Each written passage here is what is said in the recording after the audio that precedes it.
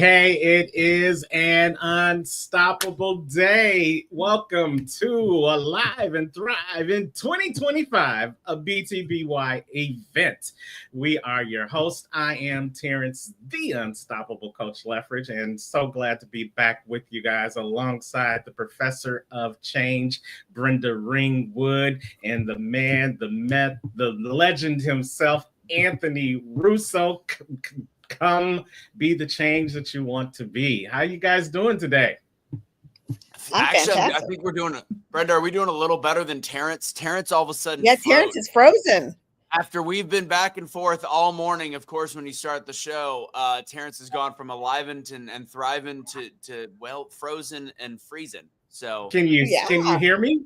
We can hear you. You sound fantastic. Actually, we can barely see your face, which actually might, I'm going to say it might be an improvement. Stop. Okay. We're dip yourself in and out. Brenda and I will talk. You dip, you go back and forth, see what happens. But we're you dip, I dip, and there's something big on Facebook, on we all TikTok dip, you dip. Put your hand up on my hip. When you dip, we dip, I dip. Yeah, that's right. That's good. I grew up in St. Louis. We know how to flow out there, you know? Oh, yeah.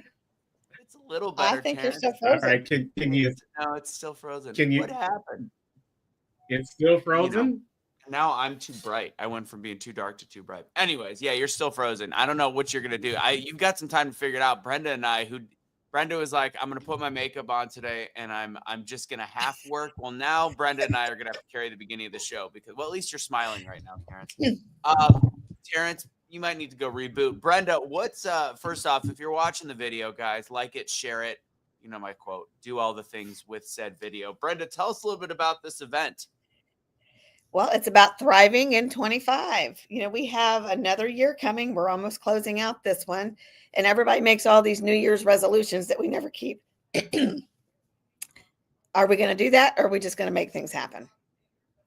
Yeah, it's funny. I've been in a big self learning phase the last month as I've been growing the different stuff that I've been doing. And I had a great call last night with a small intimate mastermind that we founded after just four of us just working together. It was our first week talking about it. And one of the people on the call, she's phenomenal breadth of information and all these different things. But as all of us that we deal with trauma responses, and some of our trauma is to bury ourselves in work, or trauma is to avoid work, and all these different things. And she has made it a point, and it's almost the exact same prelude to my book when I talk about the preface, is I want practitioners and not theorists. So it doesn't mean that on January 1 you have to start being a practitioner, but I think you can start doing it now.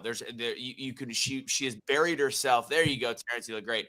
She has buried herself in knowledge and learning about all these people to teach, but that was almost her trauma response instead of actually doing. So in 2025, let's be doers. In the end of 2024, let's be doers. Let's actually put it into work. It's not even about the New Year's resolutions. It's about realizing that we have a limited time on this planet, and we have a limited time to be with each other and to create impact. So start today and actually be a doer instead of just a theorist.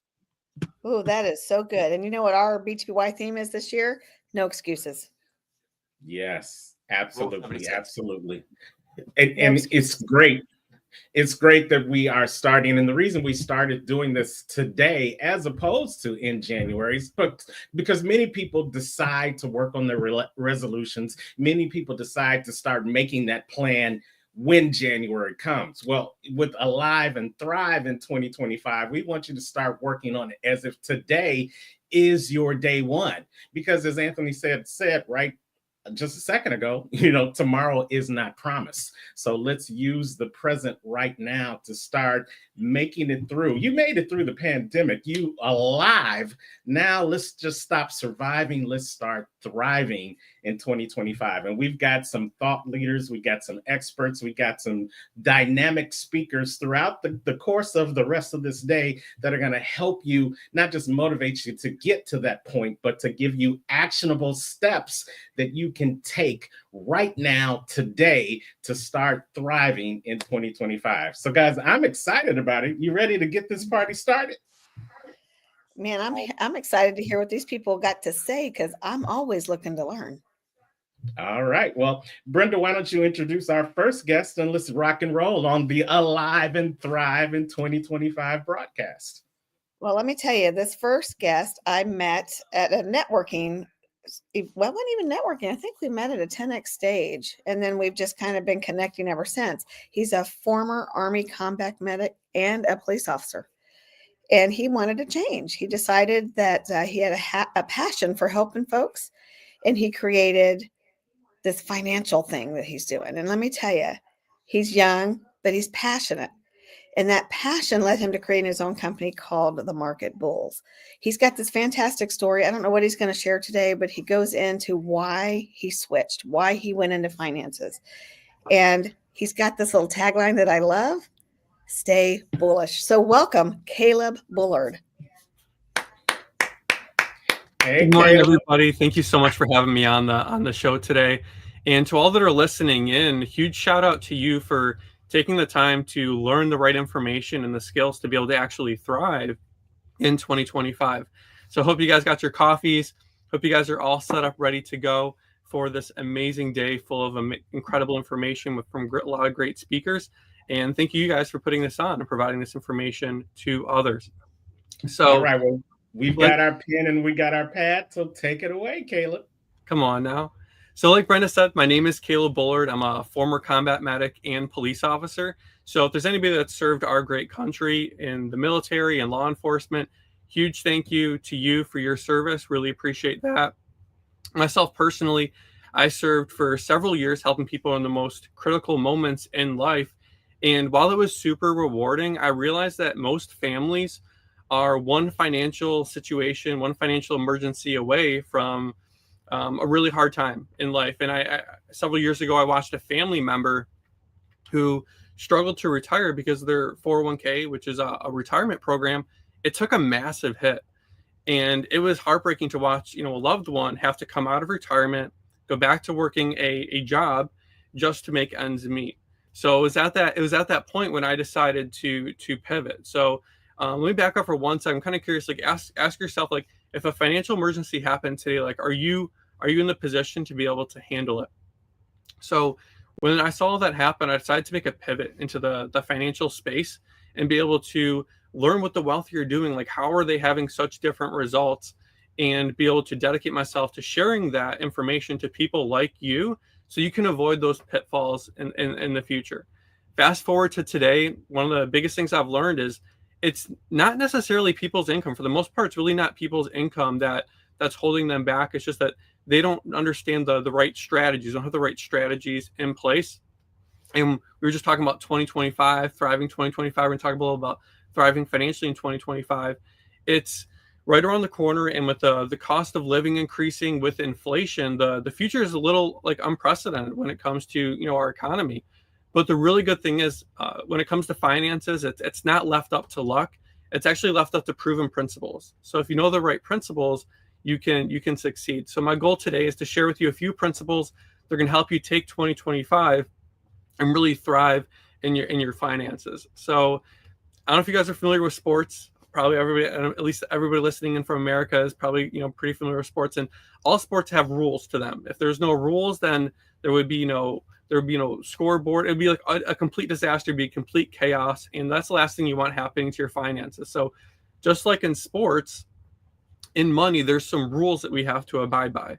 So the first rule of money is regarding the accumulation phase of money. What does that mean? The growth phase of money. And I don't know if you've ever heard of Albert Einstein before, but Albert Einstein was a famous scientist. He actually considers to be the eighth wonder of the world is compounding interest.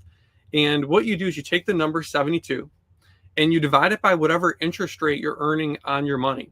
And that tells you how long it's going to take for your money to grow. So let's just say, if there's any 29-year-olds on this call, let's just say this is for a 29-year-old who invested $10,000. Well, if he invested that money at 1%, well, we take that 72, divide it by that 1%. Well, what is that? That's 72. And I'm sure none of you on this call want to wait 72 years to see your money double.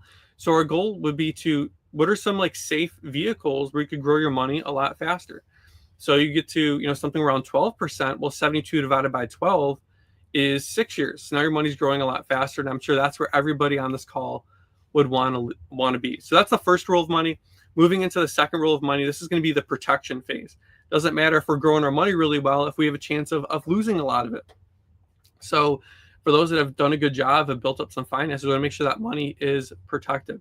So the first or the second rule of money talks about 3 different kinds of accounts that you could have money growing in. So the first is like a fixed account.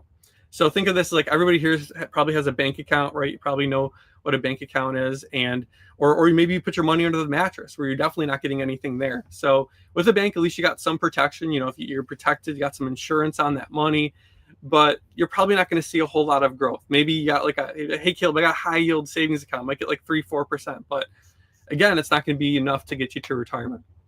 So moving into the second vehicle, which most of you are probably very familiar with, is a variable account. Now, with a variable account, you can make a lot of money in these accounts. So think of this as like a 401k, a TSP. Anybody in the military here has probably had a TSP, a thrift savings plan. But it's any account that's tied to the market that goes up and down with it. So when it goes up, we can make a lot of money. When it goes down, what can happen? You can end up like my grandpa, who was in retirement, and the market dipped, and he saw that affect himself. So our goal is to make sure that we can grow our money, but not have to lose it. Well, is there an option out there where we can still make a lot of money without loss? Well, what I recognized is what the wealth you're utilizing is indexed growth. Now, what's indexed growth? What does that mean? That means that you're indexed to the market. You're not actually in the market. So if the market goes up, you go up with it. But when the market goes down, well, you stay flat. There's actually a floor where you don't have to worry about losing a penny in your account. And when you grow to retire, I'm sure you want to have that protection, making sure that your nest egg that you work so hard to build up is risk-free. It can grow that way. And then the last is the distribution phase. Now, let's say you're in retirement, you're towards end of life, and you want to be able to enjoy things. You want to travel the world. I don't know what your dream retirement looks like. Maybe you'll just have time to spend with your grandkids instead of having to work. Well, in the last phase, taxes take a big toll on how much money that we can really have in retirement. If we make a whole bunch of money, but we get taxed, on that money, that's a big cut that's leaving us, and we're not going to be able to have to thrive in retirement if that is 2025 for you. So the first way that people get taxed on their money is like a tax now account. So when we get paid, all of you get paid, and I'm sure that either you're 1099 or W-2, you get taxed on your money.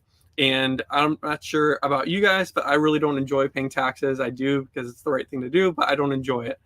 So what we want to do is be able to get you in a position where you're not paying taxes on your money when you go to, so let me back for 1 second. So you get taxed today, you invest your money and it grows. You could potentially be taxed again on the growth of that money if you don't have the right vehicle that you're invested into. Now, there's some people out there who have invested into the next tier, which would be something where it's tax deferred. We're going to pay taxes off down the road. We're not going to pay today. We're just going to pay once, which is a lot better than paying twice. I'm sure you can agree with me on that. But the only problem is, do you think that taxes are going to be more or less in the future? So if the taxes are going to be more in the future, there's going to be several reasons for that. I can't make any guarantees, but also you'll probably be in a higher tax bracket too, because in retirement, when you're pulling from your money, it can affect your tax bracket.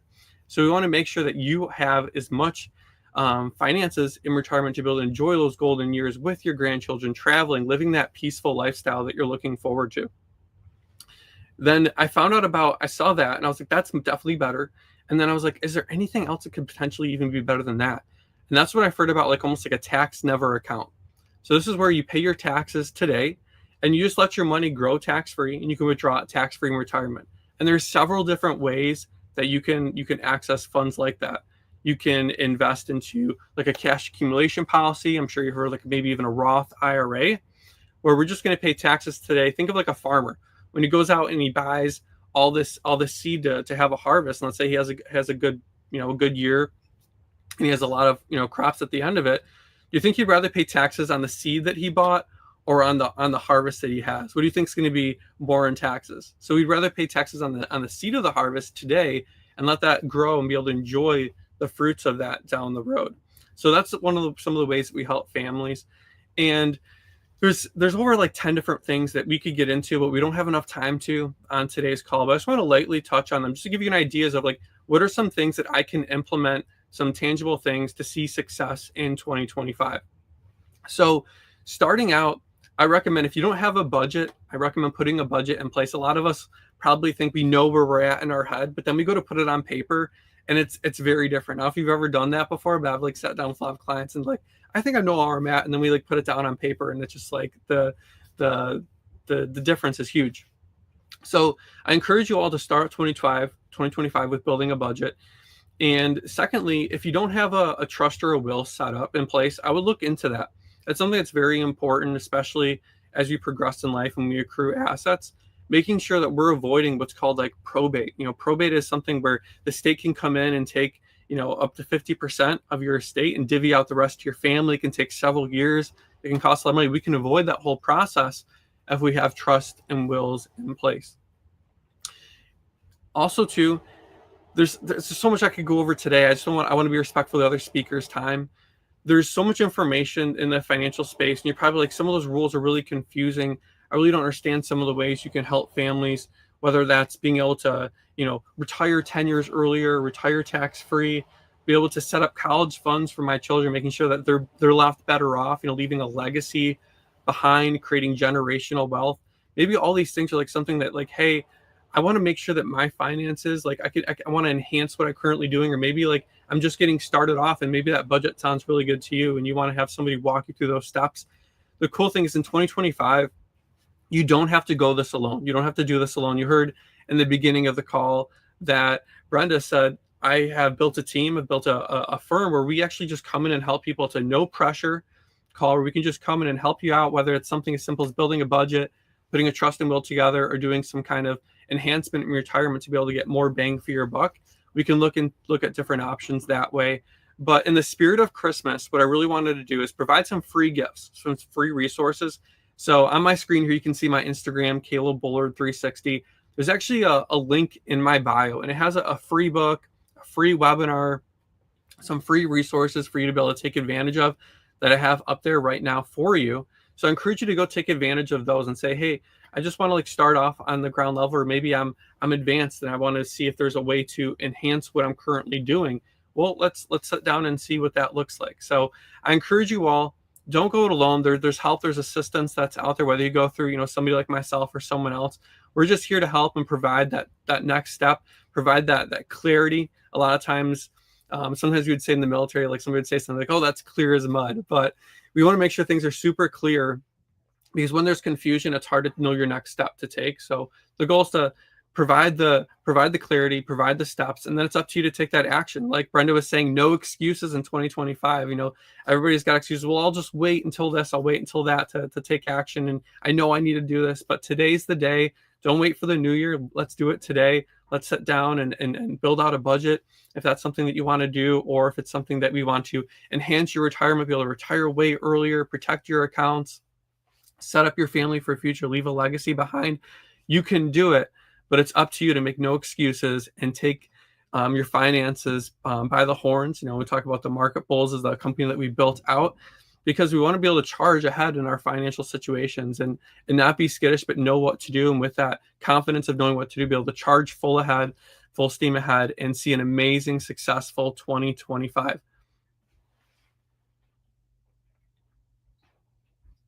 Wow, that was amazing information there, Caleb. Let's give it up again for Mr. Bullish himself, Caleb Bullard. Hey, great job. You know what? We got a couple of seconds. So, what kind of books do you have on Instagram that they can go over and grab right now? Yes, there's an amazing book called Money, Wealth, Life Management that I really recommend to take a read. It's only like 72 pages long, so some people may say like, "Hey, I don't like to read. I'm not a big reader," but it's 72 pages long. It's got short chapters, big font. That's the kind of books that I like to read. So I encourage you, go take a look at that. It's going to teach you what the wealthy are doing outside of traditional investments, something like cash accumulation strategies to be able to grow your money without any risk of loss. So it's something that was eye-opening to me when I was like, I'm tired of seeing all these people, they think they have enough, they get to retirement, and then boom, the market drops. All these different things outside of their control take place, and now they're left trying to figure things out, pick up the pieces. Well, you know what? Being the oldest person on the screen right now, I appreciate you doing books with big fonts. So thank you so much for that. So yes, you guys, what do you think about what Caleb shared with us this morning? Brenda, go ahead. Oh, looks like you're muted. Brenda's muted again. The mic isn't working. I am. Oh, there we go. There she is. Go ahead. There we go. I think it's powerful information. The key is what are you going to do with it?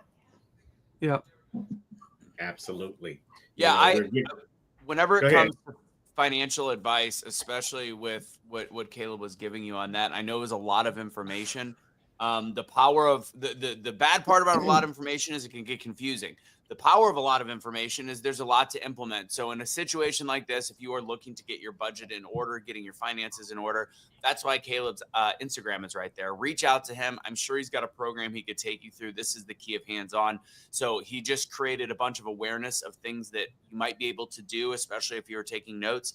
But the key, what are you going to do with it? Like Brenda said, is the implementation. So that's why we have great people like Caleb on here. Also, thank you for your service, Caleb. I appreciate that. I appreciate you. And I appreciate that message. And also for veterans out there, I want you to remember, like when you get out of the service, you find your niche. Caleb found his niche in finance. You can find whatever it is. That's the power of what you did for our country and what you could do after serving. And I think, Caleb, you're a perfect example of that. So thank you very much. Absolutely. Again, you guys, you can reach out to Caleb now on his Instagram at Caleb Bullard 360. Get those free books and get started today on making 2025 a better financial strategy for you. Thank you, Caleb. We look forward to seeing you again throughout the year with those great financial tips. Okay. Take care, everybody. All right, that was Caleb Bullard, the bullish guy, helping you in all of your financial situations. He's going to be sticking and staying in the back. He's got his information in the comments as well, where you can reach out to him. But go ahead and get those free books going over to at Caleb Bullard 360. All right, we are rocking and rolling in this Alive and Thrive in 2025. Hopefully you guys have your favorite vibration, your libation for, and you see I need to drink some more so I can say the right words on a Saturday morning. Yes, I need to give up. You need to give that crap up, Brenda. No excuses, Brenda. No excuses. So real quickly, before we jump into the next one, when you think about how you're going to thrive in 2025, Brenda, with no excuses, what are some of the excuses you're giving up? I'm not giving up any excuses because I'm not making any. Ha! See? Great answer. I didn't excuse the Diet Coke and I didn't say I was going to give it up. There you go. No excuses, right? you said you need to give it up, but you know, it's a work in progress. How about that? How about you, Anthony? Any excuses that you're throwing away as we move into 2025? You know, I'm not a big fan of the words regrets or excuses, but obviously there's shifts. You know, we live in a world where we have to constantly adapt and make small shifts. And I believe fully in seeing things through, but there's certain times where you do need to make adjustments. And instead of excuses, I'm going to continue to make the micro adjustments as I see them, as I think everybody should. We can't put everything into something and think that it's miraculously going to work. God gives us little things to check out as we go, and He gives us like the book The Alchemist, one of my favorite books. Short, easy read, great one to kind of get you motivated. That God's going to give you morsels along the way. He's not going to put the pot of gold right in the middle of the trail. Right. He's not going to put it right in front of your path, but it's going to be there. He's going to give you the guide. You just have to be willing to look around and find the little things, make the micro adjustments, and then change. So no excuses. Rule 76, no excuses. Play like a champion. From the movie Wedding Crashers. If you don't know that, that means that you are too young to even be listening to this right now. And I thank you for it. They should just get off right away. Yeah, the word excuses does exist, and sometimes as you go through this and grow through this thing called life, you recognize that sometimes it's not an excuse, it's just what it is. And you have to accept it for what it is. And then, like Anthony said, make those adaptations. There are things I did in 2024 that just are, not an excuse, that just happened. And now as we move into 2025, I'm going to tweak some things. I'm going to change some things. I'm going to do some things differently than I did before. And I'm going to do some things that I never did before so that I can thrive in 2025. My goal is to get out of the survival mode that we found ourselves in for the last couple of years due to no fault of our own, that thing called pandemic, but now step out and actually thrive. My word for 2024 was position. How was I going to position myself for the places, people, and things I wanted to get in front of?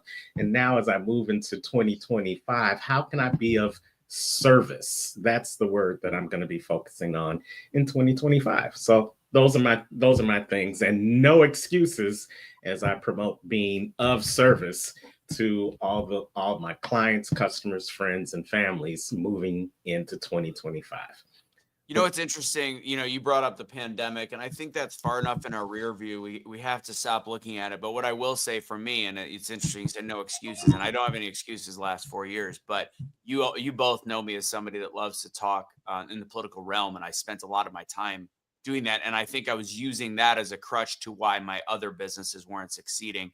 And I think one of the things we can all look at is we've got a little temperature. With the temperature's gone down, I would assume, and I think now that the election is over, no matter what side you're on, I think that it's a time where I'm not going to be using politics as an excuse. I know, Brenda, you're going to laugh. Terrence, you're going to laugh. I haven't watched the news in weeks. I haven't looked at anything on the news. I just Kelly's the one. Are you telling a fib? No, I decided after the election to put it down for a bit. And honestly, my actual speaking business, where I'm going, what I'm doing, everything just feels better. I'm able to deal with things better. I've realized that it was a great 4 years, but it's time. Working in that field and doing it, I realized I was using that as an excuse for why I was not excelling in how to actually create change and help people. So I think everybody can understand that right now there's nothing we can do except for just be good to each other and maybe leave the politics behind for a little bit and focus on ourselves and focus on, as Terrence said, service. Yeah.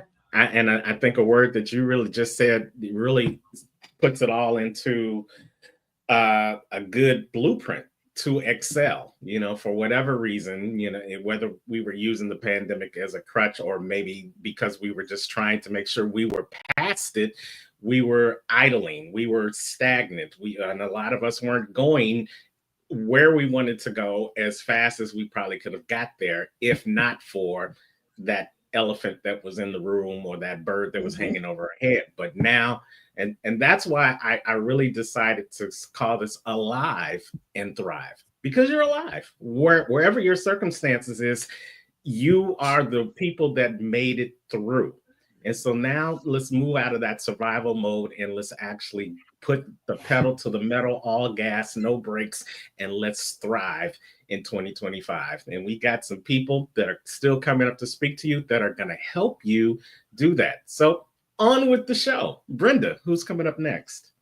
Oh man, this guy, he's one of my favorite financial guys. Now, he doesn't do what Caleb does.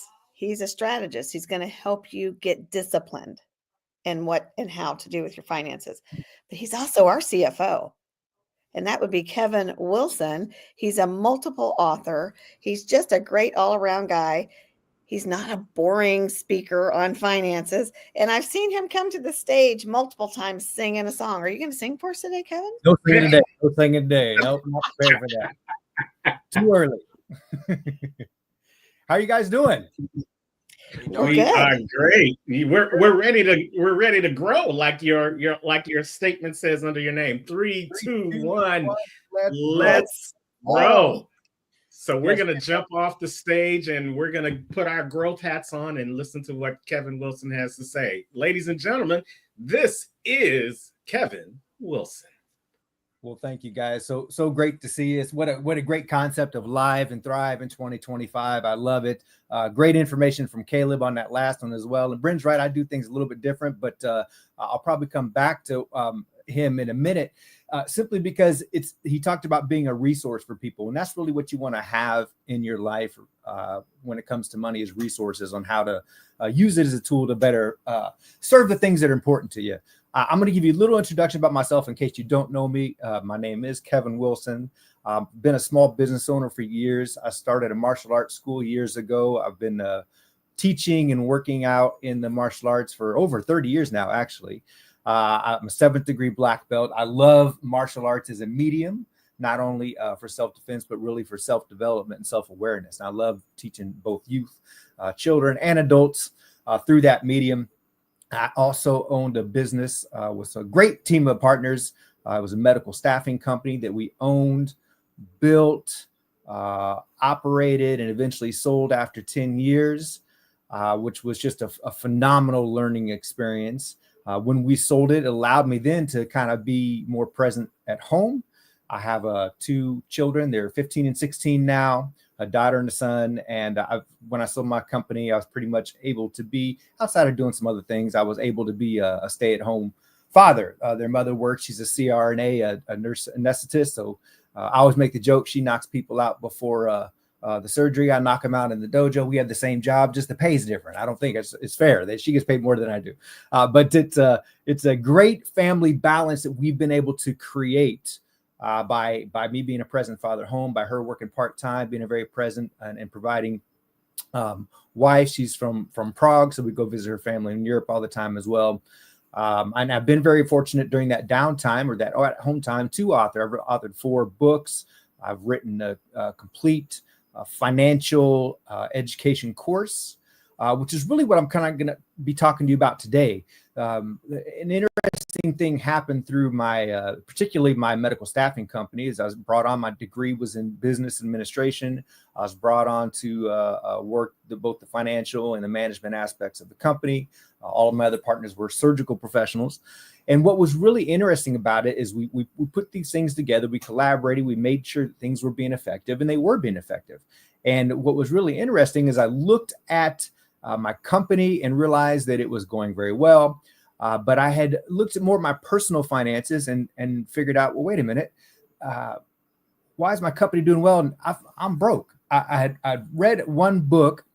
I kind of started this path of trying to educate myself on personal finances because this really was alarming to me. I calculated my net worth. I read one book called The Millionaire Next Door by Dr. Thomas Stanley and William Danko. Started this whole path towards educating myself on personal finance because what really alarmed me was, although I had a degree in business and I was putting my business strategies to work for the company, my macroeconomics, microeconomics, business econ stats, accounting, managerial accounting, all these things that related to business finance. But I realized that I was really lacking in the realm of personal finance. And after reading that book, I discovered that at 30 years of age, I had a net worth of negative $14,000. I didn't like it, so I just got on a journey of improving that. And it was. You look behind me. It's just part of my collection of books. I read a lot. I read a lot on how to change that. And what happened was we put together these different strategies and these different things to help us, my wife and I together. And at 30, we were broke. We put together. We had a 10-year goal. We wanted to be a millionaire within 10 years. So we put together these strategies to do that. At 30, I was broke. At 40, I was a millionaire. And then at 50, I was a multimillionaire, mostly just by default of the strategies and systems that we'd put in place for ourselves. So that's really going to kind of what I'm going to share with you today, because we want to thrive, and money is a tool to serve things that are important to us in life and the things that we define that we want to thrive in. Sometimes we just think we need a lot of money, and that's not always the case. We need to be effective and smart with the money that we have in order to make change in the things that are really important to us, in order to best serve the things that are really important to us. And I'm going to share with you some bad news here today. I'm sorry. I'm sorry to be the one to do it, but I have to tell you, yes, we're talking about being alive and thrive in 25, but I'm going to share with you some bad news. The bad news is there is no quantum leap, right? Notice I said we put together a 10-year plan to become millionaires, not an overnight plan. Like, we're always in search of the quantum leap. We want that winning the lottery moment. And while, yes, there are lottery winners, it's usually not us, right? There will be one. Anybody who's smart knows the statistics, understands that the chances of winning lottery, I mean, you got a greater chance of being hit by lightning twice. So the chances are nil. So we can certainly wait for the lottery moment, but the reality is it's probably not coming. So there is no quantum leap. And I'm going to give you an example in this because we are coming up on a new year. And one of the new things, I don't personally like doing resolutions. I like what Anthony said. I really like making, micro adjustments throughout the year and things that are important to me and things that I'm working on. Now, Terrence will kind of have a word to focus on for the year. I like that. But I don't do resolutions. But a lot of people do. And usually a big one surrounds our weight or our workout routine. And so I'm going to use that as an example today. We always want that quantum leap workout routine. And so gyms know this. We all know this. Gyms, you're going to have more gym memberships sold here within the next couple of weeks than probably all year, because the gyms know people are working now on their New Year's resolutions, and they're going to go to the gym, and we do it backwards. See, we always do it backwards. We go with great intentions, and that's fantastic, but we do it backwards. We start out by going, okay, I'm going to commit to this gym membership. I'm going to commit to it. And you know what? I'm going to work out 6 days a week. I'm going to do my legs on Mondays, Wednesdays, and Fridays, and arms on the other days. And I'm going to really hit this. I'm going to make 2025 my year. I'm going to be alive and thrive in 2025. And they do that. And the gyms are packed in January. Just wait till February, right? You know what? I'm not telling you anything you don't know. I mean, we all struggle with it, right? But see, here's the thing. We're searching for that quantum leap in that moment. We're trying to, we got our best intentions. We were putting that forward. That's what we want, and we get it. But let me tell you the secret. Real growth change, we talked about 3, 2, 1, let's go. Real growth change comes from growth. Grow into that new program. Here's what I want you to understand. Commit to 1 day a week at the gym. You know what? I'm going to go on Monday. And then as you start doing that, build it up to 2 days a week. And then maybe 3 days a week. Now you will grow into that, and you will start to see sustainability happen. But you'll be able to sustain it. You'll be able to grow into it, because we always want the quantum leap. But if we're serious about it, if we're serious about making the real change, we start. That's the hardest thing. We start, and then we implement a system routine to work at growing into. And then we start looking at the dietary micro changes that we can do along the way. That's how we get the real result. And if you're smart, then you took a picture at the beginning of January of yourself. See, anybody, if you see anybody that's doing a workout routine or change, they want the before and after picture, right? And the reason that's powerful is this. See, one of the books I wrote is called Difficulty Demon. And it's that inner voice in our head that we're always combating with ourselves, But one of those demons is the demon of process. So it kind of plays a trick on us, because we are always present to our own progress. That's why we have to take that picture, because subtle change happens, but we can't always measure that change on a day-to-day basis. We have to see it over the long term. When we made our financial goals, it was a 10-year goal. Subtle change happened in the beginning. We didn't go to bed one night and be broke and wake up the next night and be a millionaire. We didn't have the quantum leap. We implemented these strategies. We took a picture of where we're at, and I'll talk about that in a little bit. We took a picture where we're at, and then we just stayed the course, grew into it, And what, because the workout routine I use as an analogy, because I just really think it's something we can resonate right now with that New Year's resolution stuff. It's always on everybody's list, myself included. It's always in our mindset. But it can be the same with money. But the real question is, are you serious about making the change? And I'm not talking about the quantum leap. I'm talking about, are you serious about making a real financial change in your life? And it's not always what we think. That's why I said, depending on what your goals are, or reach out to somebody like Caleb. Let them help you organize what your structure is, what your strategies are. But for me, I always tell people, first thing is take a picture. And for me, our picture at the age of 30 was calculating our net worth. I told you our net worth was negative $14,000. We took that picture, that snapshot, and we knew we got to improve from there. So what did we do? Well, we didn't go out and become a millionaire overnight. What we did do, we had to build our muscles. We had to start with the 1 day a week process. We had to go out and start with some small investments. What are some things that we can do to get things going to something to grow into? I read something once that was really interesting early on when I started making all these changes. I don't remember what book it was in or who wrote it, but I remember them saying that to start a savings or investment account, even if it's only $10 a month. And the reason I remember it, because at the time I read it, it just seemed, I'm just going to say it seemed stupid to me. I was at $10 a month. I was thinking, okay, that's $120 a year. That's not change. That's not real change. I thought that's just moronic advice. That's not real change. But then I got smarter later and I realized it's actually very powerful, because it's not the amount that he was talking about investing. It's the habit of investing. Because see, that $10, that can always change. You can always improve it. But that $10 was at day one of going to the gym. I'm going to commit to Mondays. That $10 at day one. If you do that, now you're moving things in the right direction. And now you are starting the habit of that investment. And now you can grow into that habit. You can build it to day 2, day 3. You can increase the amount. You can diversify what you're investing in. You can do all kinds of different things to improve your financial situation. I'm a firm believer. I have it in my course. I talk about it all the time, that what you focus on grows. Sometimes we don't have our language right and we focus on the wrong things. In the case of the workout stuff, sometimes we focus on, I want to lose weight. No, don't focus on losing weight, because what you focus on grows. We don't want to grow our weight. We want to focus on improving our health. So we have to understand that what we focus on grows. And if we start an investment process, if we start thinking about our financial situation and improving it and start to see small micro results, then we can continue to move in that direction.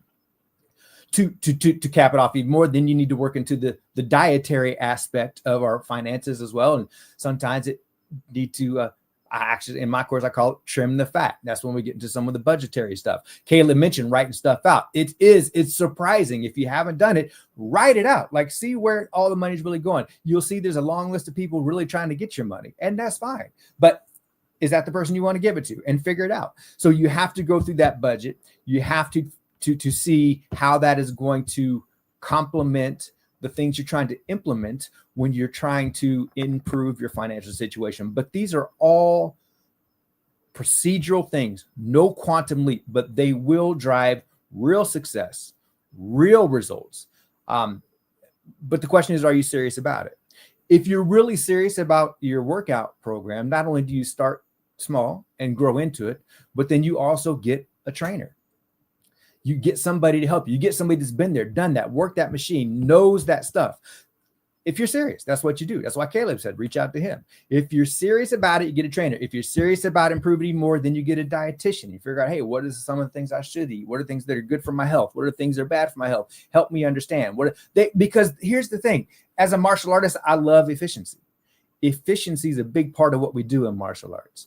I had taken my background in martial arts is primarily Okinawan Shorin karate, but I've also taken judo and jiu-jitsu and some arnis and tai chi. And in tai chi, my tai chi instructor said the goal of tai chi is simply this: we want to accomplish more with less.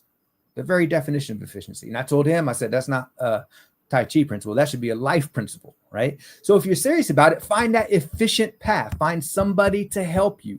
Find somebody that has walked that road and can tell you this is the most efficient path to get the result that you want. And if you're serious about it, that's where real growth comes from. Now, not everybody's always serious. I get that. If you are, that's the path you'll go. I want to say this. I said at the beginning, I don't really like resolutions, but as we get to a new year, I still want to focus on being able to be alive and thrive in 2025. So I'm going to share a few things with you. I want you to get your pen and paper out. I'm going to give you a few questions, and I want you to write these down. These will start you on a path, that one step, that one day a week on growth towards your finances. I wrote them out here. First question is, what is my net worth today? Write that question down and write down the answer if you know it. If you don't know it, find out what it is. Question number 2. What do I want my net worth to be in January of 2026? Write it down, write the question, write the answer. Question number 3. What do I want my net worth to be in January of 2030, 5 years from now? Write the question, write the answer. Next question. What do I want my net worth to be in January of 2035, 10 years from now? Write the question, write the answer. Final question. What am I doing to make these 1, 5, and 10-year goals happen? And it's as simple as that. There's no quantum leap. There is a process. What are you doing to help that process along? If you didn't know the first question, answer the first question. If you don't know, if you don't write these down and have a goal for these next questions, it's just going to continue to idle by, and it'll be whatever it's going to be. But if you want to dip your oar in the water and navigate where you're actually going in life when it comes to your personal finances, ask these questions, put the answers down, and start working towards them. Now, I want to share something with you today. As I said, I'm a reader, and I want to share just a few books that I think are very advantageous, not just in personal finances, but also just, again, I wrote there 3, 2, 1, let's grow. I have that on my difficult to demon book. Growth is where it's all about, in my humble opinion. We want to continue to make those micro changes, to continue to navigate our lives, to continue to grow excitingly into new experiences and things in our life. Money's a tool to serve those things. When we understand that relationship, we can get a better handle on it. But I want to share these books with you. And I got them out here so you can even give a visual with them. The first one is called The Slight Edge. Slight Edge by Jeff Olson. I love this book simply because it basically denounced the quantum leap in there as well. You're on a slight edge change each day. You're either trajectorying this way or this way, but you don't notice it because you are simply putting together the next day. You don't notice it because you aren't comparing the before and after picture. You look the same today as you did yesterday. Slight edge. So that's the first one. Atomic Habits. If you haven't read this one, I love it. It's ambitious. It's goal setting. It's habit oriented, but it's helping you how to be more effective with your habits. If you haven't read it, highly recommend it. Selfless plug. Difficulty Demon. This is my book. I share it because I really do think it's powerful. I was a collaborative author on this book, and I really do think that we all have that inner voice in our head, and too many times we are caught arguing with it and fighting with it, when instead maybe we should collaborate with it. What's our relationship like with our demon of anxiety, our demon of worth, our demon of control, our demon of pessimism, growth? These are the things that we all continue to struggle with as a human species. If we can better understand how to get that as a collaborative relationship, instead of always competing with it or running from that demon, stop, turn around, look what it is we're running from. Maybe it's not as scary as you thought, but it just comes through the work. So that's the third book. Fourth book, I mentioned this one earlier. It's called The Millionaire Next Door. Dr. Thomas Stanley, Dr. William Danko. Phenomenal book. Just really helped me right from the get-go change my mindset when it comes to money and where true wealth lies and what we can do for it as a tool. So those are the books I want to share with you today. Go get them. If you want to reach out to me for any help at all, I do have a course. If you're interested in it, that's fine. I'm not here selling or anything, but if you're interested, I just finished one up in person. I still got one going online. We'll be resetting in a new year. You can email me. It's simply pmakevin@hotmail.com. That's P as in Paul, M as in Mary, A as in Apple. pmakevin@hotmail.com. or I don't like giving it out, but I'm going to give out my cell phone. You can text me 785 249 2652. 785 249 2652. If you're serious about making a change, being alive and ready to thrive, and understanding the relationship with money as a tool as you move into this new year, reach out to me. That's what I do. I love helping people with that. I've had tremendous success for myself, and that's my mission now, is to share with other people. So that's my time. Appreciate you guys. Wow, Kevin Wilson, that's our CFO. You know, he's helping us become the millionaires next door as a company. We appreciate you, Kevin. And you know what? I'm putting your email up. I'm not putting your phone number up because y'all know this. Kevin is 007, and you know, I'm trying to keep him happily married. Giving out that phone number. Oh, Hotmail, Kevin. Hotmail. Seriously, you still have Hotmail? So that is my shortest one. I thought that would be simpler for Odd, but yes, I have a Gmail account. It goes directly to that. It's my other one's kwilsonenterprises@gmail.com. It's always just too long, so I just gave you the shot. Yes, I still have a Hotmail too. Yes, Kevin, I still have still around. Too. Yes. But Kevin, tell them a little bit about the course that you've already done with some of our future BTBY or thrivers, and how they can. Then we'll talk about how they can get in on it with you again. Yeah, we haven't set up the new schedule for the new year, but we're just wrapping up this last one. You know, it's really, we just finished one. I got a lot of great positive feedback. I love it when I get that. I asked them to be very earnestly share information back that will help make the course better. And I mean, got a lot of good, powerful stuff there. People really enjoyed it. What's really interesting is that, yes, it is finance, but we take ourselves to all of our financial situations. So it's really, of course, more about us and our mindset and our behaviors and habits surrounding money. So we are working on just really growth of ourselves. You know, we have 7 different modules in there. There's one on saving and investing, but there's the psychology of money and the masterminds and the persistence and accountability plans and all these different things that I'm just telling you that need to be in place. No quantum leap, that need to be in place if you want success. You have to go to the gym every day, or not every day, but you have to commit to a schedule of the gym. You have to commit to some kind of diet if you want the results. If not, it's not going to happen. So that's really what my course is about. And I just saw Jean comment in there. She's in my course right now. Yeah. We missed you last time, Lena. Last time she had a conflict being on the last one. We certainly missed her. But yeah, it's really designed just to make positive changes in our lives as individuals. And then we delve into some financial aspects of that as well. You know, what I love about your presentation is that, you know, powerful people ask powerful questions, because those powerful questions navigate where they're going to go next. And those questions that you asked us to write down: what is my net worth today? What do I want it to be next year? What do I want it to be 5 years from now? What do I want it to be 10 years from now? Those are really powerful questions, and scary questions. Shameless plug to your latest book. But like you said, if we embrace those questions instead of running away from them, then we're going to get ourselves closer to where we want to be thriving in 2025 than where we've been before. So that's what we always appreciate about you, Kevin, that you make it plain. You give us some clear, concise, strategic things that we can do to get to the next level of our greatness. So thank you so much for sharing that. We're going to put your email, your Hotmail address up there again, where you guys can reach out to him and he can give you more information on when the next course is going to start.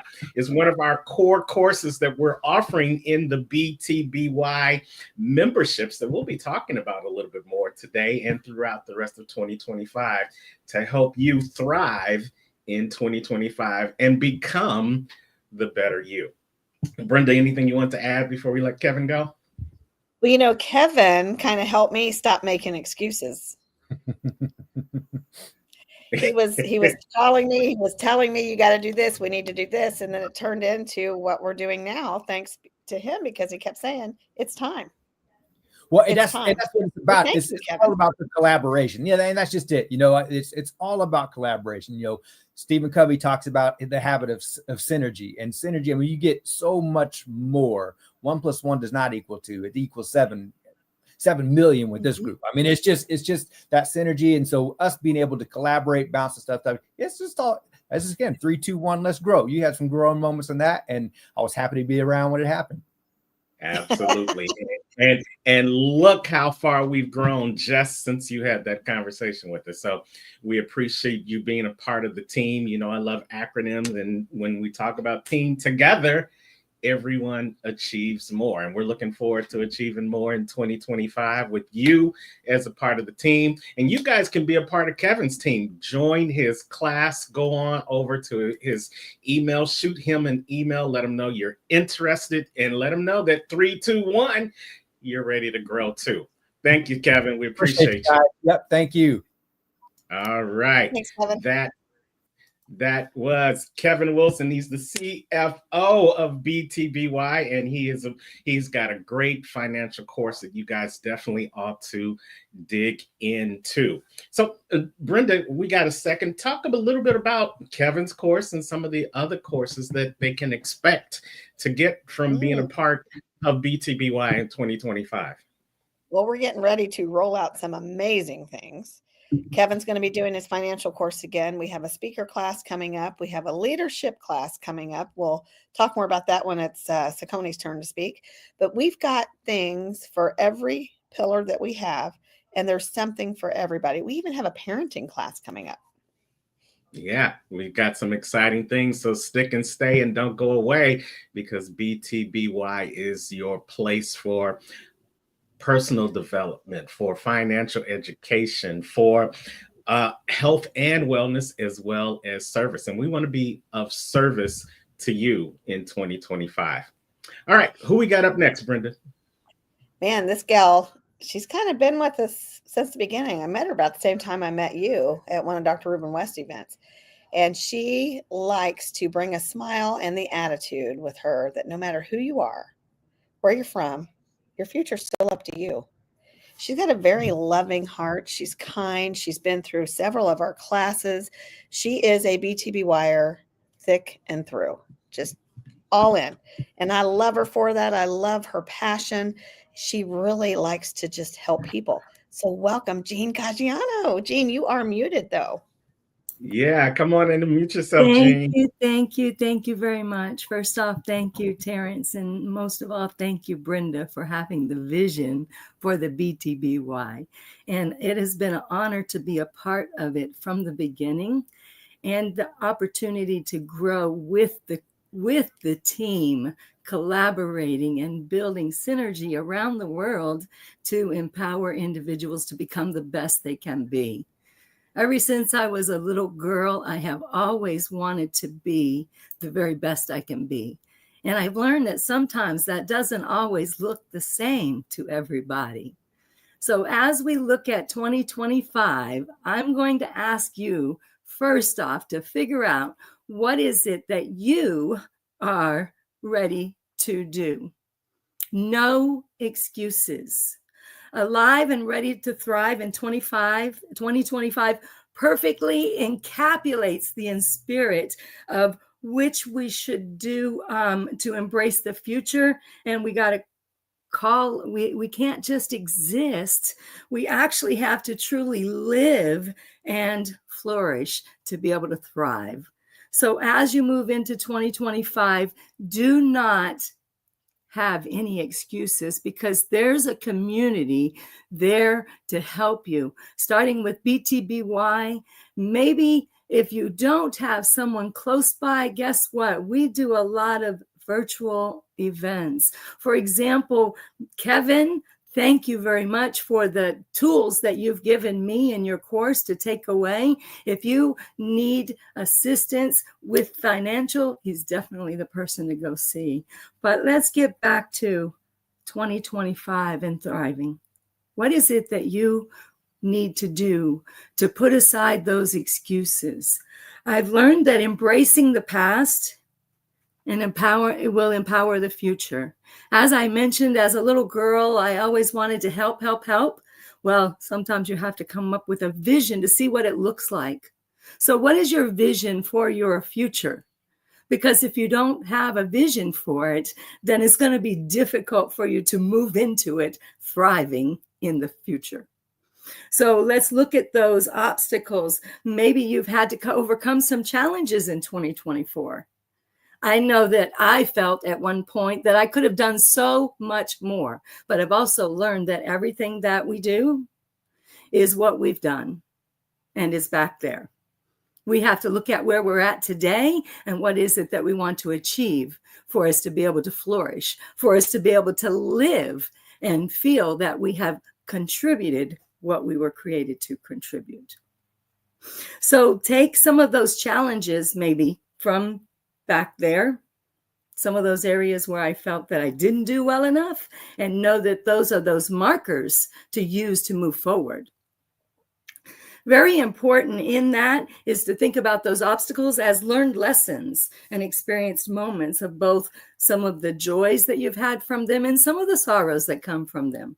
So that past is important. However, don't stay there. Look to the future. Get your vision and know where you're going so that you can live and thrive in 2025. No excuses. Health and well-being, number 2, is one of those foundations to being able to live and thrive. You have to have some health. And with that, I'm going to say it is very important for us to prioritize our well-being. How would you do that? Well, being a mom, and being a wife, and being an employee, doing all the things that we do, being on boards, helping other people make decisions, we get all caught up sometimes in all the things that we have to do. So we need to make sure that we prioritize our self-care, because we can't give back, which ultimately is part of the keys. We can't do that if we're not taking care of ourselves. Prioritize your self-care. Make a commitment to your health and your well-being, not only just your physical health, but be sure to get mental clarity. That's where some of that vision has to be clear, so you can focus forward. Also, emotional balance. Now, that's an area where I have struggled from some of those things that happened, those obstacles in my past. And as a little girl, I wanted to help. But that emotion from maybe those failures, it took me time to work through that so that I could help others. Now, I had to get some coaches, so I'm going to tell you, for you to be able to live and thrive, you're going to need to get some support. You're going to need to get a team. You're going to need to have some collaboration, such as becoming the best you. Because I do believe that you are the one that's in control of your future. And if you lay aside those excuses, that's right, Miss Brenda, no excuses. And everyone else out there in the sound of this voice, no excuses. Number 3, harness what you have. We have tools that are given to us already inside that can be polished up and can become your greatness, but only if you choose to allow yourself to become that you were created to be. For that, you will need to also think about that innovation. Today, we have so many tools. We've got Zoom to speak to people around the world and to gather together to get resources. We can, there's so much innovative technology. I can go on and on into that technology. Get me on one of my side tracks, because I love to play with technology. But today, what are we looking at? And where are we going? How can we use technology to improve our well-beings, improve our professional statuses, to improve our personal statuses? But most of all, what are the tools that we can use that are at our hands to improve ourselves? Because I've learned that if we invest in ourselves, in the long run, we're investing in the world, if we choose to give it back. So please invest in yourself. And how are you going to do that? Well, you have to cultivate that growth mindset. You have to overcome some things from the past, maybe, and realize that those are back there for us to learn and use, viewing those challenges as opportunities and a place to learn and develop. Now, that would enable us to overcome those. And with those overcoming setbacks, we actually create, we transform our dreams into reality. And with that, we must, to be able to do that, we must set ambitious goals. Work diligently to achieve them. Don't give up. No excuses, because there are lots of people. I was going to say millions of people, maybe not millions, but BTBY has many people that will help you. And with that, our individual success, it does come intrinsically, but it needs to be linked to the strength of our communities. And that's why I said, BTBY, get yourself into a community and don't give up on it. They're not going to give up on you if you're in the right community, and BTBY is the place to be. With that, BTBY creates spaces where everyone has an opportunity to thrive. So thank you, BTBY, for creating this space, not only for myself, but for millions of people, I could say in this case, because I know globally this message is going to get out there. So as we finish up for the 2024, even if you believe you could have done much more, use it as a marker to find out, to determine where you're at today. Use those goals that you've set for your 2025. Do not give up.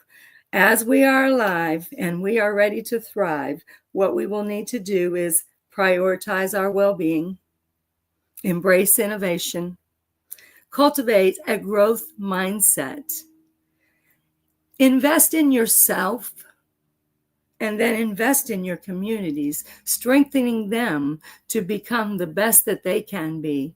And as you work in your communities, be it a physical community where you're out on the ground running, or be it in a space like this where you can speak life to others.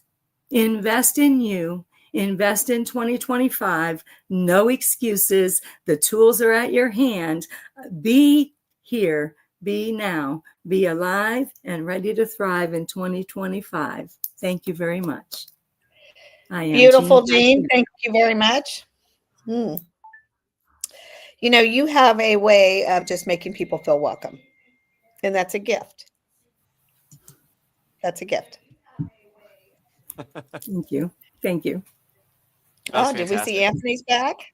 Yeah. Yeah. Daughter called. Doesn't always happen on a Saturday. Usually I get my Sundays, so I had to jump in, but I got to catch the second half of Jean's. First off, I love that Jean and Caleb are. Did you guys are in the same place? It appears. I'm just kidding. Background. He's actually in the back playing piano. You guys rotated out during the speech. Great job. We teach our speakers to be tag team, yeah. Tag team back. What I love about you, Jean, is that you are the epitome of the circle of BTBY. You've started with us. You started with our speaker class. You've spoke on our stages, both in person and virtual. And every time a new offering comes up, you're one of the first people there to get a part of that. So you're always in the circle. You're always present. And so that's what we love about you. And because you're always present, we continue to see the growth in you and in your business. So tell us, how do you think, what's the first thing someone could do that's on a journey like yours to be able to thrive in 2025? Well, that's a great question. Thank you for it. I would say to start out with a self-assessment of where you are with yourself. If you start out with, I have several self-assessments that you could find online about your personality and other self-assessments. Once you determine where you're at and where you want to go, then there are lots of people that will help you draw out a map and show you ways to arrive there. But it all starts with that self-reflection first. Thank you. I love it.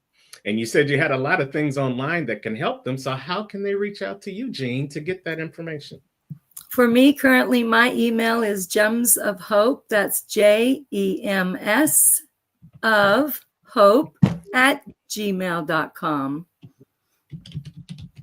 All right, we're I going to put am that. working on launching out some things in 2025, but I want to not necessarily throw them out there too quickly. I want to put it together. I'm working on a website, and I have a couple chapters that I'm working on for a book. So a couple things coming, and I'm looking forward to continuing into 2025. I'm ready to be alive and thrive and help others to arrive to where their destinations and their dreams are in 2025 and beyond. Hey, Gene, can I ask something of you? Can I challenge you a hair? Oh, yes, please. I love challenges, sir. Your whole thing with growth. So I am like you, and I'm a recovering perfectionist. And I need to make sure everything is in place before I do it. And what I realize is I start circulating around all the different things. And I know that you want to make sure everything is perfect. We don't need a link. We don't need a website, but we also want to be able to provide. I know that how close you've become with Brenda and Terrence, provide some accountability. So can you break your rule that you just gave? Give us a preview of what you're working on in 2025. Currently, I'm working on a collaborative book with Dr. Tracy Ward, and we are expecting that book to go over in Africa, I believe it, and a couple other places where they expect to take it this summer. I'm not sure all of the places, but I'm really excited about that. I have a couple other avenues that I'm I know that I want to be in everything, but my goal for next year is to put on the blinders. As a little girl on the farm, I know that for that mule to get him to do the best work, we sometimes have to put on those blinders. So for me, that is my goal in the next couple of weeks, to really put on the blinders and determine the exact direction where Gems of Hope is going. I know that what I love to do is empower individuals to become the best they can be. And I've had the opportunity to do things like that in different capacities for more than 30 years. And different age brackets as well. But I found that the group that I work with the most is the youth. And so I'd like to get that book not only into the hands in other places around the world, but at this point, most of all, into the hands of the students sitting in my classroom right now. And some of my previous students that I see on the streets, they're like, Miss, when you get the book out there, I want it. So I have already the background of people that are saying, come on, come on. So thank you for that challenge, for pulling that out of me. I like it. I am afraid of it, though, but I'm going to overcome that with no excuses for 2025 to live and thrive. I love it. I love it. So keep getting those gems from Gene, going over to gemsofhope@gmail.com, and continue to work with her, and as she helps you not only be alive, but thrive in 2025. Thank you so much, Gene. Thank you very much, everybody. Have a great day. Yes, yes, yes. That is Gene Caggiano. Great information, great tips, great example of what, if you guys decide to come work with us and join the family of BTBY, you too can jump in on the circle and continue to thrive in 2025 with our course offerings, with our speaking opportunities, with our membership, all those things that can help you continue to move to the next level of your greatness and thrive in 2025. You guys, we want you to keep on getting in those comments. Thank you so much for being here with us. Kenya Craft, she's in the comments. We got Rhonda Strimmel in the comments. We got No Limit Living in the comments. We've got Jeff Markinet Jr. in the comments. It's definitely saying Anthony is a beast. Absolutely. Yes, that's why he's part of the team. Beast mode into 2025. So we thank you guys. Let us know where you are watching us from, whether you're watching the live or watching the recording. And we're going to continue to keep this thing moving as we thrive into 2025. So you guys, are you ready for our next speaker? Yes, sir. I was gonna say yes, ma'am, but I was looking at Brenda, thinking of you, Terrence, or thinking of Brenda, looking at I don't know, but yes, we're ready. Yeah, it's getting deeper. So always is with that thing. Anthony's a beast. Yeah, that's what he said. But this next guy he is powerful in his own right. He is a motivator, and he motivates everybody that he comes in contact with. It's none other than Lauren Michaels Harris, a former foster child who survived 22 foster homes in 6 years. He strives to inspire and uplift every person who crosses his path. He believes challenges offer growth. And, we know about the challenges that we have to go through on a day-to-day basis. But he gives us that mind shift that lets us know those are not just challenges, those are growth opportunities. And as a mentor and an author, he believes that we are all a part of the ripple effect. And his goal is to be a ripple of hope that will reach around the globe. And we've seen him in action on our virtual stages before. We've had the opportunity to spend some time on his stages. He's had some time to spend on our stages. And we definitely know that Dr. Lauren Michaels Harris has that ripple of hope. So let's welcome to the Alive and Thrive 2025 stage, Dr. Lauren. Hey, Doc, how are you? I'm blessed, highly favored, doing good, a little chilly because there's snow here in Chicagoland. But I'm happy today. I really am. Blessed to be here. Well, glad to have you. It may be chilly outside, but you're going to fill us with some warm information, I'm sure. Let's hope so. Take it away, Dr. Lauren Michaels Harris. Okay. Well, let's see. Oh, thank you, Brad. You guys, I'm home alone this weekend. I didn't go to Iowa Christmas because I stayed home to focus on gratitude. I really did. I just felt this. I was compelled. I felt compelled to just create like a sacred space to like go back over. Here's how it happened. This is the last week of work for me. I take the last week of the year and the first week of the year off every year. And had a big week. Had a heavy week. Big week because great things happened. I'll tell you about that in a second. It was a heavy week because with all of my coaching clients, we always do the last year. We do this thing called like a year in review. And so many people, including myself, had felt that, well, I almost see, there it is. Retraction. It wasn't what we felt. It's what we were looking at, what we were focusing on. It was amazing to me with probably about, I'd say 9 or 10 people that I currently coach with, that coach with me, how in the last week prior to this week, we were all going through the same thing, not aware that the other person was. And what I mean by that is, and I'm so glad that I posted it a week ago today. It's on my page. It was the 14th, Saturday the 14th. I posted how I was upstairs in the kitchen, 9:50, right about now, actually, because I posted it at 11 and it happened an hour earlier. So it was right about now. And I just was standing there and I was like, I said, God, did I do my best with what you blessed me with this year? I don't know why I'm asking you. It's not that I'm not grateful. It's not that I feel bad or anything like that. But when I look over my shoulder to the year I've just completed or almost completed, it just doesn't seem like that much has changed.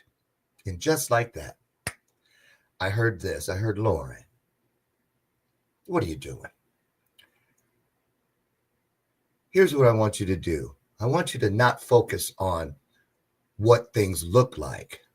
I want you to focus on what things feel like. And just like that, instantly, I found that gauge that shows how much I've poured into this work, how much I've poured into the container, because it was my answer. Guess where I found it? It was nestled right in the middle of my gratitude. The minute I started being grateful for the things that I could feel. Now, I want to talk to you about that a little bit today because, for instance, I have been really working diligently, or in my opinion, diligently, because you can always do better, to focus not only myself and my brand on things that I can feel, and not just touch, but also working with my clients on that same premise.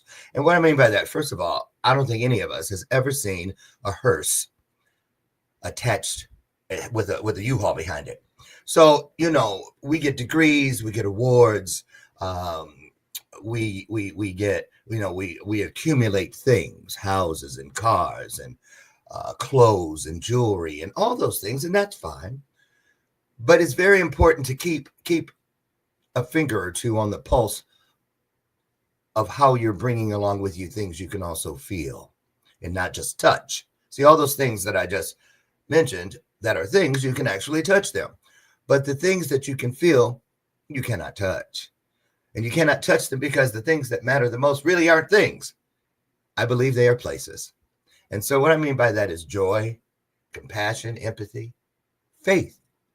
I've been saying it for a long time. Since a kid, I know for a fact that faith for me is not a thing, for it is a place.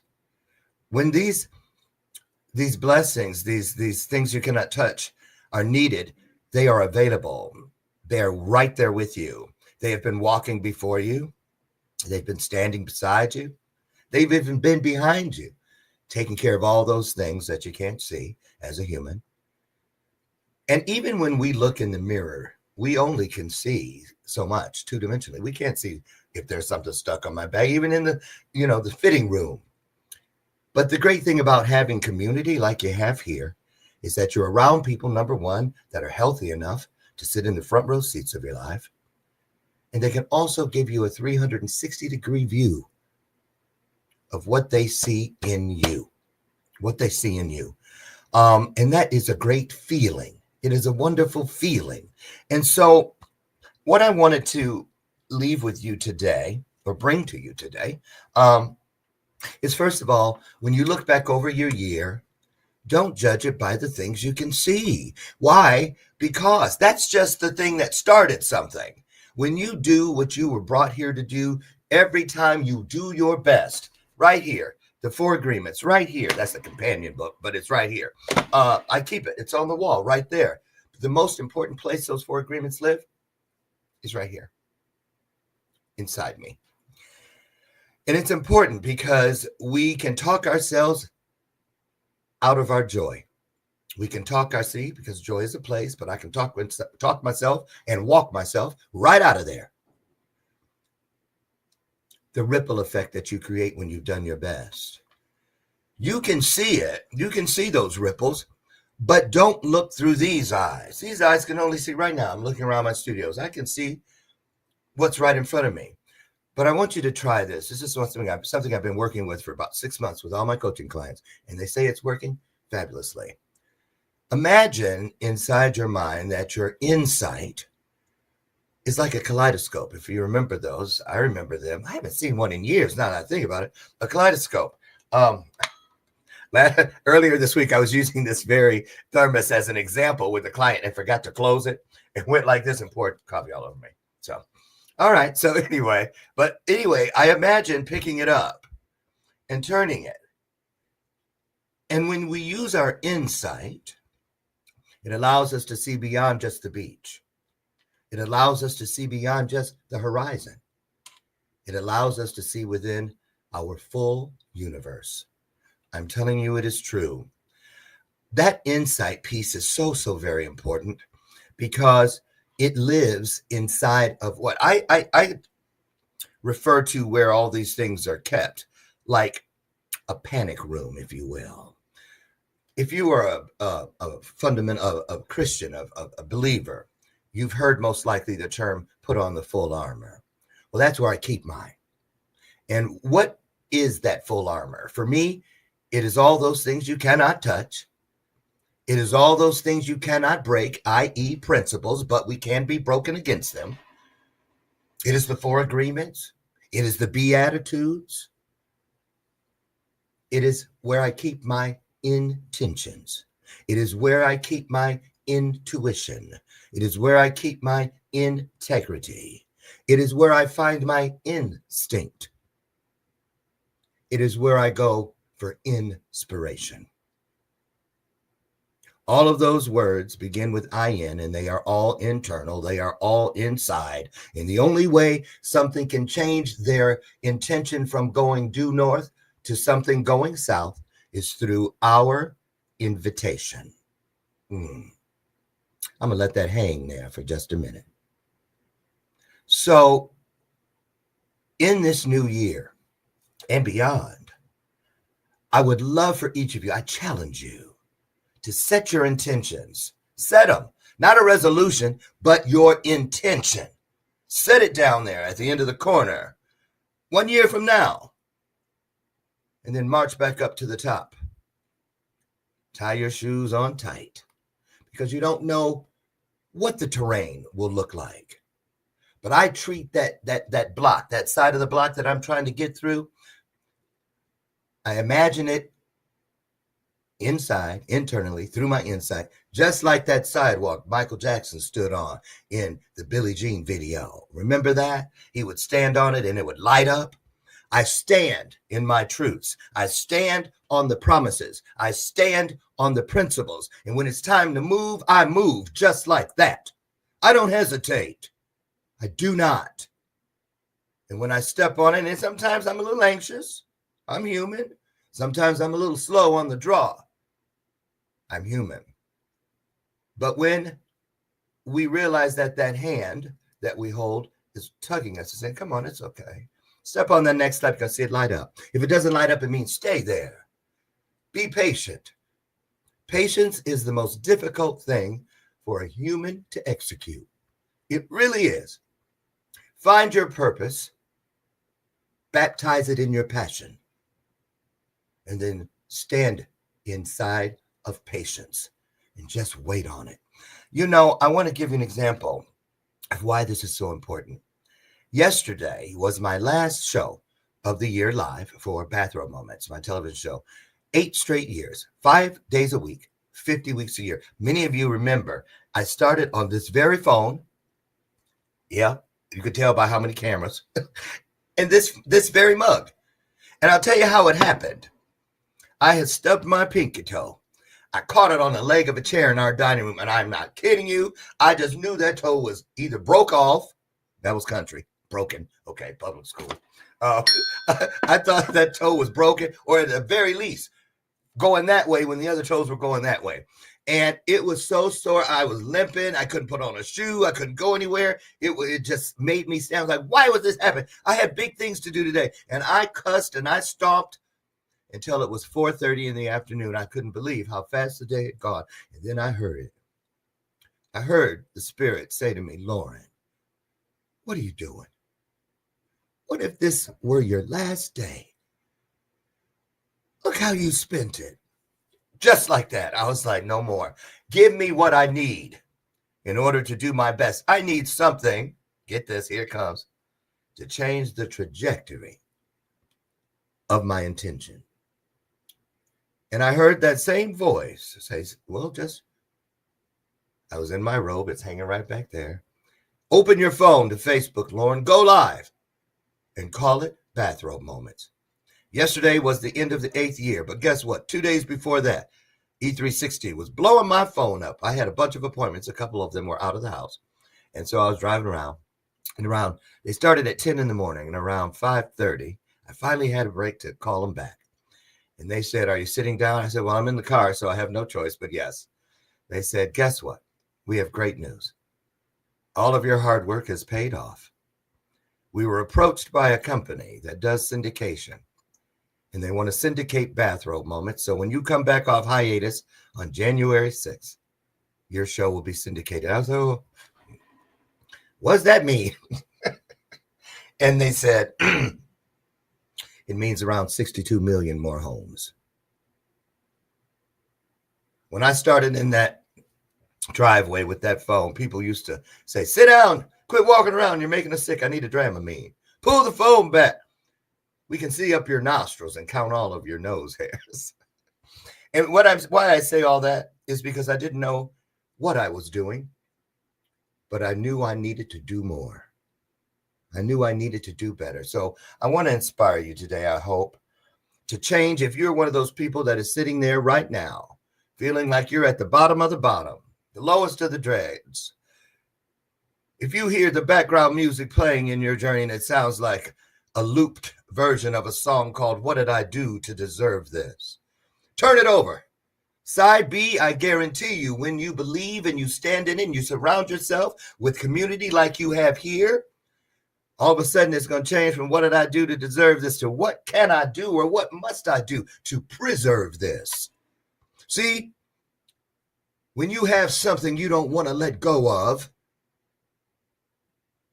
you find your superpowers because you refuse to quit.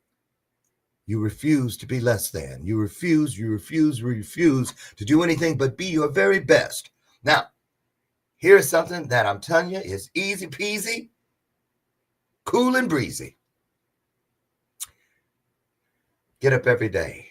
Some of you have heard this before, but the truth never changes and it will not change on us. So here it goes. Get up every day. Don't make this so difficult. If you want to be alive and thrive in 25, 35, 45, should God take you that far? Get up and you don't have to write your journey's story and your narrative every day with all 26 letters of this alphabet. When you were created, you beat the greatest odds known to man just by being born. So now it's not about breaking the odds. It's about creating new ones. Find that E and that R and take what you already are, great to greater. Take that E and that R and take what is smart to smarter, kind to kinder, nice to nicer, bold to bolder. Look for one way in your day where you get, let me catch that shopping cart that's gotten away and it's going to hit that car. No one sees you, no one in the parking lot but you run over there and you grab and you stop it from hitting that car. A lot of people go, well, it ain't my car. What do I care? Oh, it's too bad for them. But when you did that night when you go to bed, if you want, God will show you. If you ask, show me what I've done today. Say, remember that card? You didn't have to do that. You were already nice, but because of that, you are nicer. Now, what's important about that? One time, finding the E and the R, because when you lay your head down, before you wake up, God will take that E and that R and he's going to flip it. He's going to make it an R and an E because he wants you to wake up revived, replenished, resplendent, remembered to who you are and why you're here, renewed. Everything that makes everything better. So now you got the ER back again. BETTER. You see? Listen, don't make it difficult. Do not make it difficult. Time to wrap. Okay. Keep doing great. You said better, and then you because came of right you, on we cue. had to jump on. Well, good, because I got my little note too. So I'm gonna leave you with some bullet points. Okay. I got the download for anyone that it resonates with. Take it with you. I encourage you to Google it. It is a real thing. I didn't know. I thought it was a dessert, a cherry jubilee. But I heard Lauren tell everybody you can that 2025 is officially the year of Jubilee. And when you go and you look into it, it comes around every 25, every 50 years. You see, look what we were doing 25 years ago. Ooh, Y2K, the world gonna end. No, the world was beginning again and again. Remember that. Be consistent. You cannot have a shared custody agreement with your life's purpose. You must be consistent, no matter what. Everything God does in your life, there are never mistakes. That's just what he's doing to keep your stuff interesting. And keep the things that matter to you within reach. I can't stress that enough. You see, I reached right for the four agreements. Yeah. I reached for the bell of purpose. I reached for things like this that I put on my desk to remind me I am not in this alone. All these swirls are God and everything that is there to work with me, because I want to remember when I sit in this chair and I'm not this guy. This guy has left messages for that guy to remember who he is and why it's important to keep going and focus on your insight and watch what happens. This is your year. This is your life. Take up the battle. Take up the battle. You might be somewhere right now saying your life isn't worth living and you could never be more wrong. How do you know so far? Pick it up. Pick up the battle and make this world a better place. You must, we must, and we can, right from where we are. That's all. That's valuable information, Lauren. Thank you. Yes. Mhm. Turn the ER into the RE. I love that. And that's a great way for us to refocus as we move out of 2024 into 2025. And you know what? They can also revisit the Bathrobe Moments TV show. Take just a second, tell them about where they can reach you, when the show's coming back on. Oh my goodness. Well, when we come back in January, we'll all kinds of platforms, Tubi, Pluto, all my social media pages, YouTube, the E360 TV network on the Trajectory channel, and just you know, all over the place. But anything that you want from me, you can find at my website, laurenmichaelsharris.com. And I have a new thing coming out. Can I tell you about it real quick? Sure. Real quick. I'm launching a membership site through my website. It's the Mindset Revolution. And in there, you're going to find my master classes, a lot of free resources, Slam the Hammer, which is there for entrepreneurs who are ready to nail it. Every blessing that has come to me, it is in there and it is available. And I'd say 90% of the stuff in there is free of charge. So head over, grab what you need, just do something with it. Don't let what you find there, I'm letting you know now, don't let it get dusty. Don't you dare throw it inside of a junk drawer anywhere in your life. Use it and watch what happens in your life. I promise you, you'll love it. I love it. So go on over Thank to you his so much. website, LaurenMichaelsHarris.com. Like you said, 90% of what's in this is probably going to be free. So Yeah. there are no excuses for you not signing up for it, taking a part of it. Don't let it die in your imagination. Make it come alive in reality so that you can thrive in 2025. That's Dr. Harris, we love how you always collaborate with the BTBY family. We're looking forward to doing more with you and your team in 2025. We love you too. Happy holidays, my Thank friend, you. and we'll Thank see you. you on the other side. Thank okay? you. Last thing I want to say to y'all, because we're out of here, remember this. Live full, die empty. Give it away. Don't you dare hold it back. Thank y'all. Hit that bell on the way out. I sure will. Ain't nothing to it but to do it. Thank y'all. All right. Thank you. Of course. That was Dr. Lauren Michaels Harris dropping the nuggets, giving you the invitation to go on over to his website and see all the other things he has going forward to help you be alive, not just survive, but to thrive in 2025. You know, what I love about what we do here at BTBY, Brenda and Anthony, is that we don't compete, we collaborate. And that has really allowed our trajectory to grow as we continue to move forward on this BTBY movement. Wouldn't you agree with that? Absolutely. Yeah, it's always good. You know, you said drop the hammer, drop the mic. He rang the bell. He rang the bell on 2025. That's what he did. And it's collaboration. That's what you notice when we bring people in, and you've got people like you and I both have 2 different speaking classes. We've got people that do different kind of production stuff. We've got multiple options just to start the day and financial advice and different things like that.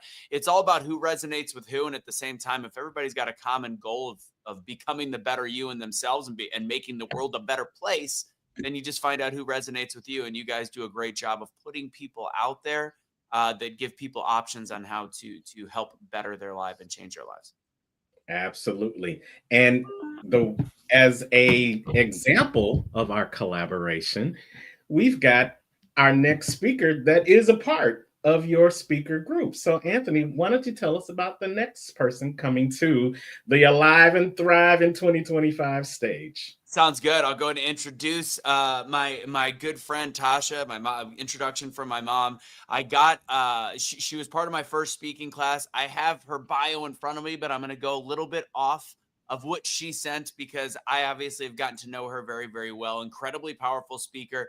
She was one of the top 2 in my first speaking class, and she has an amazing message to share. She is a great balance between finding things in spirituality and then also finding grounding ways of implementing different techniques with Christosh, which is a company that she's a co-founder of. And at the same token, having moonlight, the moonlight vibes, the side of her that grasps spirituality and finds a way to bring it all to center, and the ability to change people's lives with her words, change people's lives with a spiritual sense, and then at the same time implement those changes and what they want to do into the real world. So without further ado, I'm going to introduce my friend Tasha to the stage. Hi, guys. Thank you for having me, Anthony, the amazing introduction. It's so lovely to be here today. I'm actually going to touch a little bit on a few different pillars because I feel like there's so much that we have available to us. So our body, our mind, and our spirit. I'm first going to start with our body, and with the information I'm about to give, these keys, there's like top 3 I'm going to mention. I think they're really helpful because I've learned so much as a student. And with Christosh, because we are a business accelerator, we've had the fortunate opportunity of working with Phyllis Russo, who is an amazing and inspirational person to me. She has helped me understand a lot more about my health and wellness. And so I want to share some tips first to start off with, and then I'll kind of revert into a few other areas as well. So I know we'll let you go. We just want to hang out until you got started. You're up on the stage. You're ready to go. We're going to drop off. Go crush it. Okay, thank you. So I know a lot of us are told, don't eat out, right? Like, and a lot of the changes that we make for ourselves with our health, I'm going to kind of focus more on our home because we spend so much time in our homes that this needs to be a place where we can really thrive in 2025. So when we're not eating out, we're told to go home and cook our meals, right? And so here we're cooking on our pans and we're creating food for our families. But what kind of pans are we actually using? A lot of them have Teflon coatings. I don't know if you guys are all aware, but those Teflon coatings are very toxic. So I'm going to mention some toxic things in our homes that we can get rid of. These are steps we can all take that not just impact ourselves, but impact our families, those we feed, those we take care of, those we welcome into our home, which is supposed to be our safe space. So Teflon, going back to Teflon, it has PFAS, which are forever chemicals that stay inside of your body. They do not exit once they're inside. And this happens when you look at your coating, even the slightest of scratch on that coating, it is releasing those toxins, which is impairing your cellular function. It's linked to cancer, hormone disruption, and impaired liver function. So it's so important to make some adjustments, just simple adjustments, maybe going cast iron, right? Then we're getting minerals back into our food, along with cast iron skillets, but also stainless steel skillets, stainless steel as well is another great alternative. And then also your cookware, like what are you using when you're flipping those flapjacks? Does it have plastic on it? And look at the edges of your utensils, because a lot of times they'll start to break down, the degradation of the plastic will start to happen, and those are leaching into your food. So really bringing some awareness to that. When I found out about the Teflon coating, actually, it's actually linked to endometriosis, and I'm a big supporter of helping people understand, because I really battled with endometriosis in 2023. And so I've been making a lot of changes in my health in 2024. And this is where the lining of the uterus tends to grow outside of the uterus, which is not a good thing. And 1 in 10 women are affected with this. And a lot of doctors don't know to look for it. They just think you're having just, abdominal pain, regular monthly cramping. So I want to bring awareness to this because it is tied to a lot of the things that are in our homes, right? Like the Teflon coating. So about 50 to 80% of women with this pelvic pain suffer from endometriosis. So if you're noticing that you're having these pains, go get it checked out, advocate for yourself. By the time they found mine, I was at a stage 4, which then meant a full hysterectomy and also an oophorectomy, which is where you lose one of your eggs, the ovary. So I just wanted to bring that awareness because it does have an implication and an impact on our bodies. So we have our pans. That's number 1. I'm going to give you a number 2, and this is our microwaves. If you are still using a microwave, please get rid of it. Try something different, maybe using the stove for heating things up or an air fryer, but use one that's made out of glass. I've seen different ones. And whenever we heat up plastics, they can tend to release those forever chemicals too. But 60-90% of our nutritional value is actually zapped out of our food when we use a microwave. And what are we trying to do in taking care of our bodies is to make sure we maintain that nutritional value. And there's a higher percentage of cancerous cells that are also, released into the bloodstream as we're eating those foods. So stay away from those. I don't know if you guys know the history on microwaves, but they were originally used to emit radar signals. And these signals were actually used to detect enemy aircraft, which is kind of interesting. And this was during World War II. So if you can steer clear of those things, we don't need that in our system. So just walk away. And then third, my big three, plastic bottles. That's going to be your next one. Those also have your forever chemicals, but they also cause digestion disruption along with gut microbiome disruption. And our gut is directly impacted to our brain. So if you're finding you're foggy headed and you're like, oh my gosh, I can't figure out why I can't get motivated and why I can't figure out how to get my things going, that's because we have these disruptions happening. And so if we can create a calm, balanced home, this will aid everything else that we're trying to grow with, all the other speakers, everything else that they've mentioned. All these things will really start to build because now we can be more centered with ourselves and our home. So those are my top three. There's other little sprinkles like your Glad plugins. If you're suffering from migraines, get rid of anything that has fragrance written on it. Okay. The fragrance term is not a good thing by any means, especially with our candles. Go soy, beeswax, all those things can cause disruptions. And then also another important thing I'd like to mention that helped me a lot with looking at food. If it says natural flavors in it, avoid it. Okay. But I do want to give all my kudos for all the information that I've learned and all the things I've also learned on my own. Dr. Livewell, you can find her at dr-livewell.com, but she's a functional medicine doctor and she's amazing. So I want to give kudos to that. So that's our body. Now I want to focus on our mind. I'm going to kind of switch gears. And mind is taking us into Christosh. And you can find me at christosh.com for that too, by the way, but we do shine a lot brighter when you do, right? So this is all about finding what makes our purpose more dynamic. And I know as we go into 2025, we're going to see a big boom with small businesses.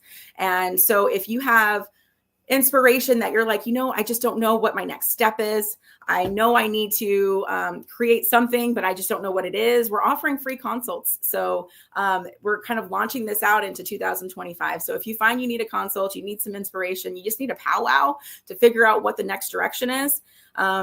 We can help you. We can do that because a lot of times it's just getting clear with your intention and then driving it home from there. So this will allow you to be able to kind of discover what that next step looks like for you. We also help with, website design. If you're wanting to scale with your products, all those things kind of implemented. If you're just looking for even your own logo, all those types of things, like we can pretty much help you. And it's so important to be able to kind of gather those gems. We actually have an AI course that's going to be launching in January as well, because if you're not using AI in the future, you're kind of falling behind. I know a lot of people have mixed feelings on AI, but it is there to assist us. Everything is a tool. It's just depends on how you use it, right? So as we kind of push into this next year, because this is a year of a 9, and when we see the year of a 9, I know we had mentioned before when it first started, it's all about being of service. And this year of 9 is about being a service. So if we are finding that we're helping other people, we're going to be so much more productive. And that's what it's all about. That's what we're here for, is to connect to community and to build those resources. So this is all about people, community, completion, and major, major life changes. So as Anthony Russo mentioned before, I do have, besides the business coaching, I also do spiritual coaching too. And this is where the spirit part comes into play. So we talked about mind, we talked about body, mind, and spirit. And so my spiritual coaching services really do allow me to expand beyond myself. And the best part about where this is going is I've been implementing other spiritual practitioners that do different things than I do. So I do oracle cards, but I also do Reiki and frequency healing. And those things are amazing to help unlock different parts of yourself and help you understand more about your reason for being. But also teaming up with other people, it gives us more reach, more scalability for those that maybe are more drawn to palmistry or more drawn to specifically tarot. So yeah, I've been doing more events, and that's been amazing as well because I get to reach so many more people.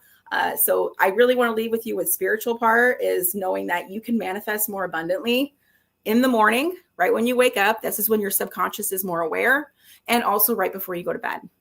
So if we're going to start doing things that are going to gear us towards 2025 and really thriving, that start happening here, getting ourselves mentally prepared and start manifesting night and in the morning. So before we go, I just want to leave you guys with a little quote. It's by Peter Drucker, and it says, "The best way to predict the future is to create it." So I leave with you guys the ability to know that you can create whatever future you hold. Thank you so much for having me, you guys.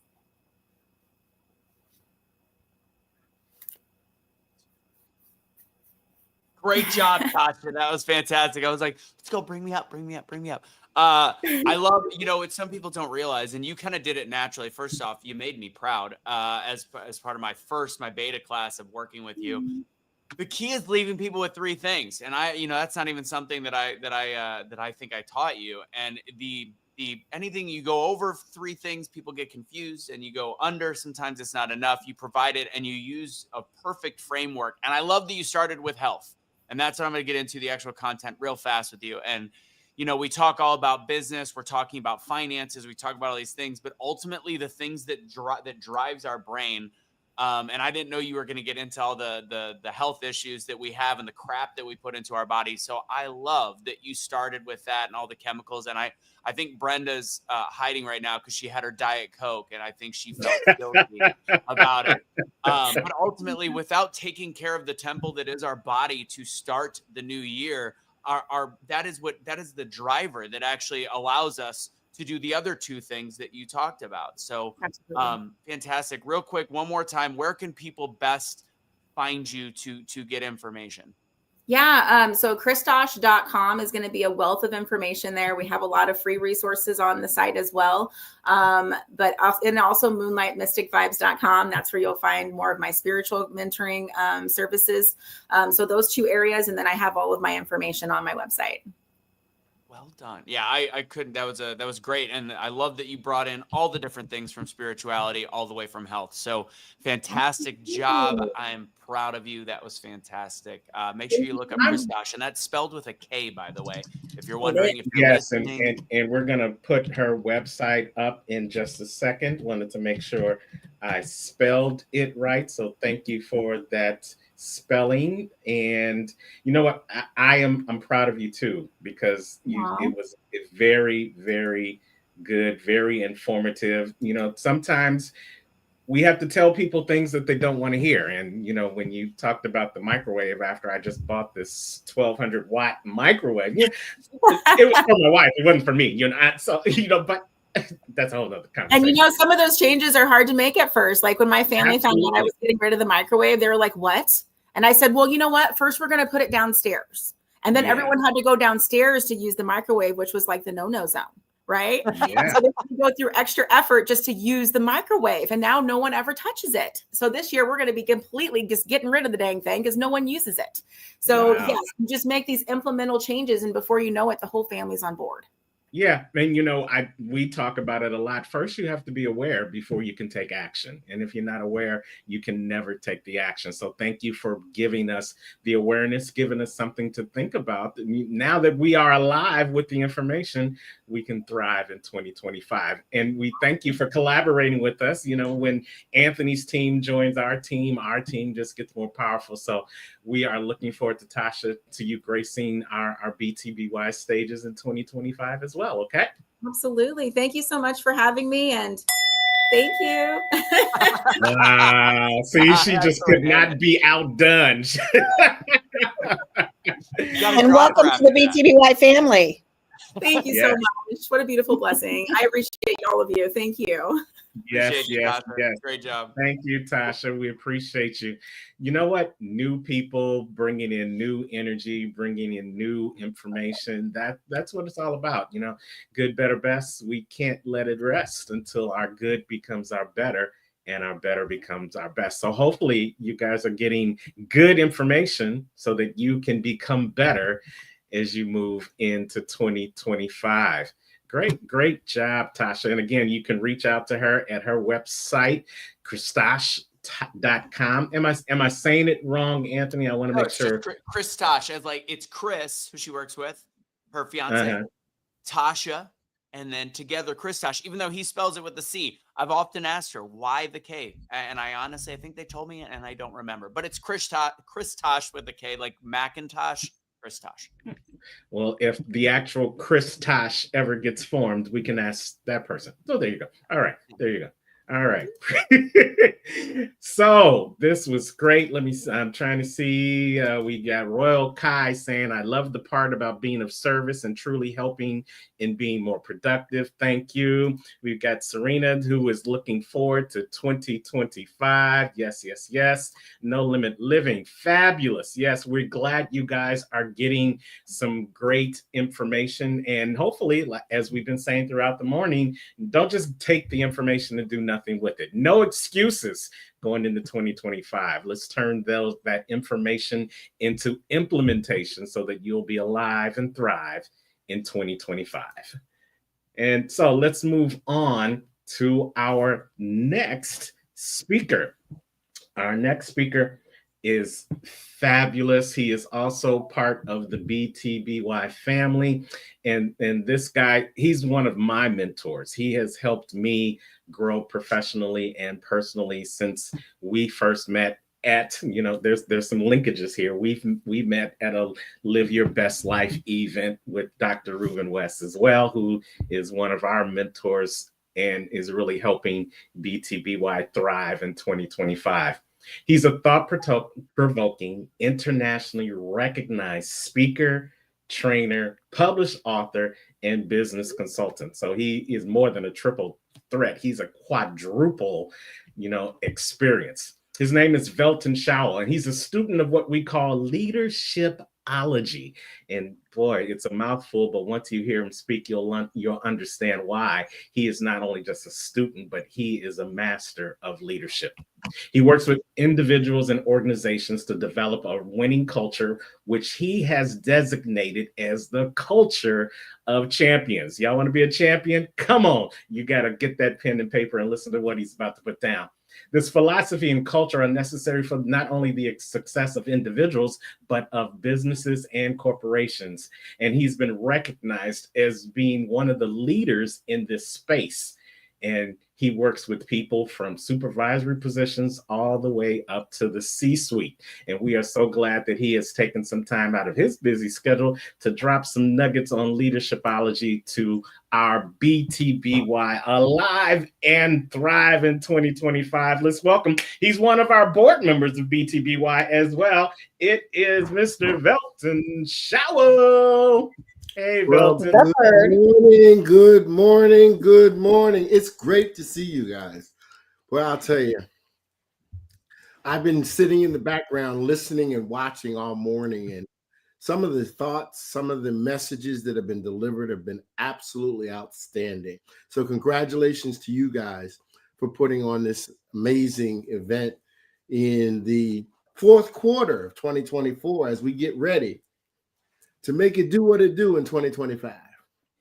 All right. Well, you've got the stage, Velton. Come on and hit us with what you have to share with us. Ladies and gentlemen, this is Velton Showell. Well, good morning, everybody. It's great to be here. It's great to participate in such a prestigious event. I just came off the road, and I'm going to ask in advance that you bear with me a little bit. I was in Denver, Colorado. I live in Florida. So you can imagine this shock my body went through when I landed in Denver, Colorado, and it was 24 degrees. And when I left Florida, it was early in the morning, and it was already 76 degrees. So glad to be back in Florida, just making it through, but my voice has been a little bit tenuous. So please, I apologize in advance for any issues that arise with that. But with that said, I'm going to use a quote to open it. Both Anthony and I really love, because we talked about this a few years ago when we first met. It says some people make things happen. Some people watch what happens, while others may ask what happened. The question I have for each and every one of you is the same question I ask myself every day. Which one of those three scenarios do I live in? Where am I as it relates to those three questions? Do I make things happen? Do I watch what happens? Or do I wonder what happened? I mean, it's an old Gaelic proverb or statement, but it's so appropriate for how we live our lives day in and day out. Terrence talked about leadership as being my life's passion. And it's my life's passion because to be the best that you can be starts with an internal situation, starts with you leading yourself before you can lead others. And to lead yourself, you really have to look at three things. And we're going to talk about those three things today. And the first of those three things is initiative. Are you the person that makes things happen? Do you take the initiative to do things before you're prompted to do them, before you see someone else do them, or before it becomes the obvious thing to do? Are you the person who's willing to take a chance, to take a risk, or to step out on faith, or to step out in a direction that may be uncomfortable to others, may not be accepted by others, may not be the status quo? You see, anybody who invented anything took a chance. Think back to all of the inventors that you've ever studied in history in school. People thought they were crazy. People thought that they were different. People thought that they just didn't we're not playing with a full deck until they saw the results of their work. Now, they didn't just haphazardly go after things from an initiative standpoint. They planned it. They researched it. They put in the time and the work and the effort to do the right thing. Now, were they always immediately successful? No, they weren't. When they asked Thomas Edison why he failed 9,999 times and he didn't stop, he said, I didn't fail. I just found 9,999 times different things didn't work. But on the 100,000th time, he was successful. And therefore, we don't walk around in the dark anymore. So the question that you have to ask yourself is, are you willing to stay the course and take the initiative to do the things that other people won't? So tomorrow you can have the things that other people don't. It's an internal struggle that we all deal with. I deal with it on a daily basis. Am I willing to take a chance? Am I willing to step out on faith? Am I willing to do the things that I think are right that have not yet been tested or proven? You have things that you want to do. You have gifts that you want to share with the world. But it's an uncomfortable situation. It's not something that's easy. Let me let you in on a little secret. You might want to write this down. In 2025, I'm going to challenge you to be comfortable being uncomfortable. Let me say that again. You have to learn to be comfortable being uncomfortable. If you want to make something different, if you want to make something change, that's the secret. That's the secret sauce. So initiative is driven by learning to be comfortable being uncomfortable. So that's secret number one. All right, you ready for secret number two? It's not just okay, or it's not going to solve the puzzle. Being uncomfortable. It requires effort. And I mean extenuating effort. Sometimes it's the sweat of your brow that's going to make the difference between where you are versus where you've dreamed of being. Think about it this way. A lot of people look at celebrities, superstars, millionaires, and say, oh, I want to be like that. Tell me how, Velton, I can be like that. Terrence referred to me as an international speaker. Everybody says, Velton, tell me how I can be an international speaker. Give me the cliff notes. Give me the shortcuts. Well, I'm here to tell you, there are no shortcuts. And what I've learned over time was what I went through when I was at the bottom of the hill, climbing up that ladder. It's the things that you learn along the way that allow you to excel when you get to the top. You've got to put in the work. You've got to put in the effort.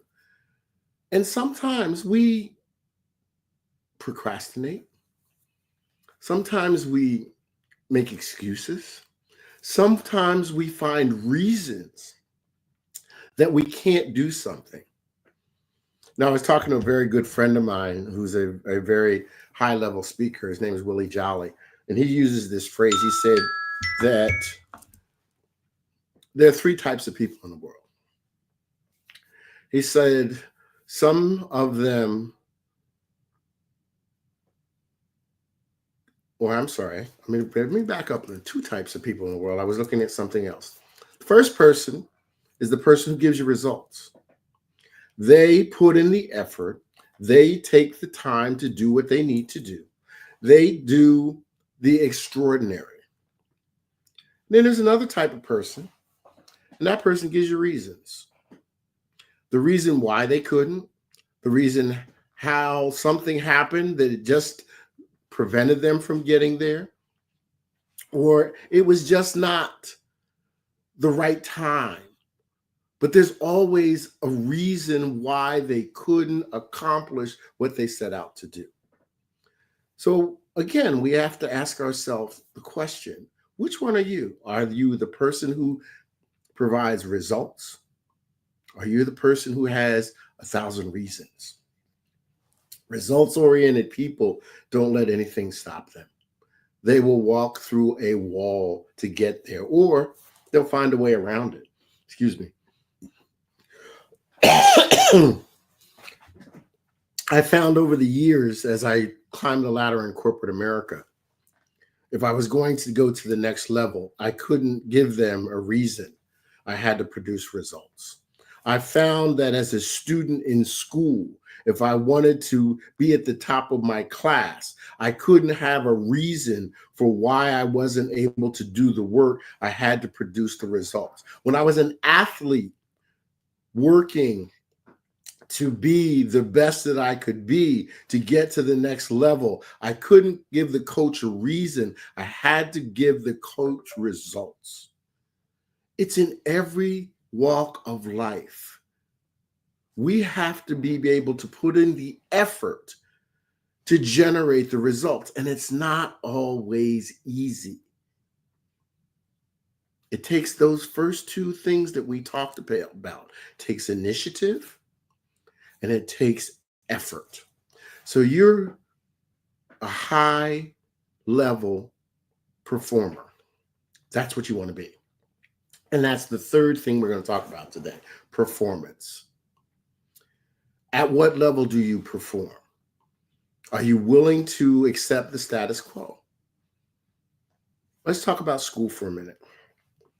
School, you go to school for 18, 24, 28 years, depending on your level of accomplishment. You get grades. A is for excellence. B is for very good. C is for average. D, well, you know what D's are, and I'm not even going to talk about the last of them because it doesn't really count. But to get an A, you have to be performing at the top level. And I'm going to challenge you again in our lives. we should all be striving for A. It's not easy. If it was easy, everybody get one. But it takes that additional uncomfortable effort to get there so that you can generate and see the results that other people can't. Some of us are stuck at the C level, and some of us are happy being at the C level. And we also are wondering why our lives are not giving us more than we got yesterday. We seem to be stuck in that same level of receipt. We're not getting that upper echelon of value that we really want and strive for. Well, if you do what you always get, you get what you always got. And that's not a bad thing if you're happy with what you're getting. But if you're not happy with where you are and what you're getting, it's time to make a change. It's time to do something different. And the one thing I love about BTBY is it challenges each and every one of us to do something different, to be a better person today than we were yesterday. There's a daily challenge that I use, and people say to me, are you very competitive? You seem to be always competing with something or someone. And I'm very competitive. But I only compete with one person. And that person is me. And I want you to write this down because I want to challenge you to compete with this person every day. Look in the mirror when you do this. And I want you to say these words. Today, I'm going to be a better person today than I was yesterday. That's not easy. Be a better person today than you were yesterday. I used to have a boss, and he used to say to us, when you show up every day, I don't want you just to show up. I want you to show up with your best self. Think about that. I want you to show up with your best self every day. So today, I'm going to be a better person than I was yesterday. And tomorrow, this is the kicker. Tomorrow, I will strive to be a better person than I am today. Woo! Wow. Not easy. But consistently breaking the barrier and doing something better every day will make you the best you that you could possibly be. So let's talk about those three things that I said earlier. Initiative. Taking the initiative to do the things that other people won't. So tomorrow you can have the things that other people can't. Effort. Putting in the effort that other people are happy getting C's and you want A's. You will only accept A's. And 3, perform like there's no tomorrow. Be a better person today than you were yesterday. Be a better person tomorrow than you are today. Those are the secrets to success. These are the things that we talk about when I talk to young people, when I talk to people in regular low-level jobs, when I talk to executives in the C-suite. We talk about the same things. See, leadership is all about people. It's not about strategy. It's not about tactics. It's not about fiduciary responsibility. It's about understanding the dynamics of people and working with people to help them achieve their goals, their objectives, so that they then become a part of your team. They then become a part of your movement. They then want to be around you because they feel that energy. They feel that life inside of you. Phil Jackson was one of the most famous basketball coaches to ever live. And he said, good teams become great when the players learn to trust each other enough to replace me with we. You have an opportunity to join the BTBY family.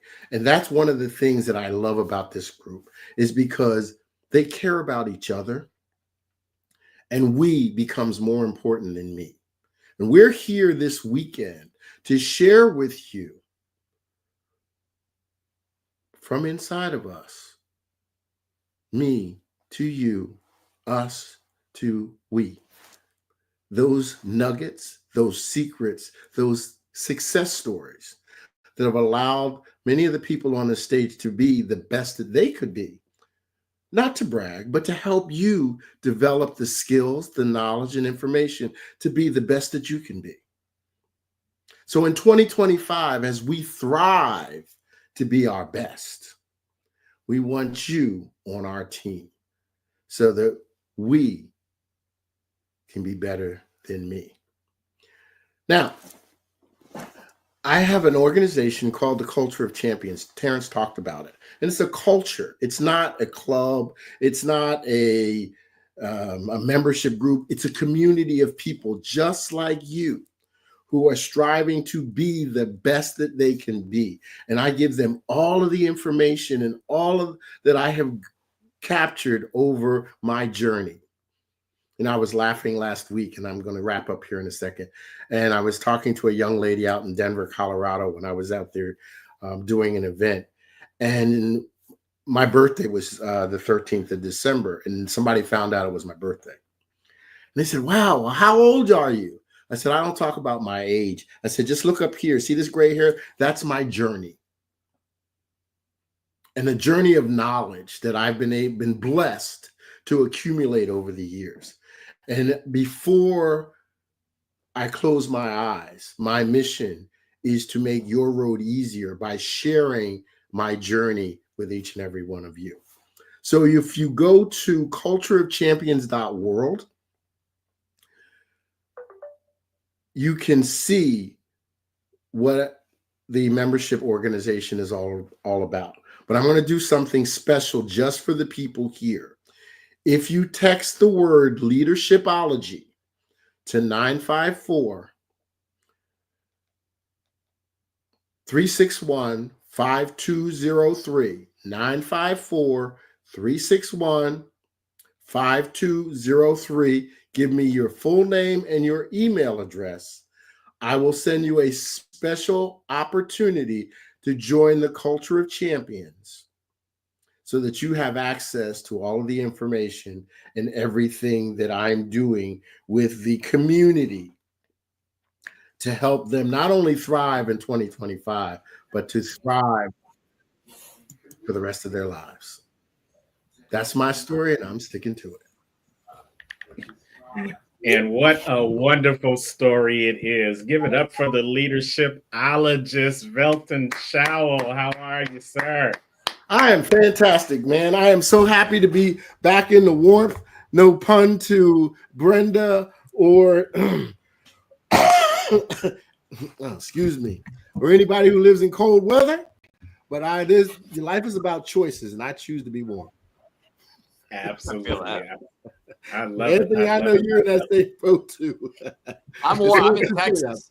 Texas is warm. Actually, today's a little chilly, but that's a different story. Okay. Yeah, it's cold here. We'll take chili like cold any day of the week. So listen, you guys, great nuggets that Velton shared with you. Once again, we're going to have you text the word leadershipology is right there on the screen in case you can't spell it. If you spell it wrong, he might not get back to you.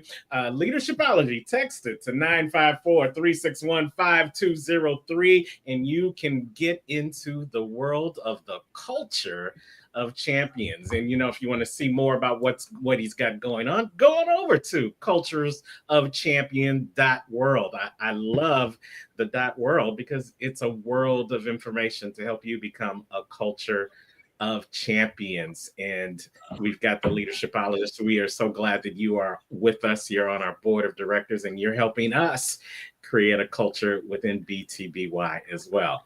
Happy holidays to you, Velton. Thank you so much. All right. Happy holidays to you guys. Be blessed. Take care. Take it easy, brother. All right. That was Velton Showell III. Again, going over to his website, cultureofchampions.world. One more time, if you want to get more information about one of his courses, which is also part of the cadre of the BTBY courses that we offer here. Going over, text them right now, 954-361-5303, and you can get more information about what he's doing to help you not only become a leader, but to create a culture of champions. All right. Great information so far, you guys, don't you think? Yes, sir. Oh, yes. Yes, we got the comments continuing to come in. And if my mouse would work right, then I could probably pull them up a little bit quicker. So growth in 2025. That's what Jeff Martinet said. Rhonda's giving all applause. They're wishing Velton a happy belated birthday. Yes, yes, yes, yes, yes. So thank you guys for continuing to keep those comments. Keep that pen and pad nearby because we got more information on the way. And as we move into our next week, some commercials. You think it's time for us to do commercials? I do. Huh? You know, why not? Let's just pull on over to the side and just do a commercial. You know, when the visionary says do something, we stop and we do it. So which commercial would you like to talk about first, Brenda? It don't matter. Just play some commercials.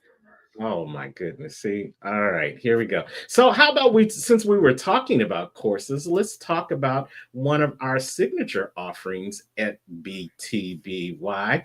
It's becoming the better speaker. Many of the speakers that you have seen on this stage so far this morning have either helped our speakers or have been actual students in our speaker class. If you're looking to become a better communicator, if you're looking to become a better salesperson in your business, if you're looking to better effectively pitch what it is that you do, then Becoming the Better Speaker Academy is the class for you. We've got our new class coming up at the beginning, which Anthony helped us start. Anthony has been integral in not only helping us, but also in critiquing our speakers as well. So again, we don't compete, we collaborate. And if you're looking for that type of environment where you can get that one-on-one, group-to-group coaching to help you become the best speaker you can be, then stick and stay, watch what we have to say on the other side of this. And then we'll be back with Alive and Thrive in 2025.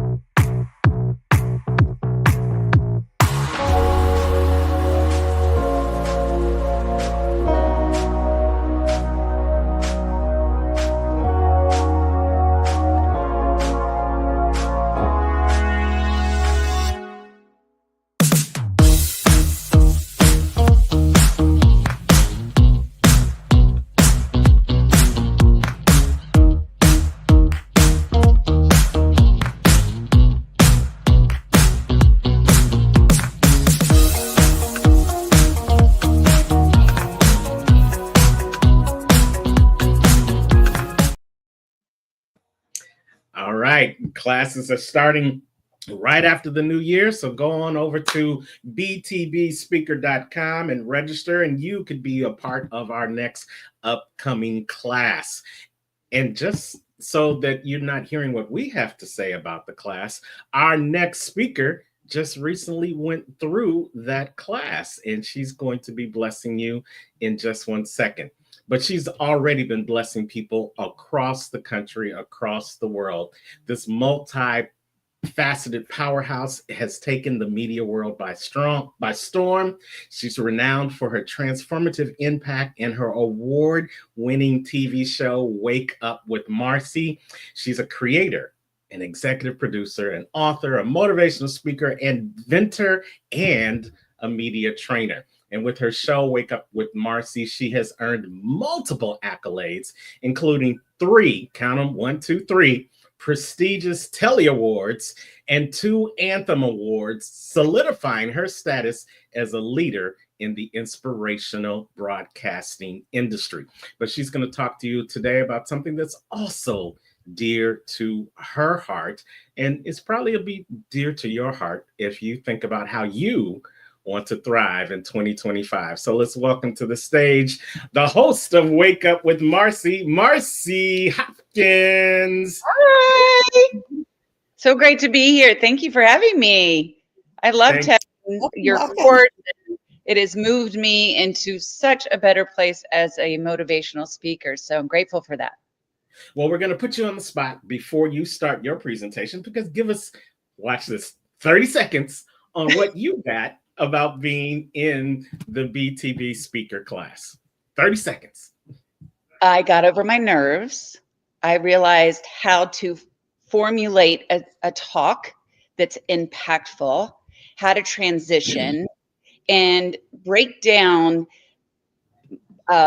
my fears so I could believe in myself and be the better speaker in 2024 and ahead. So thank you for that, for holding my hand on this venture. Yes, yes, yes. And she has taken the next challenge. She's a part of our advanced speaker class, and we can give you guys more information throughout the rest of our time today on how you can get in our original class that starts in January. Or if you are already a speaker and you want to get some advanced speaking skills, join us in our advanced speaker one-on-one class that we do ongoing. It's part of our BTBY membership. But without any further ado, Marcy Hopkins, you have the stage. So life is full of obstacles. I mean, we can get so bogged down by worry. But what if I told you you could find peace and happiness even in times of uncertainty? I want to share with you an important lesson that has absolutely changed my life.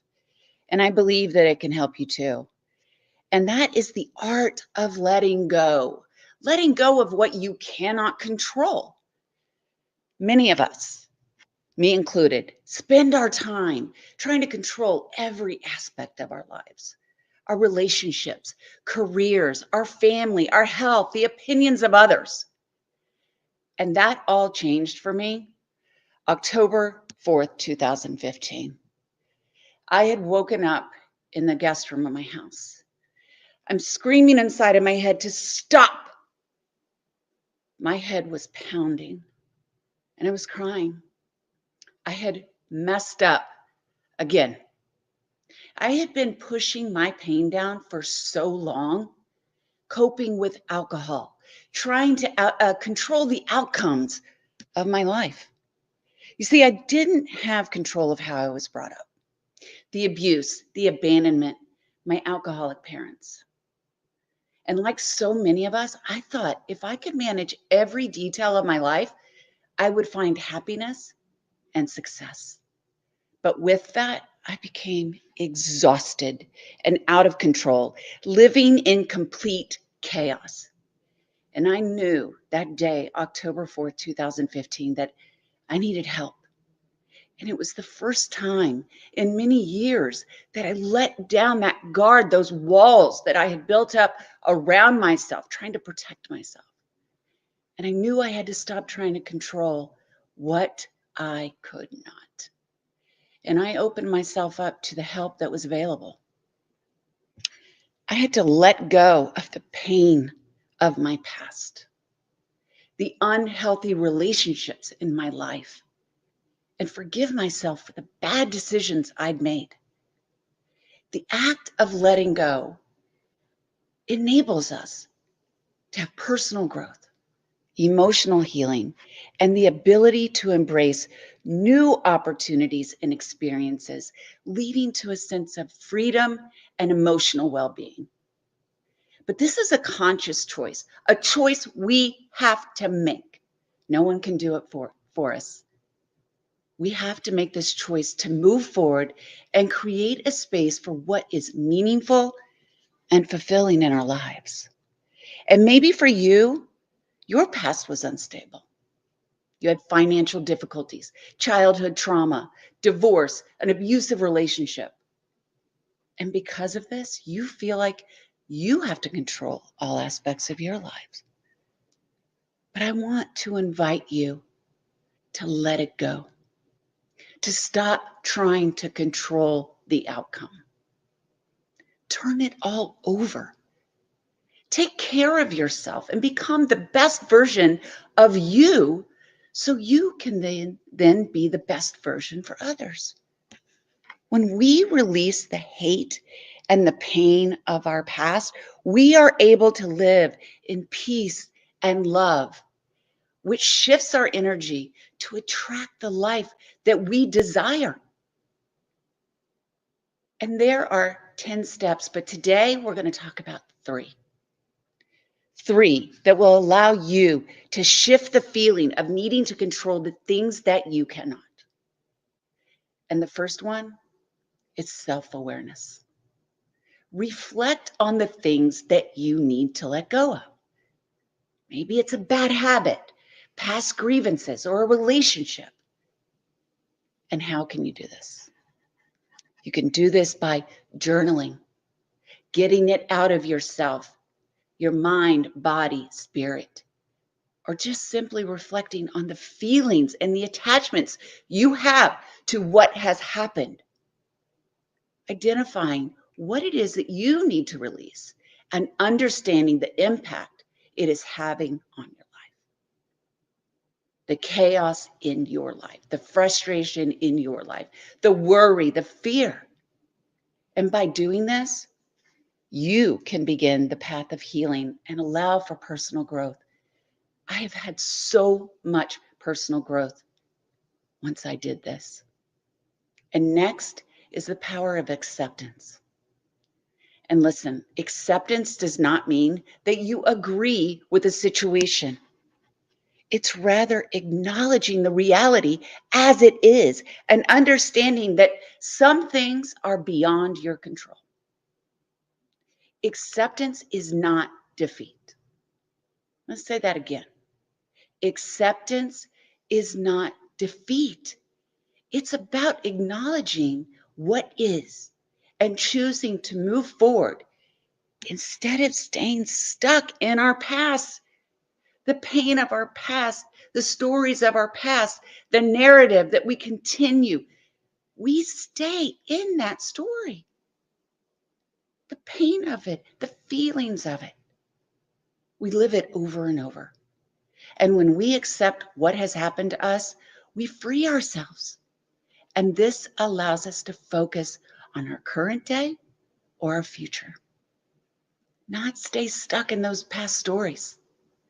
Like myself, I stayed stuck in the abuse, always feeling like I'm a victim. And because of that, I stayed in sadness, fear, anger. And finally, finding healthy outlets for your feelings, whether it's writing, talking to someone you trust, getting professional help. There's so much help out there. And this can allow us to express our feelings and facilitates healing and clarity. And this is a vital step to letting go. When we let go, we release doubt, fear, and worry.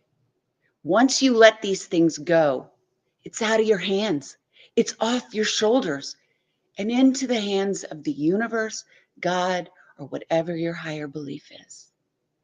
I myself, that day that I surrendered, that I turned it all over, that I let go of the control, I shared with my husband that I needed help. I turned it over to God. And I went to the 12-step program and began to face my demons. And once I did this, let go of the things that I couldn't control, I let go of that perfectionism that I always tried to attain. I stayed present and stopped worrying about my past and my future that keeps us so stuck. And I was able to respond instead of react. Imagine responding to life, the people in your life, the situations in your life, instead of reacting. And this strengthens the relationships with ourselves and the people in our lives. So many of us, though, suffer with the illusion that if we do this, if we let go, if we release control, that we are weak, that we are vulnerable. But it is truly the strongest step that you can make. We are not being strong by keeping those walls up, by trying to control everything. It is when we let go and we are vulnerable that we take the chains of our past and move towards a better life and self-love. And it's important to remember that this is a personal journey. Everyone's path is going to look different. Every one of you is going to have a different path. But have patience and compassion for yourself and throughout this process. I'm Marcy Hopkins, and I'm the host and creator of Wake Up with Marcy, the author of Chaos to Clarity, Seeing the Signs and Breaking the Cycles, a motivational speaker, a mental health and recovery advocate. And I have these things because I let it go, went within, and found clarity of my mission in life. And I want to ask you, are you ready to live your mission in peace and in joy? If you're ready, let's continue this journey together. I have moved from the chaos of my old life, and I now live in the clarity of a beautiful, abundant life filled with love and gratitude and peace. Imagine living in that. I have the confidence and trust today that I can pursue whatever it is I want in this life. I didn't believe that before. And there are 6 more steps to letting go. And if you would like me to send all of them to you, please text me at 201-230-9576. Again, that number, 201-230-9576. Say, I'm ready to let go, and give me your name, and I will get everything over to you. Don't wait anymore. Learn to let go so you can pursue the life that you are meant to live. And I will leave you with this. As Wayne Dyer says, the art of letting go is a practice. It is about the small things. It's not the big life-changing moments. It's also about those small everyday choices we make to release the grip on what we cannot control and focus on the ones we can. It is time for you to feel alive and thrive in 2025, and I invite you to surrender to the mystery and the journey. Thank you guys so much for having me. Yes, Great job, yes, Marcy. yes. Fantastic. I love that you, and I think that anybody that wants to really needs to make sure they get the 6 more things. That's a talented speaker right there to give us all that information in 10 minutes. And also then to have some more stuff left on the table for us to learn about. So make sure, what's the best way for people to get the other 6 and reach out to you? Is it that number on the screen? Yes, that would be great. If you guys can text me, and if you're more comfortable emailing me, it's wakeupwithmarcy@gmail.com. But I would love to hear from you. Absolutely. And listen, no excuses, you guys. So only text that number if you're ready to let go. That's what she said. You got to put in there, I'm ready to let go. If you're ready to let go. And she doesn't make excuses. I met her in Florida with Terrence at a 10X event. She came to our event. She took our class. She participates in everything we have. She's part of the advanced speaker course, and she's rocking and rolling with what she wants. Yes. Yeah, I'm definitely having to put in the effort, and this is a vision that I know that is the next huge step in my life, and I'm willing to do whatever I need to do. So, and I'm so grateful to have people like you that can help me to do that. Well, all of us are here for you. Thank you. Yes, and Good thank job. you Thank Really you great job. for investing in yourself, and thank you for in giving to us and to our listeners so that they can be alive and thrive in 2025. Last time, go on to that number, text 201-230-9576 and say, I'm ready to let go.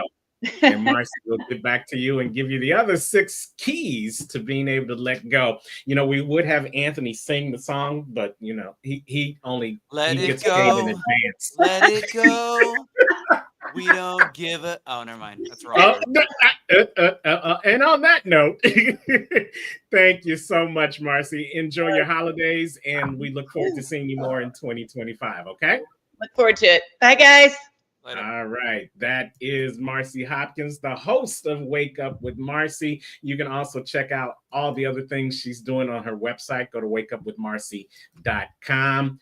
Putting up some of the comments. They loved what Marcy had to say. Brenda, if you want to just drop those other comments up there as we get ready for our next speaker that we know that is in the back. And No Limit Living, ready. Yes, they are ready to let go. Yes, yes, yes. All right, so we're going to keep this train moving.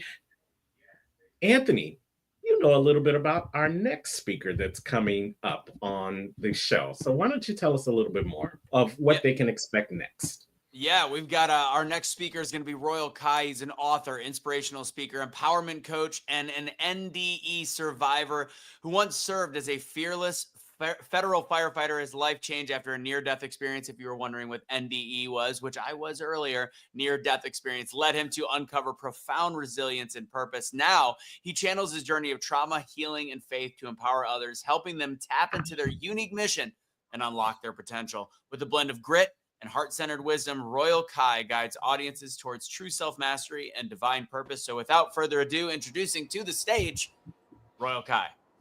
What's up, everybody? Aloha. It's good to see you all. Brenda, Terrence, Anthony. How are you, Royal Kai? I'm currently in Utah with family, so yeah. All right. Well, we are glad you took some time out from your family to bless our family with your words of wisdom so that they can be alive and thrive in 2025. So without further ado, the stage is yours. Ladies and gentlemen, this is Royal Kai. All right. Thank you, everybody. Before I get into anything that I'm going to say, I would just welcome you to take a couple deep breaths with me, to be present. There's no other place to be. There's no other place to go. Just to ground for a moment and for a second with me. Just 2 simple breaths. Just to drop into this space and be here with ourselves now. In a world that is so fast-paced, that is constantly going, I find it maybe difficult at times, maybe that you have experienced it as well, to drop in and just to really be present. I was consistently going for years and years, and it wasn't until I had my near-death experience where I was able to truly surrender, what Marcy was talking about, just being able to surrender and understand, what do I want in life? Why am I running? How come I don't understand how my physiology and my psychology works? And so this information that I'm going to share with you, there's 3 key takeaways that I would like to be able to share with you. One of them is tapping into your subconscious mind. All right. We talk about the subconscious, and it runs 95% of everything that you're doing. And yet, how do you truly tap into the subconscious mind? If it's running 95% of your program, how do you tap into it? How do you change the program? So that's one of the things that I'm going to share with you. 2, regulation and performance optimization. This is the stuff that I learned and how I was able to rapidly heal. I baffled doctors with this information that I found from mentors and what God showed me and he taught me. And then number 3, energy dynamics and positive mental programming. And so the question is, are you ready to thrive? Are you ready to finally feel alive? Because to feel alive, we actually have to accept exactly where we are. As a society, we're a cognitive performance-based society. And it tells us, hey, you keep on doing and keep on performing and keep on doing this and follow the program and you're going to feel great. Keep on consuming more. And yet, look at our world. Look at how disconnected we are. Look at how distracted people are. Look at how discouraged and depressed people are.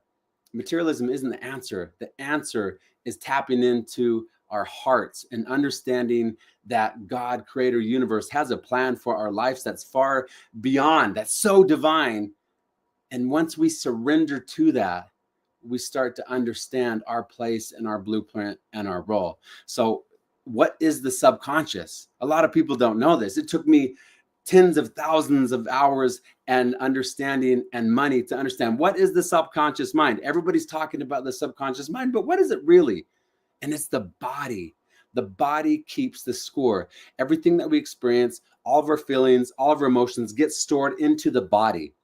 All right. So once we ask, what is the body? Well, what is the language of the body? It's the nervous system. And what is the language of the nervous system? It's emotion. Once we can tap into our emotions, that is where the magic happens. So if people are wanting to be alive and thrive, you have to understand where your emotions are at. You have to take a snapshot of your life and understand, okay, this is where I'm at. Instead of resisting it, because what we resist persists and what we conceal takes the will. Just mere affirmations or being positive isn't going to change it until we actually accept where we are, what we're feeling, and not having that resistance. Then we can move forward. But we're creating this energy dynamic that we're fighting against it. We're saying, well, I'm not here, or I'm not this, or I don't feel like this. When in reality, we need to accept right exactly where we're at. When I woke up in the hospital from my near-death experience, that was my fault, because I was drinking and driving, because I had PTSD, because I didn't understand how to regulate. And nobody taught me as a man in our society how to feel my feelings, how to feel my emotions. And perhaps like many of you, as men or women, we haven't been taught healthy coping mechanisms and how we operate. And so it's the emotion, it's the energy that's in motion. So that's how we tap into the subconscious mind. There's the two most important times of the day to tap into the subconscious mind. I learned from one of my mentors. When we're right when we're waking up, and right when we're going to sleep, because we are dropping into a theta state brainwave activity.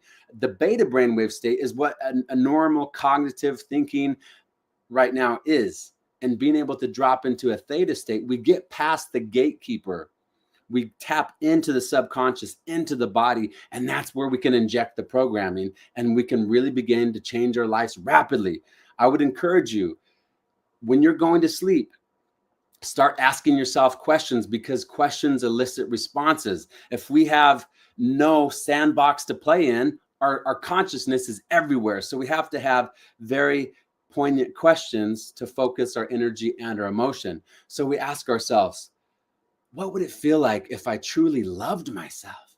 What would it feel like if I was able to accept where I'm at and just love myself? What would it feel like if I had $100,000 in the bank? What would it feel like? And then we fall asleep with that emotion, and we're waking up in that energy. Because if we go to bed in a certain energy and we're grumpy and we're angry, more than likely the next day we're going to wake up in that same energy. We have to break the pattern. We have to say, I must be more. I demand more. I'm not going to live like this. Because how long have we been programmed to continue doing what we're doing based on society's expectations and cultural engineering and programming? If not when, if not now, then when? And if it's not us, then who? No one's coming to save us. And so regulation and performance optimization really comes down to a couple of key takeaways. I call it PMP, positive mental programming. Positive mental program. We have to focus on positivity. We have to focus on things that are beneficial in our life. Negativity, being in judgment or criticism based on the law of energy and attraction, you're actually attracting more of that because you're judging it, because you're criticizing it. And until you dissipate that energetic connection, you're going to stay stuck. You're going to stay compartmentalized into that. So you have to understand, what is the perspective upon which I'm viewing myself in the world? Because no matter where you go, it doesn't matter how much money you have in the bank. It doesn't matter what job you have. It doesn't matter what partner you have. It doesn't matter if you're in the most beautiful paradise, because wherever you go, that's where you'll be. And that's where your mind and awareness will be as well. And so we have to be able to implement these keys and these processes. positive mental programming. Then there's another one, TUT, not like King Tut, but TUT, TUT, time under tension. It's going to take decisive action and a focus, a vector, a plan to be able to move towards. It's not going to be easy, but you know what? Staying in the same spot your entire life, staying disempowered, staying depressed, staying full of anxiety, that's difficult as well. So you have to choose your level of difficulty. Are you going to choose difficulty with the reward or difficulty with decay? Because you are the only one that can come and save your life. There's nobody else that's going to do it. So we have to accept responsibility and accountability. When I woke up in the hospital, I destroyed my life, and it was all my fault. I went through bankruptcy and divorce and lost my job. I had a $500,000 medical bill, and I lost everything. I had to start over from ground zero. So if you're in a difficult place, I understand difficult places, and these are tried and true principles that I teach my clients, because how do we get from point A to point B without taking a decade? We bridge the gap. I help you bridge the gap so that you can live more empowered and get ready to really, truly be alive and thrive this year in 2025. And then energy dynamics. Everything is energy. Energy in motion stays in motion. But if you've been stagnant in a certain area of your life, it's going to require more energy and more input so that you can receive a correct output. But if you're putting garbage in, you're going to get garbage out. So you have to begin to start loving yourself and having compassion for yourself so that you can change your life and say, you know what? I deserve more. I demand more. I demand that I have a better life, because it only takes one day to set up the program. It only takes one good day to build the energy and the momentum. And I can guarantee you, if you make the choice, if you say, I can do this, other people have done it, I'm not unique, you can do it as well. My name is Royal Kai, author of The Miracle Man. You can check out the book. These principles were just endorsed by a 40-year board certified psychiatrist that has been seeing patients for 40 years. And she's teaching these principles to her patients from my book and the things that I've been able to learn. It's amazing. And I want to help you out so you can truly thrive in 2025 and understand how to regulate, because physiology follows psychology and psychology follows physiology. It's an inverse relationship. And there's the timer. So I have 2 free PDFs for you. You can reach out to me on my website or text me. I'll get them to you so that you can do your life and energy audit and understand exactly, hey, where am I at? This is the snapshot of where I am, and this is where I want to go. And then also your avatar, creating your avatar, how to view yourself in a more empowered sense. And those are the things that I want to share with you. Everybody, you can have a fantastic year if you truly decide that you want to have a fantastic year, but it starts with one choice, one decision, one miracle. The quantum leap is you finally making a decision to change your life and saying, I will not accept this anymore, changing your perception and making a decisive action and stepping into a new reality. That's the quantum leap. That's the miracle. You finally deciding to change your life, and enough is enough, and I will not tolerate this anymore. I deserve more. I know I'm more. I'm a child of God, and the universe and God has our backs, because miracles are real, God's are real, and we're truly only one miracle away from living our best life. Thanks for having me on. Aloha, everybody. And man, I just get pumped up. I love sharing all this stuff, man. I love it. And you do it well. Dude, give it up for Royal Kai. Absolutely.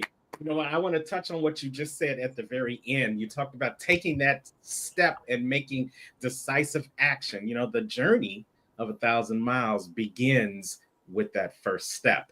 And you're encouraging us to take not just a step, but a decisive step. I talk about a lot of defining moment leading to an unstoppable decision. And that's where the miracle happens, when you take that defining moment and you turn it into a decisive action. So thank you for sharing that with us. But you told us there's a place where we can get more information, but Royal, tell us where that place is, where they can get more of that information from you and follow what you're doing in 2025. Yeah, so you can go to my website, miraclemanjourney.com. You can send me an email. You can reach out to me through my phone there. You can also go to the Royal Kai or Royal Kai Aurelius Funk on Facebook. And I'm going to be posting, more stuff to be able to help people. As I've been traveling this year, one thing that I'd love to share quickly, when I talk to people, wherever I'm traveling, they're like, oh, what do you do? And I tell them, but I say, you know what, as a man, I haven't been allowed to feel my feelings or emotions. And everybody's like, that's so true, man. That's so honest. And so part of the mission is to really let men know it's okay to not be okay. It's okay to feel your feelings and emotions. And it's okay to be a strong, masculine male that's protecting your life, your family's lives, and our community. It's okay. It's needed in our world because evil thrives when good men and women sit on the sidelines and do nothing. Wow. Okay. I'm going to give you credit for that one 3 times. And then that's going to say that one more time, because I think that's a message someone needs to hear today. Yeah. Well, the message of evil thrives when good men and women sit on the sidelines and do nothing, and just they're this is the thing. If we give other people power over us, they become our God, and we're disconnecting ourselves from our truest source and God, because we care more about their perceptions and opinions than our unique divine mission here and what God has sent us here to do. Well said. Really well. Yes. And we're the hosts, but we're also taking these notes too. We're getting edified, and we're getting the education from speakers. We say, yes, we say life is not a spectator sport, and you just hit it on the head. Too many people sit on the sidelines, and that's when the devil is able to take control. So get out there, take that first step, make that decisive action. And one of the actions you guys need to take is follow Royal Kai, going over to miraclemanjourney.com, see everything that he's doing so that he can help you be alive and thrive in 2025. Happy holidays to you, my friend. Look forward to working more with you in 2025. Aloha. All right. That was Royal Kai Funk, going over to his website, miraclemanjourney.com. What I love about these events, and we've done a lot over the course of the years, we get people from all walks, all styles, all different types of perspectives, and they all come together and give a common theme. And many people say there's more that unites us than divides us. Would you guys agree with that statement and the bevy of speakers we've had today? 100%. Absolutely. All right. Okay. So we're not done. Again, we're going to continue with our next speaker. And this guy is part of our BTBY family too. And Brenda just loves him to death. So Brenda, why don't you tell us about our next speaker? Oh man, our next speaker is Andy Nam. He is a certified coach, but he does it a little differently. He does functional nutrition and longevity.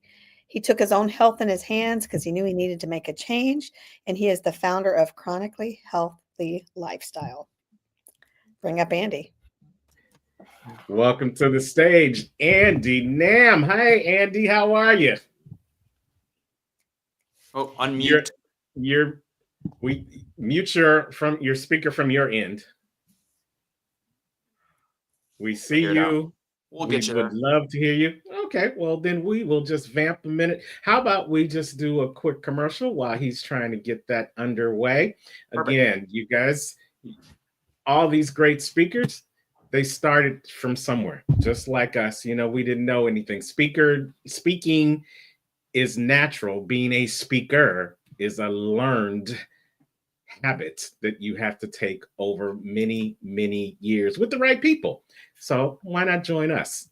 Join us, become the best speaker, become the better speaker, become the better communicator, and then you too will be able to share these stages and grace stages all across the world. Join us for our next classes coming up, and here's a little bit of information, and then we'll be right back with Alive and Thrive in 2025.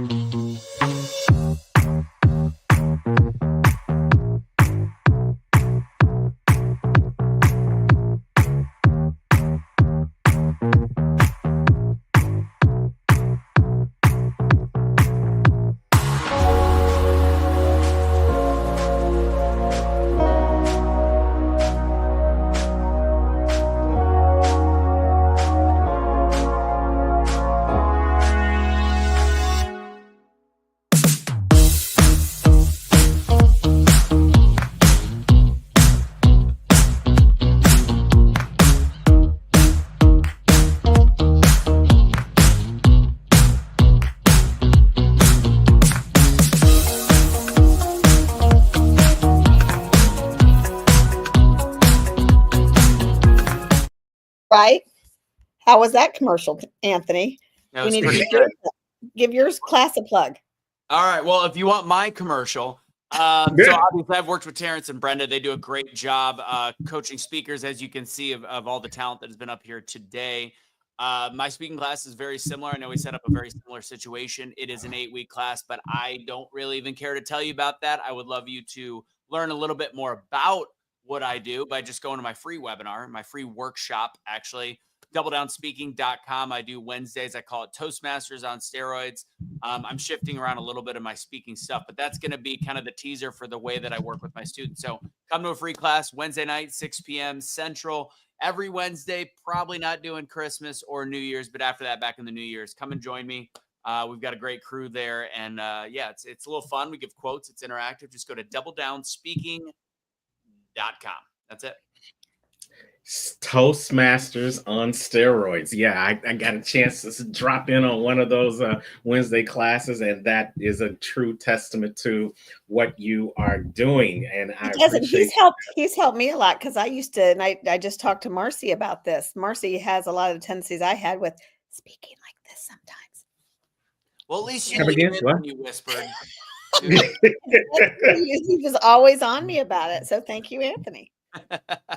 Right. And, at first I thought it was a 976 number, but that, that was just my other life. You know how I know your old parents is, that it's a 9-7, but most people would say a 1-900 number. You're going even further back to 976 number. Do you have your walker sitting next to you as well? Yes. And she is very good. So, but that's another conversation. But no matter where you are, no matter what age you are, what walk of life, you can always become a better speaker. And if this screenshot doesn't show you, we've got 50s and 40s, and we've had some 30s and some 20s on this call today. No matter where you are, you can still become a better speaker. So if it's doubledownspeaking.com, go there. If it's btbspeaker.com, go there. But just like Royal Kai said, take a step and make a massive decision. Let me real quick say one other thing about speaking in general. So some of the things you're noticing with people sharing and creating change in all the different lives that they target, the people that they're affecting, is speaking is above and beyond just affecting how you present yourself to the world in terms of your topic, but it also gets you over self-limiting beliefs. So whether you're taking Terrence and Brenda's class or you take mine, whatever it is, Carolyn, who's in the comments right now, said it perfectly in one of my first ever classes, which getting better at using your voice and being more confident in the ability to show up gets you past every self-limiting belief that you have. It's a progression, it's practice, it's work, and it's something that won't just change how you present yourself on stage, but it'll help you how you present yourself in relationships. It'll help yourself how you present yourself at work, and it'll help yourself how you present yourself in all interpersonal communication. And communication is key to becoming the better you. Absolutely. Look. There's something else you guys both did for me, and Kevin. I didn't hide behind my story. I was always very vocal about my story, but you guys taught me to use my story. And there's a difference. Yeah. There is a difference. So if you want to know more about that, I guess you could take somebody's class. Yeah, and you can see how she actually crafted that story so that it's a story that doesn't bring you down. It actually lifts you up. And I think that's one of the fears that we find out with a lot of our people that come through our courses. Anthony, I don't know if you found that to be the same in your course as well, that people are fearful of the impact of their story. Some think it has no impact. Others think it's too impactful for anyone to hear. But here's the one thing we know. You don't have to be the best speaker to get into better situations. You just have to be a better speaker. Yeah. And then better situations will open up, better opportunities will open up. And then you too will be able to say what we say. Becoming the better speaker is the best thing that we've ever done. All right. Thank you so much. Go on over to doubledownspeaking.com or again, btbspeaker.com. We both have our classes starting up again in 2025. So you have the opportunity to get in where you fit in. And speaking of getting in where we fit in, let's start over again. Let's see if we can get Andy Nam back on the stage. Andy. Oh. Let's hold on. Let me talk you through this, Andy. Do you have give me a nod, yes or no? Make this super quick. Do you have headphones in? No headphones. All right. I need you to go to if you see settings on the bottom, you'll see settings, and then there'll be camera and audio. Go to audio real fast, and then on the audio, go ahead and make sure your mic is your computer mic or whatever your computer. Okay, can you guys hear me now? Perfect. That's another reason why you need to go to doubledownspeaking.com. He will talk. This never happens. This never happens. I'm so sorry, people. You're fine. Yes.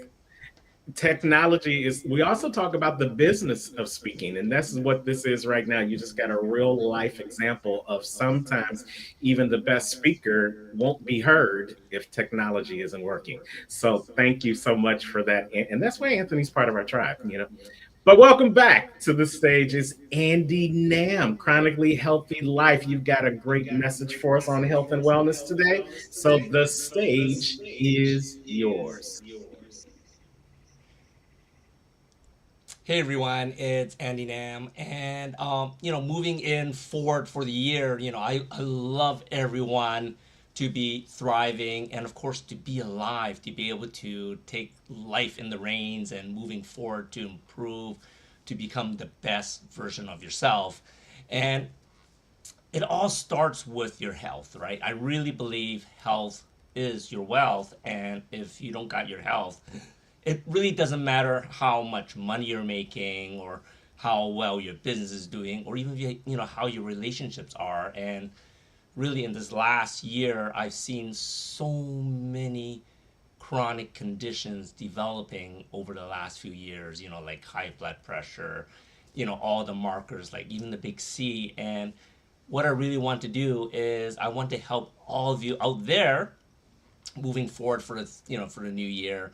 I'm going to be giving you three basic tips that hopefully will help you be thriving and be feeling alive.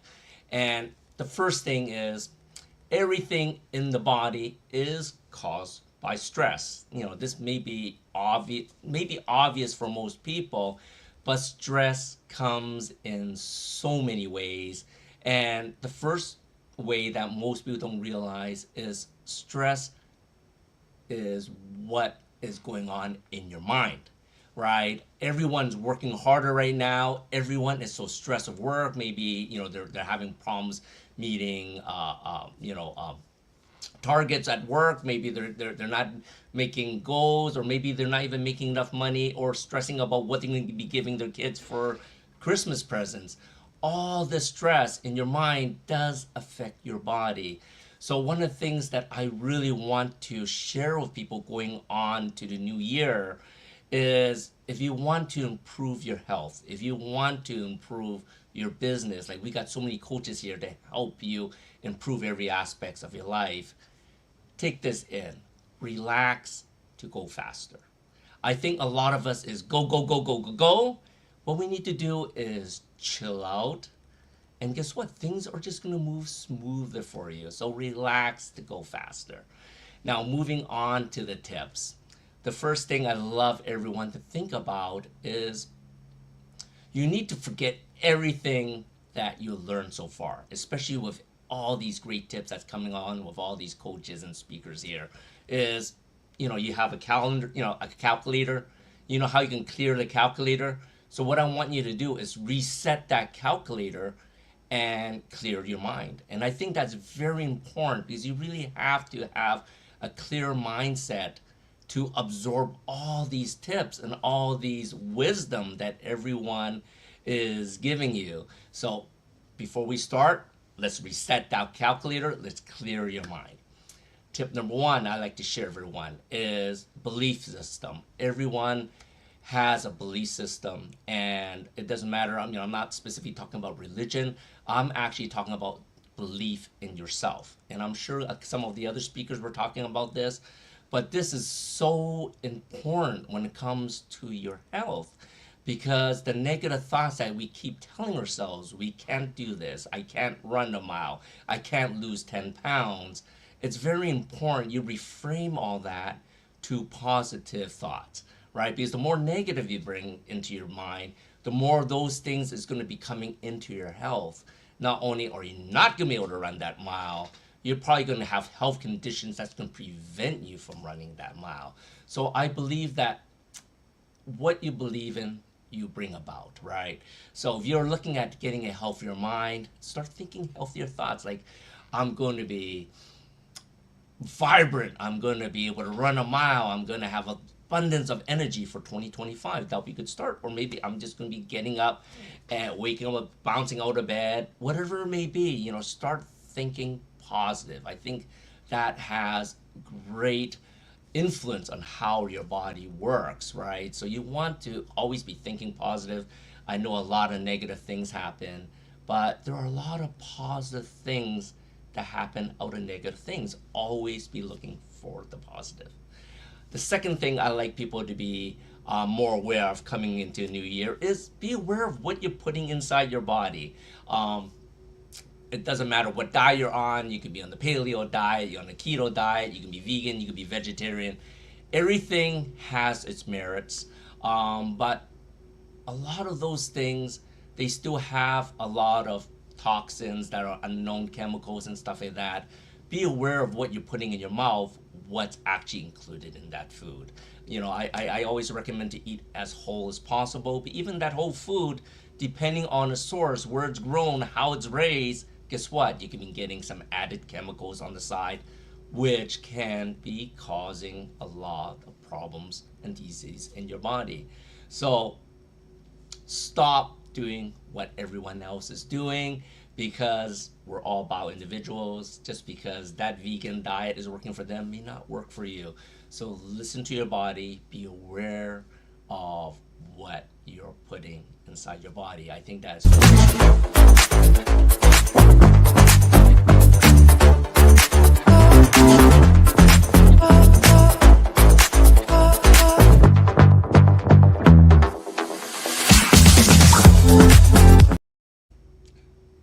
And the last one, making sure to get all the commercials in. The last one here is, this one's quite important, is choose the people who you hang out with.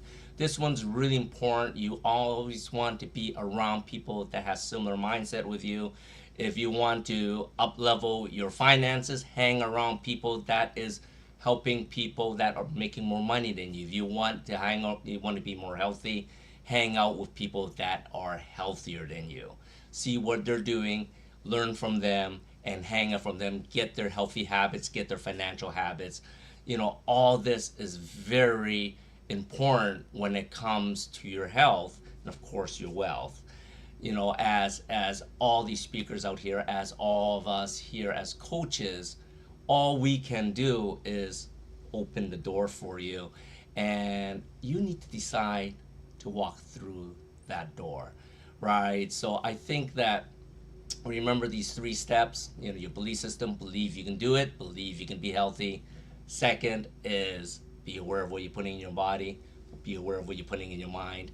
And the last is be around people that's going to uplift you, that's going to support you for the new year. And of course, my name's Andy Nam. I am a certified life coach specializing in functional nutrition and longevity. If you are looking for tips and tricks to become healthier, if things haven't worked out for you for the last few years and you need help to up-level your health, up-level your life, reach out to me. You can reach out to me at chronicallyhealthylife.com. I have a TV show, Chronic Healthy Life, every Friday that gives tips on this, so you can follow us there, set up a county call. I would love to speak with all of you to map out your success for the coming year. And Andy, yes. One of the things you didn't know that we were in the background actually adding some things on to your presentation. So, the other part of the healthy life is dancing unexpectedly. So that's what happens. He asked me to load a commercial and I hit the wrong button. So that's what you get for putting me in charge, Terrence. Yeah. She's the visionary, not the implementator. Okay. That's right. So, Andy, we appreciate you, what you've always been doing with us and on the health and wellness field. One thing that you think can allow our audience to today start thriving as they go into 2025? I think the first thing that we can do to thrive for 2025 is maybe just change one new habit that you haven't tried yet. And, it may be uncomfortable, right? Because there's always something that we want to try that we haven't done yet, right? Maybe it's intermittent fasting. Maybe it is just cutting some sugar, right? We all know what we need to do, but I think a lot of people don't actually take that first step to do it because they think it's too hard. Gotcha, gotcha. Well, we are glad that you are here to help us take these first steps on our health and wellness journey. You guys, you can reach out to Andy at chronicallyhealthylife.com. He'll also have information on there about his show that he does with his lovely wife. And you too can take the first step to, you're alive. Why not thrive with your health and wellness in 2025? Thank you so much, Andy. We look forward to seeing you on the other side, okay? Thank you. All right. That was Andy Nam. Go ahead, check him out. Go to his website, chronicallyhealthylife.com. You can get more information on your health and wellness journey. Yes. And it's one of the 4 pillars that we talk about, guys. We talk about health and wellness. We talk about financial health. We talk about personal and professional development. And we talk about service. And what I'd like to say we're doing today is we're providing a service so that people can really tap into those other 3 pillars as they move into 2025. Would you agree? Would you guys agree with that statement? Absolutely. Yes, Speaking- yes. Being a man of few words and carrying a big stick. I love it. Well, the key All right. when you're speaking, the impact was you were right. So I was just keeping it short. Sometimes it's not about the amount of words, it's about the power of words. And the power of words there was to fully agree with you, Terrence, because you said it so well. And we're behind on time. So I think that's as well. And since we piqued your interest with this great commercial that was happening during Andy's presentation, why don't we give you the full blast of that commercial? It's one of the things we do here at BTBY. We want to let you know what's coming up for us in 2025. You're watching Alive and Thrive in 2025. We'll be right back.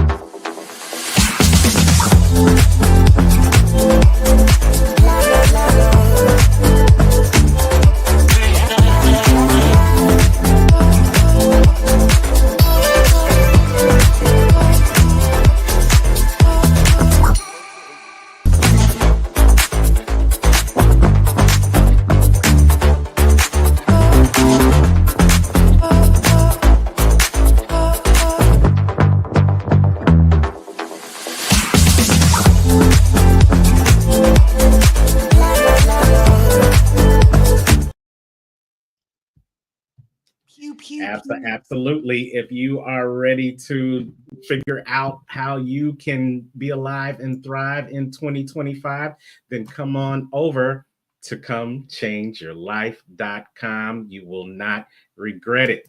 So let's move forward into the rest of the Alive and Thrive show. Hopefully you guys are having a good time. You are still taking copious notes and you are still commenting on the great speakers that we have so far.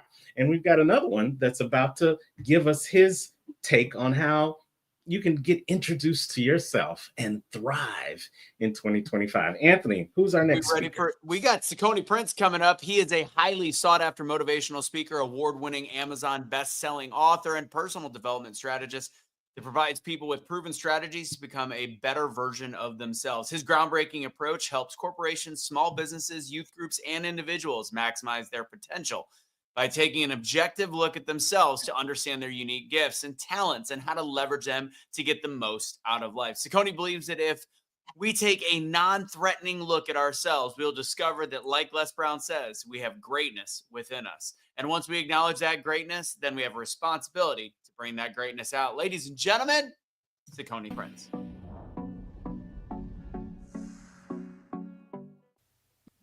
Hello, everybody. How you doing today? This is Saucony Prince of SauconyPrince.com, where we make motivation personal by introducing you to yourself.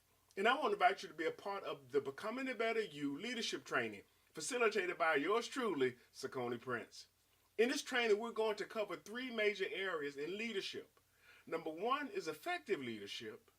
Number 2, transformational leadership. And number 3, emotional intelligence. So I'm telling you, you want to sign up for this leadership training. And you can do so by going to the link that's shown on the screen right here. This leadership training is going to help you become a better version of yourself when it comes to being a leader. You're going to learn how to effectively lead a group of people. You're also going to learn how to transform them with transformational leadership.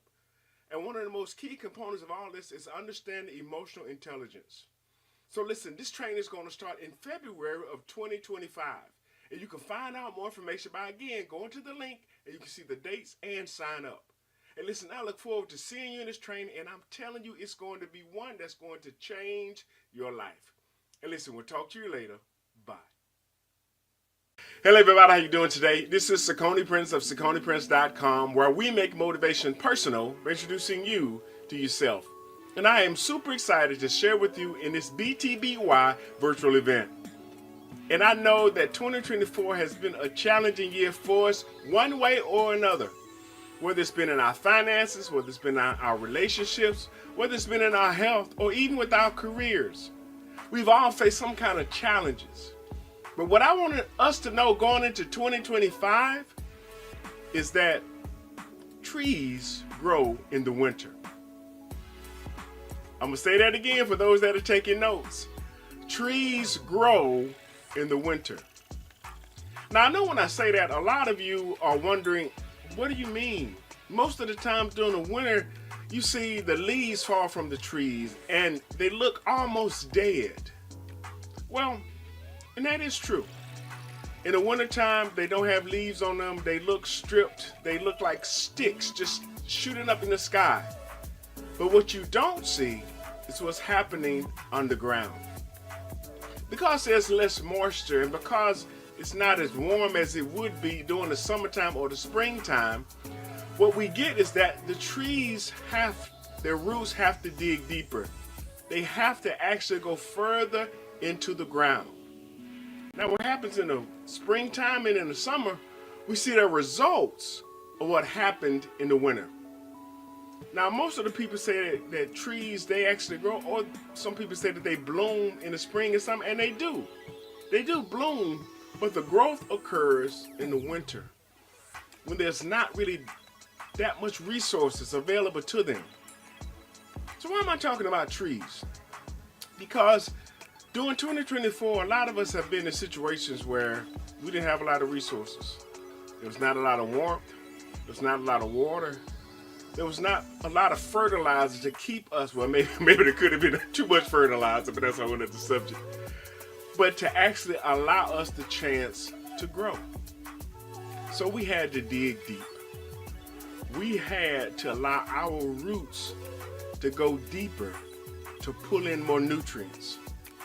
We started to evaluate the relationships we were in and the people that we spent time with. We started to look at the things that we were doing to better ourselves and how we could make ourselves even that much better in the coming year. We've done a lot of soul searching. We trying to figure out what's the best way to navigate and move in these unchanging times. We really started to evaluate how much energy we put into a particular situation or circumstance or even a relationship. We started to let our roots dig deep. A lot of us spend time even spiritually, connecting with ourselves and understanding who God made us to be, getting focused on our mission and not just a little breakthrough. I posted this the other day. I said, breakthrough changes your position, but not your mission. Again, for those that are taking notes, a breakthrough changes your position, but not your mission.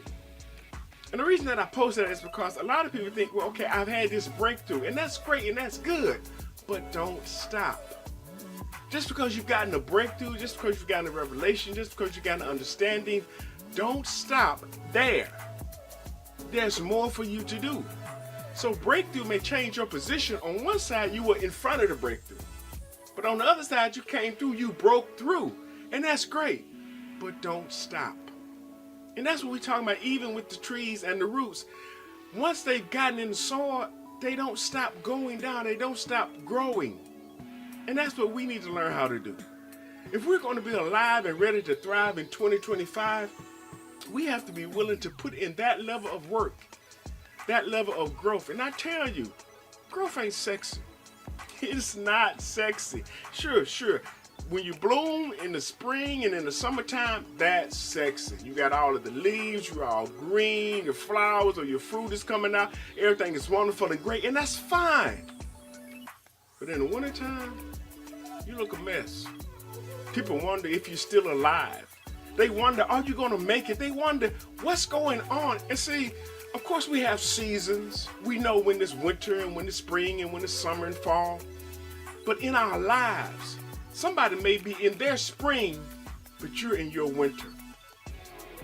And you're trying to figure out, am I dead? Is it over? Do I stop? Do I quit? Do I throw in the towel? Or do I dig deeper? Because I have a mission. I have something I have to do. I have a calling that I have to live up to. I have a God-given purpose that I am required to accomplish and fulfill. And even though people may not be singing my praises, they may not be calling my name, they may not be clapping when I walk in the room, I still have a purpose. I still have something that I'm supposed to do. And because of that, I'm going to have to grow during my winter, during my hard times, during the times when I want to give up and I want to quit, during the times when it don't look pretty, when everything looks ugly and dried out. I have to dig deep. I have to make sure that I know why I'm here and what I'm doing. Because hard times will come. Winter will come. You will be without resources. You will be without warmth, without necessities. But that's all designed to make you dig deeper. So that when the time comes, you are ready to grow. You are ready to shine and to come forth. You are ready to have the fruit that's needed to help sustain those around you. Dr. Miles Monroe said the fruit isn't for the tree. And even you going through what you're going through, it's going to benefit you. True enough, you're going to be known by the fruit that you bear. But it benefits the people around you. All the information that God has allowed me to obtain and to actually take in, it's not just for me. It's for me to share. It's for me to put out there. It's my fruit. But I realize that there are people who are going through winters. They're going through hard times. They need some encouragement. They need some motivation. They need to understand that if I just keep going, I can make it. And not only can I make it, I can make a difference for somebody else. So I want to encourage you, if you haven't done so already, take the time to step back, to even unplug, and to make sure that you understand what it is you've been called to do, what it is you've been called to accomplish. Maybe you didn't get it done in 2024. Maybe there were too many obstacles, too many challenges. Maybe too many things went wrong. But that wasn't meant to stop you. It was meant to develop you. So I want you to know that there is somebody waiting for you to show up. There's somebody is waiting for your fruit from your tree. But they'll never get it if you give up during winter. If you stop growing. If your roots have nowhere to go, yeah, you will eventually die. But you can make it a point and be intentional about your growth, about your pursuit of your purpose. Be intentional. Because that level of intentionality is what makes you who you are. It's what allows you to have the triumph that you are so deserving of. But that only comes after you put in the work, after you've grown, after your roots have gone deeper, after you've gotten greater understanding and wisdom and knowledge, after you've come through some battles, have some scars. That's when you can truly celebrate. if somebody gave you the victory, just here it is here, you wouldn't appreciate it as much. But if there was a part you had to play in it, if there was something you had to do, if there was someone you had to become, to be that fruit bearer, to be that person, well, you would definitely put in that work. But you will also be able to celebrate knowing that, hey, I put in the work. I let my roots grow deeper. So when the fruit comes, yes, I'm proud of it. I'm proud of what I've been able to accomplish. And I must say this, and it's all by the grace of God. But I think so many people expect God to do everything and they do nothing. That's not the way he set it up. We are to partner with him. There's a part we have to do. He's going to do his part. And I have a little secret for you. He'll help you do yours, but he's not going to do it for you. So I want to encourage you today, let your roots grow deeper, even in the winter, so that in 2025, when you are alive and ready to thrive, you can, with a smile on your face, even though you had to go through the winter of your change, you are able to blossom and to bloom. Hey, look, this is Saucony Prince of SauconyPrince.com, providing you with some encouragement and some motivation for you to arrive alive and ready in 2025. Hey, listen, I want to ask you that you would actually, if you haven't done so already, go over to ComeChangeYourLife.com and become a part of the BTBY group, because you will find what you need in that group to grow and to become a better version of yourself. And listen, we'll talk to you later. God bless. Bye. Yes, yes, yes. We love our great teacher, Saucony Prince. He always drops some knowledge on your trees. Grow in the winter if you dig deep with your roots. Thank you so much. Go on over to ComeChangeYourLife.com. You can see more of what Saucony's doing. You can also check him out at SauconyPrince.com and take advantage of the special offer that he talked about in the group to be a part of his course coming up in 2025.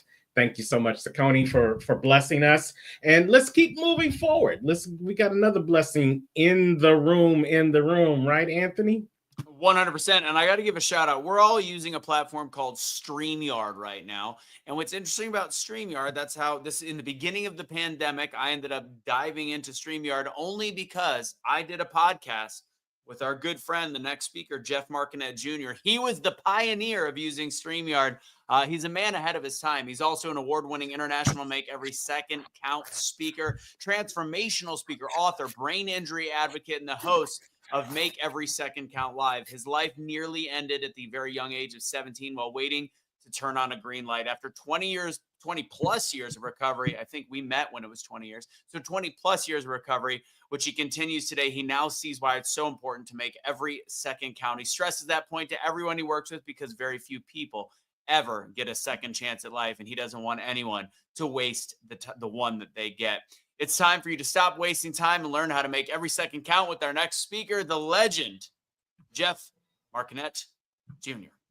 Woo! What is up, guys? Thank you so much. I'm so honored to be here. I'm so honored to share with you today, and it's just going to be amazing. So I have come up with something, and then I changed it. So I had to make some notes here to make sure I'm on point. But so I wanted to show you guys something. So clap your hands one time. Do you experience that? That is 1 second. That is how quick your life can change. You see, when I was 17 years old, I spent 2.5 months in a coma and 3.5 in the hospital after a severe car accident. I was sitting at a red light waiting to turn left when a semi decided to run the red light. He T-boned me in the intersection, automatically knocking me unconscious, breaking my neck, breaking my jaw, fracturing 2 ribs, puncturing a lung and rupturing my spleen. Now, many of those injuries are deadly by themselves, but I had them all at one time. So through my recovery, I realized that I could make every second count. And if I can, you guys can. But I have come up with 3 points to share with you today to help you realize that you should make every second count. So number 1, it's life is fragile. It's a precious gift that we all need to be thankful of. You know, I wake up each and every morning. First thing I do, I post on my Facebook without checking any notifications or anything. I am so thankful to be given today, and I will make it a great day. You see, I am expressing gratitude for actually waking up because there are so many people that don't get to wake up in the morning, and that is really sad. But I'm also setting an intention on my day. I am saying that my day is going to be great and I'm going to refuse everything else. You see, our happiness is our responsibility, nobody else's except for ours. So, the number 2 one that I want to share with you today is setbacks are not the end. They're only opportunities to grow. You see, I realized that there is a light at the end of the tunnel. And then every setback, there is a lesson that we're supposed to learn, a lesson that will help us further on in life. And it's going to help us get past more things that we're going to face. Because let's face it, life is an up and down roller coaster. Hey, it can even spin you for circles and loops, and it gets really, really tough at times. I realize that. And I'm not saying it's going to be easy, but these things will definitely help you out. Now, my third one is gratitude creates happiness. So, I know it's been said, which I say all the time, but it's not the happy people that are grateful. It is the grateful people that are happy. I'll say that again because you might have missed it. It's not the happy people. Wait. Yeah, it's not the happy people that are grateful. It is the grateful people that are happy.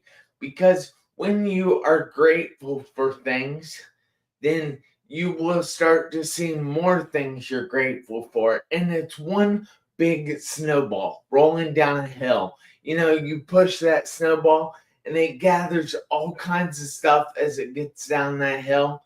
And it's just amazing when you can see all these things that you have in your life that you can be thankful of. So definitely be grateful for things. I know you can set up gratitude journals. You can do all kinds of gratitude practices. And if you're interested in finding more out about gratitude practices, you can definitely search the internet for them. Heck, you can even search Google for them, or you can send me a message and I'll definitely help you out because I love helping people. It is something that is a part of me. So I have a question for you. What will you do to make every second count?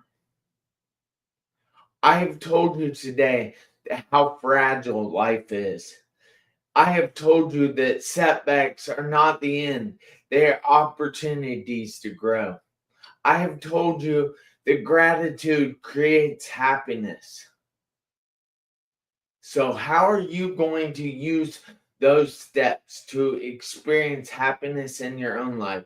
How are you going to use those steps to make every second count in your life? I have all kinds of products that say make every second count.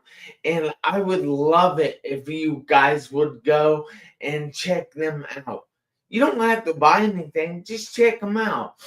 And I promise you will find happiness. It's not a fleeting thing, it's something that you create. And I know you can create it. So I'll go through those 3 points again so you don't miss them. But number one is life is fragile. Treasure every moment you get because it's something to be thankful of. And number two, setbacks are not the end.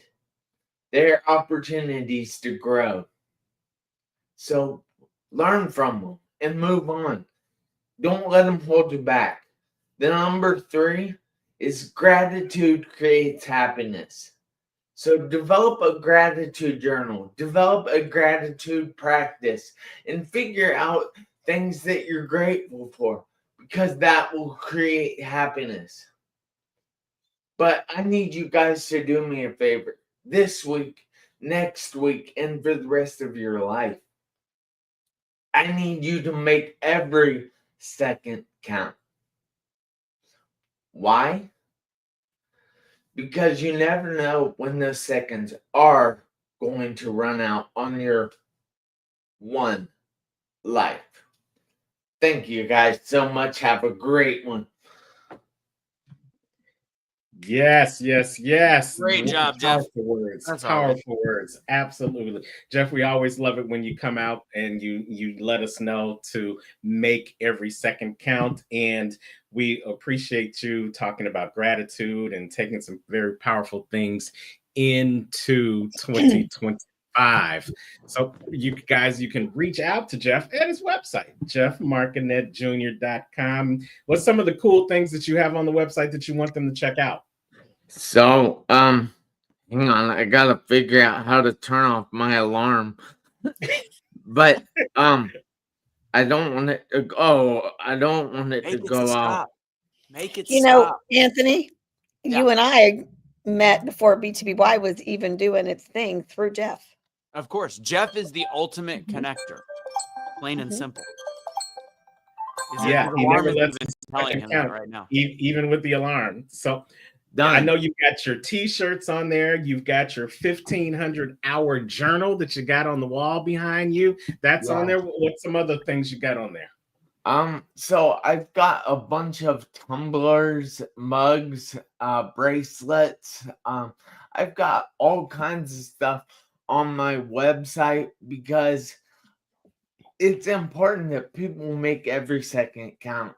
And it's also imperative that they make every second count because life is short. You never know, seriously, when your life can change or even end.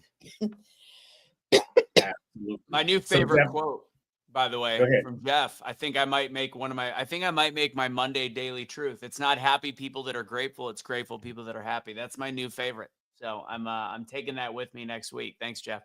Yes, you were welcome. Thank you.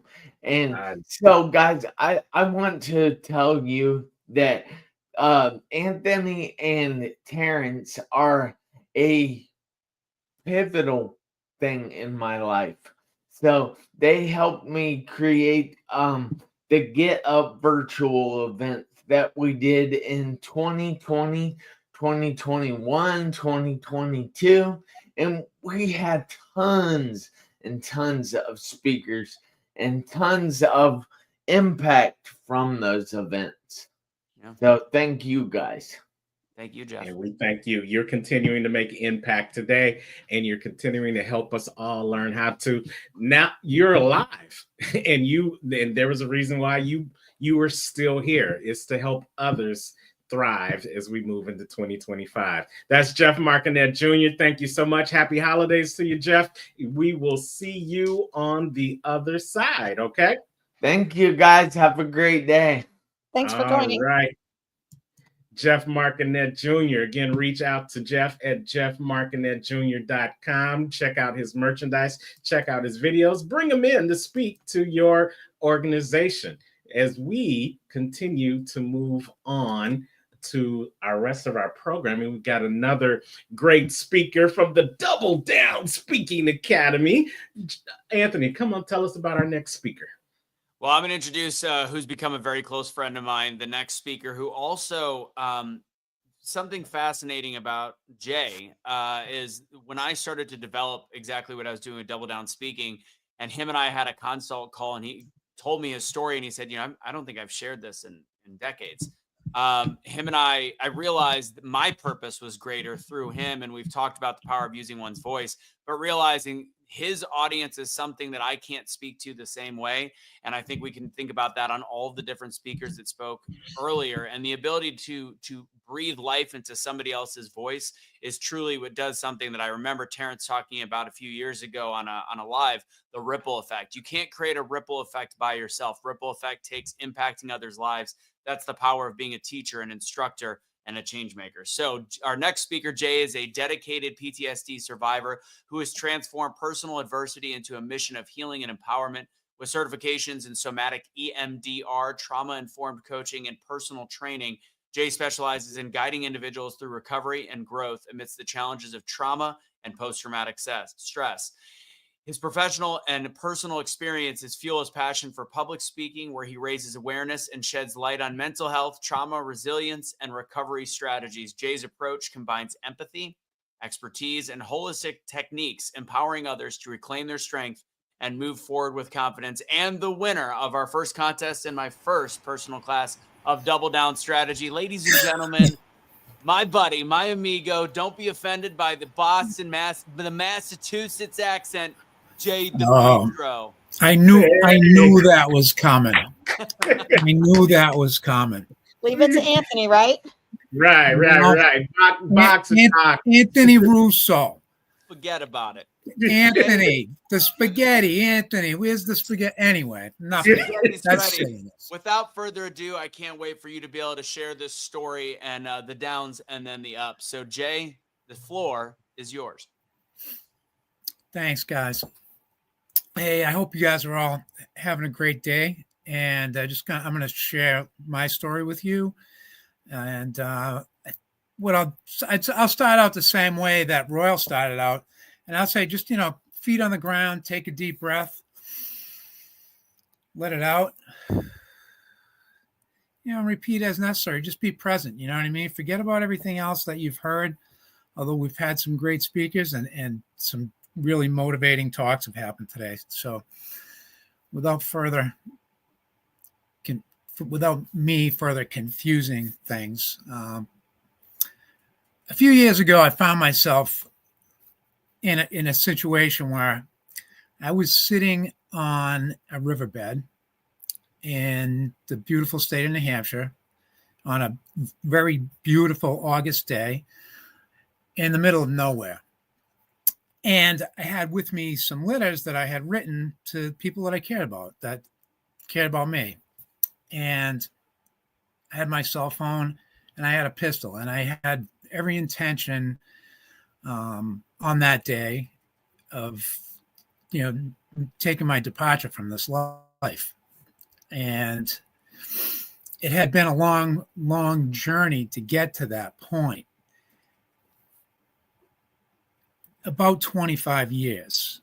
And as I was about to finalize my time here on this planet,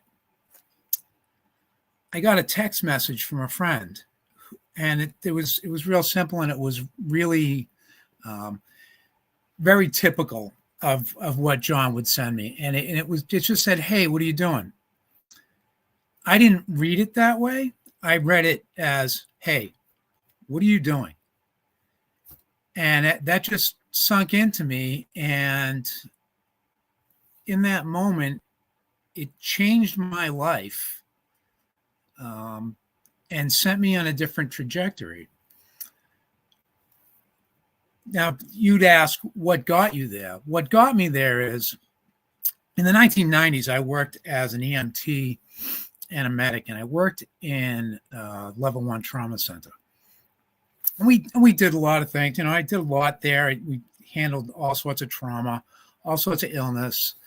And it was a great job. And that was my chosen career path until June 17th of 1997, when we had a patient come in, a 30-year-old young man, victim of a gunshot wound to the chest, with no vital signs. It was the middle of the day. He was brought in by paramedics. Paramedics brought him in, and we transferred him from their gurney onto our trauma table. And I was first hands-on, so I took over CPR that had been in progress for a little bit, and I took over chest compressions from that medic. During that process, we had made the decision, or the doc had made the decision, that we were at this last ditch effort and we were going to perform an emergency thoracotomy, which is open heart massage. So as we were about to cut into this young man's chest, I had been thinking that you're really, really familiar to me. You're just so familiar. Where do I know you from? It was at that moment when they decided to perform that procedure that I realized that this was my younger brother. And in a microsecond, I couldn't even, it's an imperceptible measure of time. My world changed. And the doc looked at me and he said to me, "Are you serious?" I said, "Yeah, this is my brother. It's my little brother." And I couldn't tell you exactly what happened in those minutes immediately after that, but I can tell you that I spent the next 25 years stuck with post-traumatic stress. And I wasn't diagnosed with that until 1998, which was just about a full year later. And I never received any help. Back then, there wasn't a lot of help for it. And so I did the thing that we thought, we get taught as young men, that we were supposed to man up and just, one foot in front of the other, pull your boots up and keep going. And I did that. And that turned into a pretty hectic 2.5 decades with just peaks and valleys, peaks and valleys, peaks and valleys, more valleys than peaks.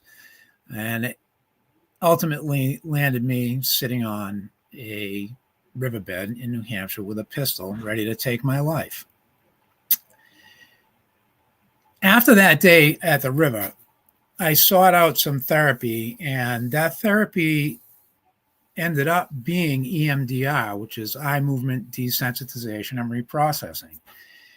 And I had been to some therapists prior to that. Nothing helped. Talk therapy just didn't help, just made me feel worse, like it does for a lot of people. And I won't discredit it. It works great for many people.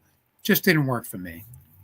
Didn't work with what I had going on. So the EMDR was almost right away. And I thought, man, this is so amazing. And this could help so many people. I decided to venture out, find a place where I could learn this. I did that, became certified, and I have since changed my life entirely, and sought out ways to help others that may be going through the same thing.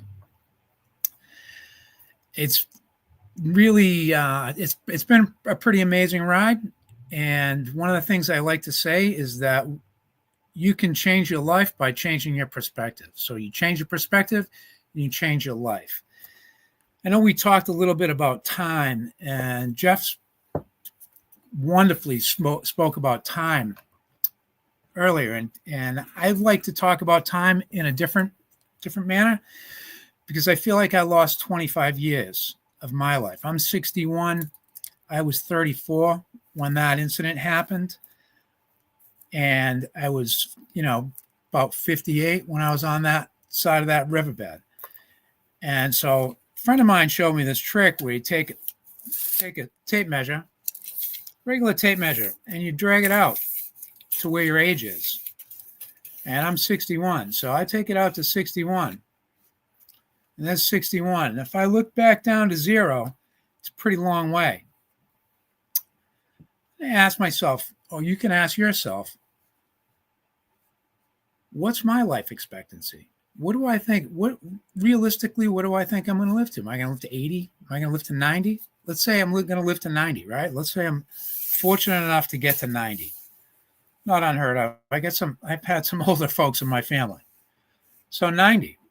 And I take a look from 61 to 90. It's not very far. It's not very far at all.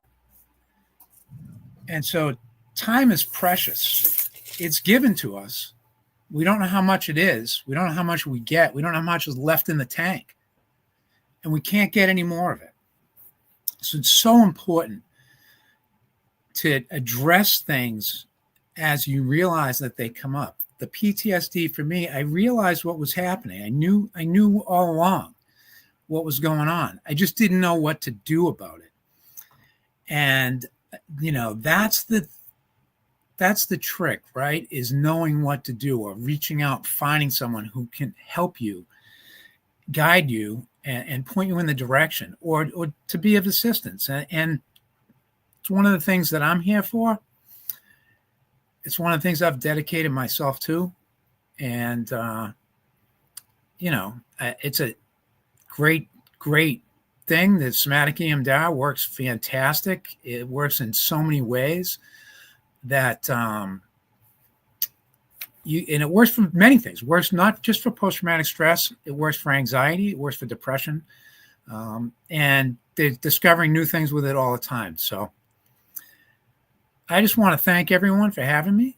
If you have any questions or you'd like to reach out, you can reach out on my website. It's unbreakablecoach.com.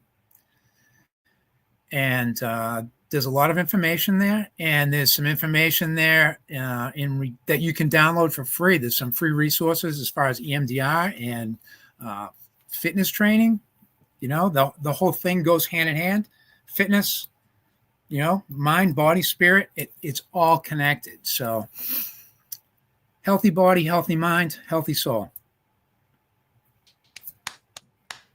Good job, Jay. We have it spelled. It's Unbreakable Coach is correct. That's where to find you. It's Jay DePietro instead of. I like DePietro though. I like the way that. That's all. That's pretty.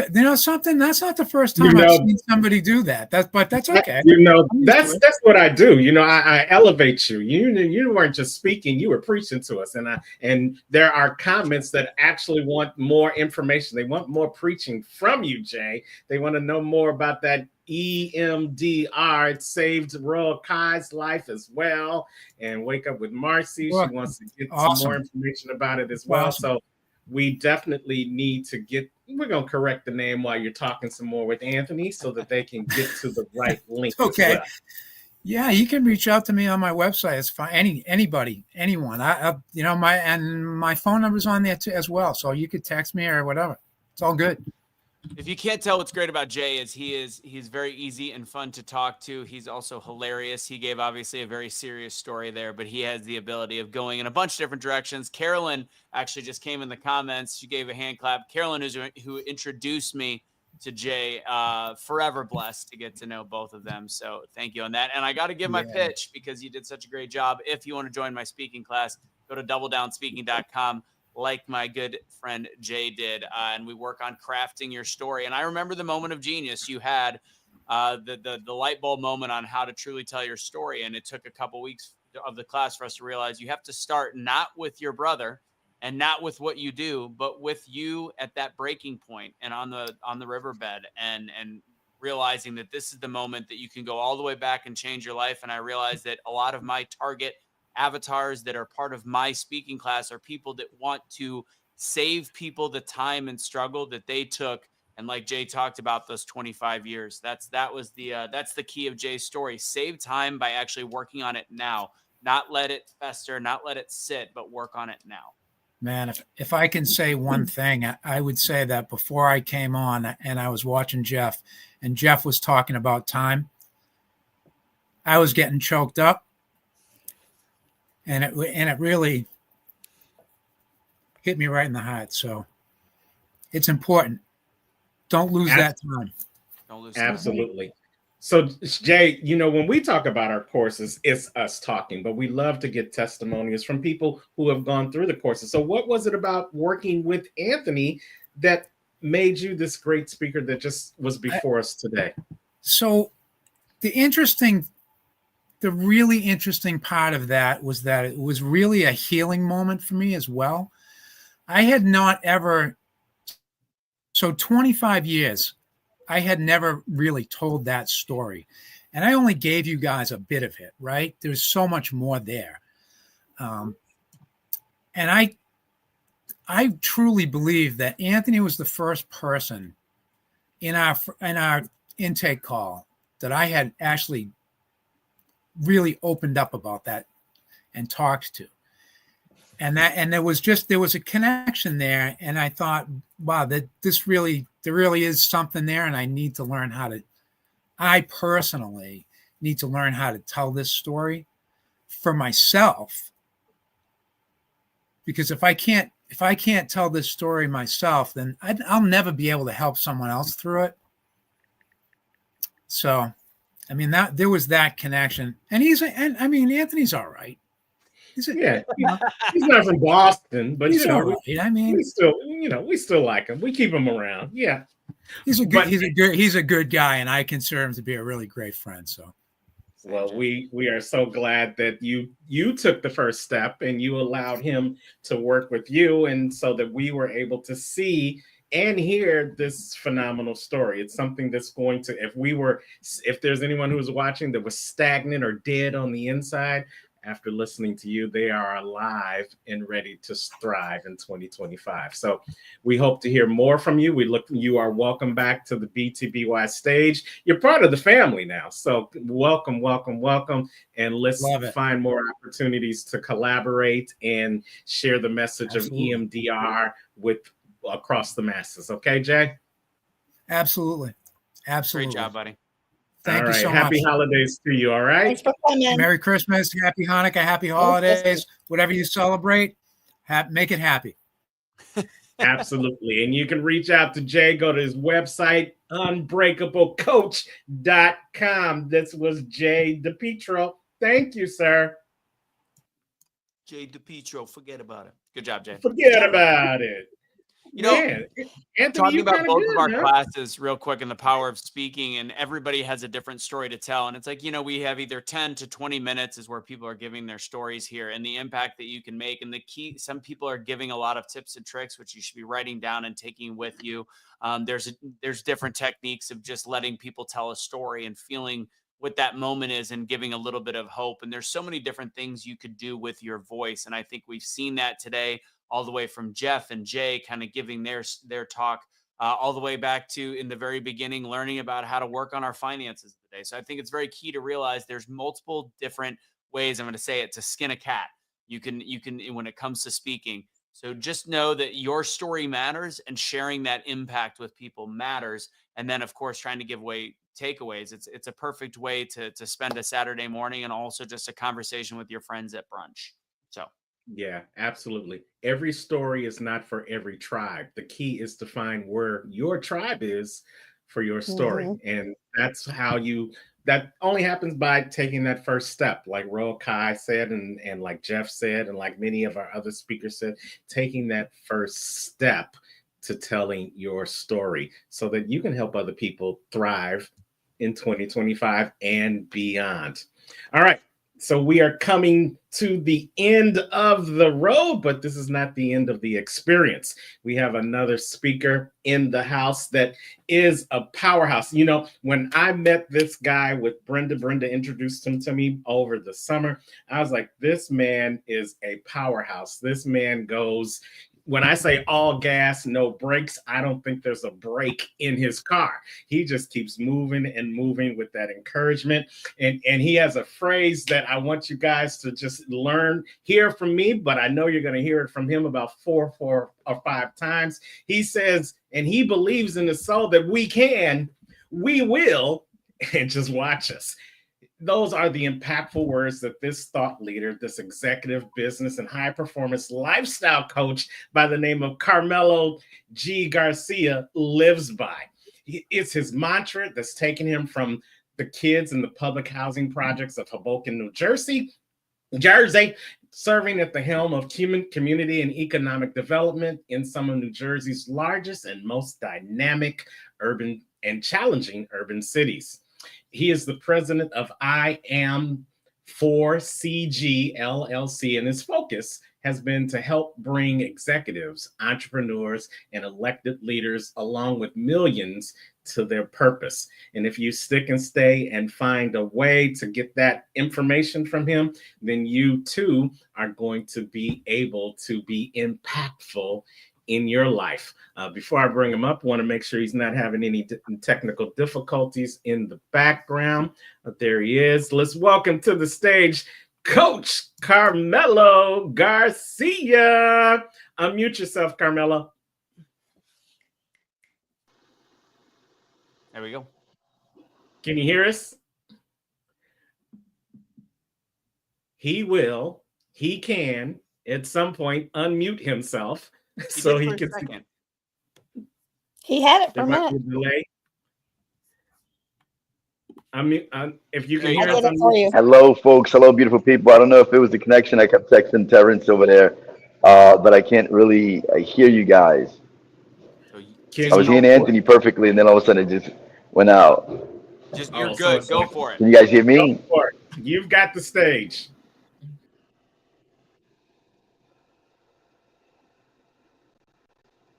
Hello, guys. Can you hear me?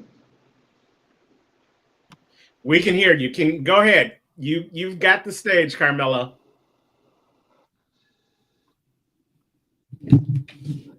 Yeah, my brother, you're coming in slow motion. Just go ahead. Go ahead. You Coach got Terrence, should I just sign back in through StreamYard or because I can't hear, brother? You've got the stage, so if you can hear me and I'm on a different system, maybe you can hear me. Go ahead. You are up. It is your time to shine. Let me sign right back in, brother. Technical difficulties, man. Technology is great, but only Lord when it works. Jesus. This is where we rely on you. Absolutely. So here, let's Hello. do this. Let's do this. We're going to take him down, and then we'll run a commercial. I'll reach out to him, make sure we got it going, and we'll be right back.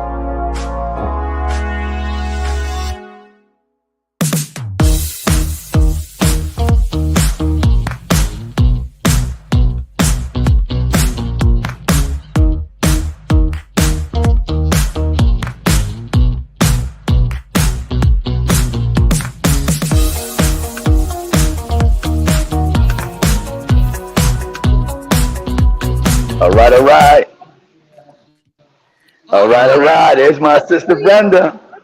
How are you? Outstanding. Blessed. Just dealing with, the technological enemy is always at work, but we got this and we prevail. All right. Well, you've got the stage, Carmelo. Take it away.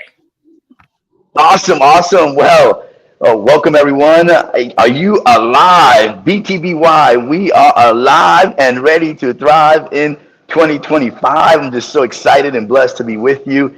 Thanking God for this opportunity and for all the amazing and emotional, informational, inspirational stories that have been shared. My God, man, give a big round of applause to all of them.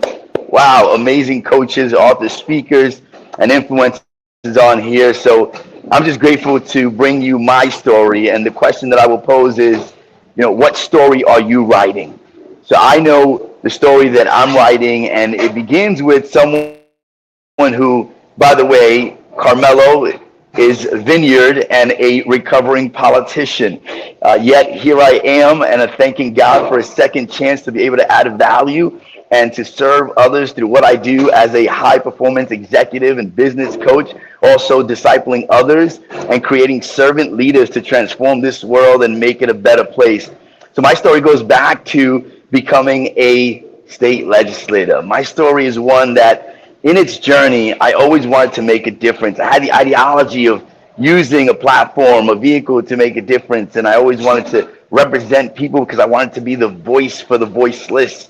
And as God would have it, I thought that being a servant in public service was the right way to go. But sometimes in life, or all the times in life, you have to have that fall to answer his call. So as I was a great steward in legislation, in representing people, being elected by 365,000 people to represent in the great state of New Jersey as a state assemblyman, but having a amazing journey to get there, one that goes back to growing up in the projects. Being a kid from the projects where by the age of 10, our landlord was burning us out of our homes to make way for the gentrification. That was a time where we had to jump out of a third-story apartment window at 2:30 in the morning with dark smoke and fire just literally nipping at our heels, and we had to take a leap of faith, and thank God that we survived. That led us into homelessness, and unfortunately, that year was a very tumultuous one as a young man. It developed this sense of rebelliousness because then my dad turned to drugs, and then I lost him to incarceration and drugs because he could no longer sustain the family. And so that led me to wanting to just be about me, right? As an overcomer, overachiever, and just focus on doing what I had to do to hustle, to strive and thrive in the real world of just fighting the fight as a fighter, to overcome, the poverty, to overcome the hardship, to overcome everything that I had faced in losing my family, and then having to be on my own and becoming a teenage dad by the age of 19, becoming a dad. But yet there was a dream.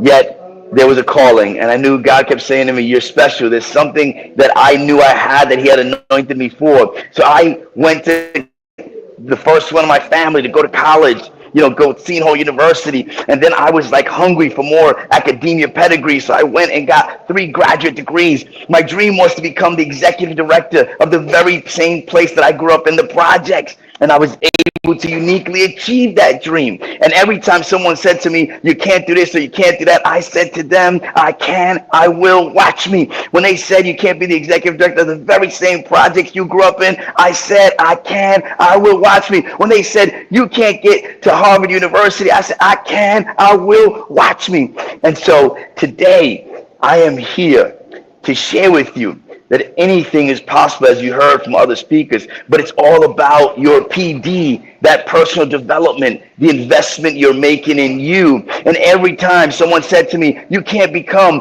a school board president and represent your district," I said, "I can, I will, watch me." "You can't become a deputy mayor and the director of economic and housing development for the largest city in the state of New Jersey," I said, "I can, I will, watch me."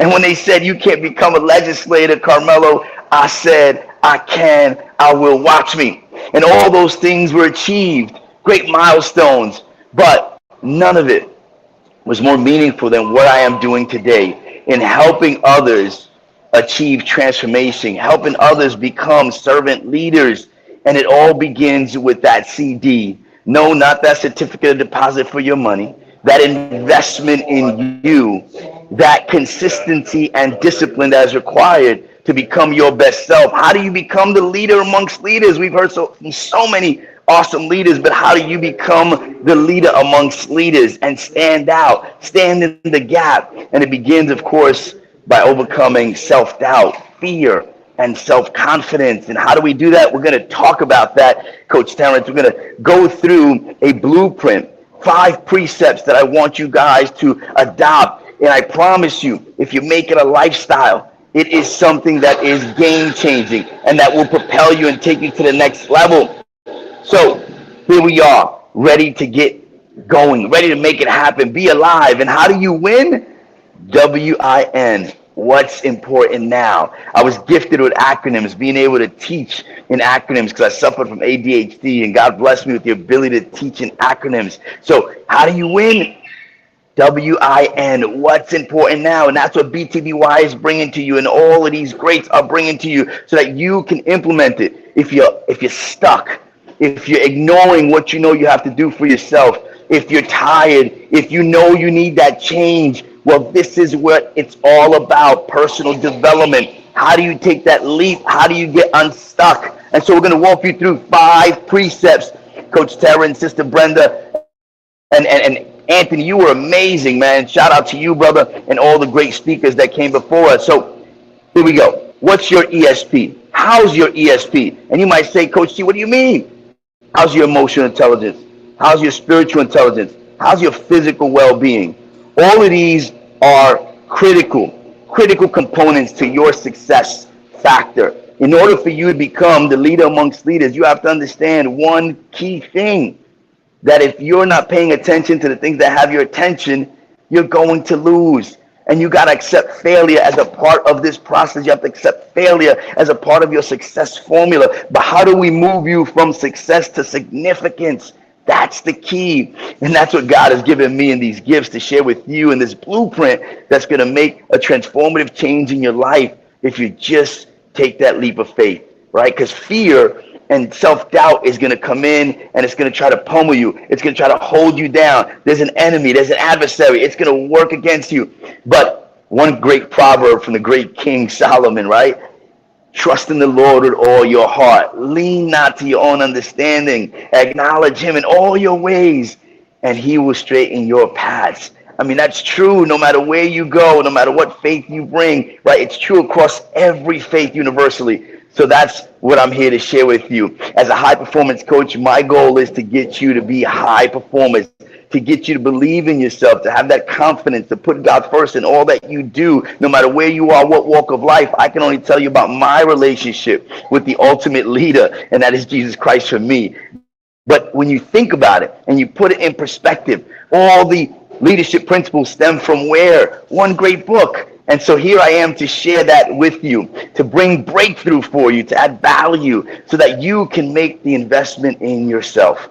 Because if you don't begin within you, and if you don't trust like organizations like BTBY and others, and I'm telling you, I've been certified licensed. John Maxwell was my mentor. Brenda Bouchard, HPX Academy, original member of the Tony Robbins, Inner Circle Foundation, right? So I've been there, right? I've had the opportunity to connect with Dr. Wayne Dyer, may he rest in peace, and Dr. Stephen Covey. These are all guys that throughout my years, while I was in politics and government, I was focused on though personal development. Everything that I did was about how do I become the best leader amongst leaders? How do I become my best version? That 2.0, that's what we're aspiring to, guys. So here are your 5 non-negotiable precepts that I want you to put into practice. This is all about your CD, consistency and discipline, right? This is about personal development, investing in yourself. Number 1, awareness. If you're not aware of what you're ignoring, if you're not aware of where you need to improve, you're not going to be able to close that gap. Number 2, agreement. We have to have an agreement that I am going to hold you accountable, that the person is who you're assigning as your coach, mentor, the organization that you're a part of, that you have an agreement that whatever you sign on to, you're going to commit to, you're going to honor, you're going to deliver on that. Again, awareness first. Being aware of what areas do I need to improve. being aware of what I'm ignoring. You have to ask yourself tough questions. You got to self-examine yourself. You have to put that mirror in your face and you have to challenge yourself. And you have to assign someone as your accountability partner to challenge you and tell you the truth. Even when you know it hurts, even when you don't want to hear it, you need that accountability.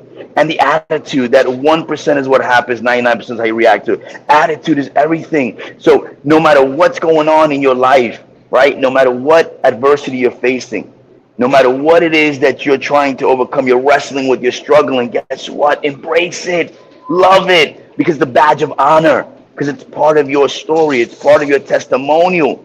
It becomes who you are growing and aspiring to become, the best version of you. And then you have to take the actions. That is CAN. CAN is clearly actionable, needed steps. That's why we say, I can, I will, watch me. Can is your ability, will is your mindset. And that's what we want for you. And we want to watch you. We want to watch every single one of you on this call. Every single one of you, we want to watch you take that action to be actionable, to get it done, because the Lord knows, God knows that you are needed. You are an ambassador. You bring a light. You bring a joy. You bring a love. You bring a passion that is undeniable and unstoppable, but you have to invest in yourself. And so I leave you with some more great gems, Coach G gems that are important. You know, one of the first scriptures that was tattooed to my heart was Jeremiah 29:11. For I know the plans that I have for you, says the Lord, the plans to prosper you and not hurt you, the plans to give you hope and a brighter future. So when you defer to his plans and you realize that you have no real control, the only thing you control is your DEA, because we don't control even our DNA. You control your DEA, your discipline, your energy, and your attitude. That's what you control, my beautiful brothers and sisters. That's what it's all about. And as we say, right, in Romans 8:28, all things work together for the greater good of those who love him and are called to serve his purpose. This is about second chances. This is about right now, your time. Don't be a someday person. Don't be a one-day person. Be today. That's what we're asking of you. Be today so that you can strive and thrive in 2025, because we know you're alive. If you're on here, we know that you were meant to be here. And whoever else this resonates with, that you can share it with, let's make a difference in this mighty way, giving people second chances. So, Coach Terrence, not sure if you want to jump in with any questions, my brother, but I can keep flowing. Oh, we know you can keep flowing and you can keep going, and you are sending the message of being alive. If anybody was dead before you jumped on, their blood is just overflowing right now. So we thank you. We thank you for that message. We thank you for your time. We thank you for what you're doing. Real quickly, Coach, somebody's going to want to reach out to you after this powerful message today. How can they do that? I feel like his audio doesn't work very well. We'll just chat. I'm sure you could just look on Google. You'll find him on Instagram. Yes. Go on Instagram. Find him on Instagram. How's that, Brendan? Yes, you know where to find him? Absolutely. I think his social media is pretty much everywhere. Instagram, Facebook. Yes. Reach out to me. I'll send you to him. Right. I am 4G.com. I believe that's what it is. We'll make sure we get it in the room. You know, sometimes it's no matter how powerful a speaker you are, again, if technology wears you down or brings you down, then that makes a difference. But we appreciate the message. You don't need super good Wi-Fi to make an impact. You come in, you talk, you go back and forth, and you get things squared away. That's how you do it. Right. That's the Jersey way, you know. Yeah. The Jersey side. You know, he's from Hoboken. My dad and I there's a place called Biggie's. It's a clam house. That's what I was going to ask him about. I make you a bet that would have cut through the Wi-Fi. If I would have said Biggie's, he'd have been like, all right, I know what you're talking about. Well, yeah. Okay. So anywho, I think we should just keep it moving forward. And this has been great. But you know, Anthony, I got a bone to pick with you. You want to? Hey, Brendan, you got a bone to pick with me? Let's hear it. I can't. Hoboken and the bone. Okay. I'm gonna be stuck in this accent for the rest of the friggin' day. Go ahead. I don't know if it's the Boston one or the Jersey one. Which one are you going to give us now? My dad was Jersey, so I can do Jersey all day. Boston, I can only do it right after I talk to Jay, or what. Besides that, I could do a Jersey accent all freaking day. Go ahead. You Okay, missed go our ahead with Kansas that City boom. event. I know. You missed it. You're going to I be at the know. next one, though, right? Correct. What's the dates on that? It's in my We're calendar. I thinking know that. September, the week of September 10th. We're still working on it. Correct. Unless I already have the days booked up until the weekend. As everybody knows, I work for college football for Fox Big Noon Kickoff, so I'll be gone on Friday and Saturday. But I believe it's Wednesday, Thursday, Friday. Correct. That's what we're shooting for. So, Just for you. Just for me. Just for me. Just for you. I will be there. Yes. Barring a 1% chance of something, but I'll tell you about that later. I'm working with something with Fox. I highly doubt that it will be an issue. It might just add a half a day, but we'll talk about it later. Yeah. Okay. And then off the air, you and I got to talk about something that you made a comment on 3 years ago. Oof. Yeah, I already know what you're doing, and that's still going to be in the wheels. It's a whole you're just different day. moving very slow. I'm very focused on this and positivity and creating change, and I think that it's important. I have rules, and we'll leave that at that. But I know where you're going with that one, and the answer is #not yet. Okay. We won't give it away. It's an if or a when. Yes. I don't know which one it is. Can I give my final thought on how important it is to tell a story? Would you mind if I take the floor for about 2.5 minutes? Take it away, brother. Take it away.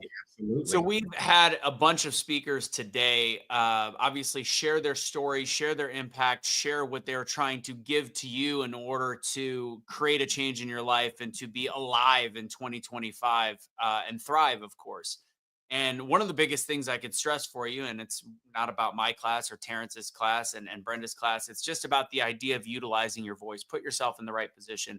And what inspired me to get deeper into this, because if you follow the journey with me, I've talked about overcoming failure for a long time, and I know that I can help people with that. And I think that's an important topic that we should all understand. But ultimately, part of overcoming failure is also the self-realization that we matter, our voice matters. And I hearken back to a story when I was very young that I just started to remember a little bit more of. I was about 4 or 5 years old, and I was in a hallway between my mother and my father. And I grew up in a household, like many of us do, that was imperfect. My dad never hit my mom, but there was constant arguments and there was a constant tension in the house. And this was one of the many fights that they had, but this one escalated. And I guess it was the first time my father was actually about to potentially hit my mother. And at the age of 4, even though my dad had multiple sclerosis and he was legally blind, I still, as a 4 or 5-year-old, I'm not going to be able to physically do anything to my father. But I stood there. I stood in between them and I said, "Don't you dare hit my mother," as a 5-year-old boy. And it completely brought the temperature down in the room. It brought the fight down. And of course, he didn't hit my mom, and he never hit my mom, actually. And later on, there's moments I use my voice to step up to my father. But what I realized in that moment is that if you can use your voice in any circumstance, specifically then it was to stand up to bullies. It was to stop the bully from doing something that I believed in. And it wasn't about me having the physical ability to stop it. It had me with the courage and the know-how to put my voice in between two situations. And if you could stand up to bullies, that means you can also change the world around you in so many different ways. You can change your circumstance. You can actually create change in your life that makes you get a better job, that makes you have a better life, that makes you have better relationships. So it is all about the communication skills that you have. Because in 2024, 2025, you can't just go grab a baseball bat or a tire iron or punch somebody in the face. You have to learn how to use your words and use your courage. So I can't stress enough the power to actually embrace what God gave you, and that is a voice to speak up for yourself, a voice to speak up for others, and a voice to change the world. And that's what Brenda and Terrence are doing with their speaking and what they're doing with Becoming the Better You, and what I truly believe in, which is to improve the things that come out of your mouth so that you can say things with your chest, say things with pride, say things with courage, and actually change the world around you. That's my piece for you guys. So I hopefully that put a decent bow on it from my end. And thank you to all the speakers. Thanks for Terrence and Brenda Great job, for putting this all everybody. together. And just Yeah. learn that you have more power than you could possibly imagine. In the words of Marianne Williamson, oh, I'm drawing a blank on it. In the words of Marianne Williamson, what is it called? We underestimate. Ultimately, we underestimate the own power that we have with our own voice. That's where we sell ourselves. We're afraid. Can somebody pull it up while I'm doing this? I think that'd be a great way to end it. Save him. Save me, Marianne Williamson. Marianne, I'm going to do it because it's a great way to end. Well, You guys keep talking. I'll come back to it. Yeah. So, you know what? I want to piggyback on that because, we don't want you guys to leave here thinking that we were just talking about becoming a better speaker. We have a class, Becoming a Better Speaker. Anthony has a class, Double Down Speaking, but there's power in you. That's why the last part of BTBY is you. It's not becoming the better Brenda. It's not becoming the better Terrence. It's not even becoming the better Anthony. It's becoming the better you. Here's the facts. You are here. You are alive. Those are the facts. Now, here may be the story. You may be struggling. You may be striving, trying to survive. You may be trying to make ends meet, but are you at that point where you are ready to thrive, where you're ready to make a difference, not only in your life, but in the lives of the people that are watching you? Because trust and believe, you never know who's watching, but somebody is always watching. They're watching to see how you survive, how you come alive, and how you thrive so that they can come alive and thrive themselves. You're leaving seeds, you're leaving clues. You are what Saucony are talking about, that tree that continues to grow even in the winter. And that's why it's important not only for you to just use your voice, but to use every God-given gift that he gave you. And we're here to help you. We're here to help you develop that personal and professional development. We're here to help you develop that health and wellness so that you can be healthy and wealthy. We're here to help you so that you can see that service is just as helpful and important to this world as helping you get your finances in order and helping you become a better professional development or even a better speaker. Whatever it is that you have just been struggling to become a better part of your life, then we want you to take this first step today with whatever you got from any of these speakers that resonated with you today. Take that first step and start thriving as you move into 2025. And know that you don't have to do it by yourself. The family here at BTBY, Becoming the Better You, our service to you is to help you become a better version of yourself. So go on over to comechangeyourlife.com. Look at everything that we have to offer. Look at the upcoming things we've got happening. Look at the collaborations that we are forming to help not us, but you. Because again, the most important word in our organization is becoming the better you. And we'll turn it over to our visionary to close us out. Actually, Anthony has a quote to read. Well, yeah, I found it too, but thank you to No Limit Living. I was like, this is a quote that I say all the time, and it was like, bink.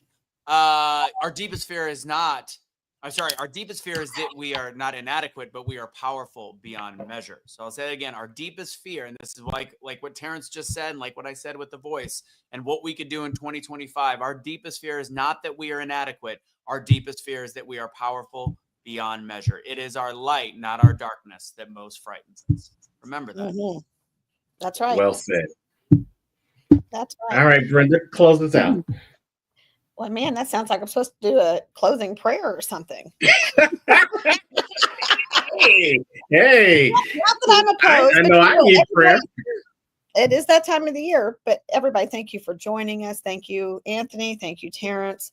It takes a lot of time out of our days to do these, but it's important to share your voice. It's important for people to hear stories.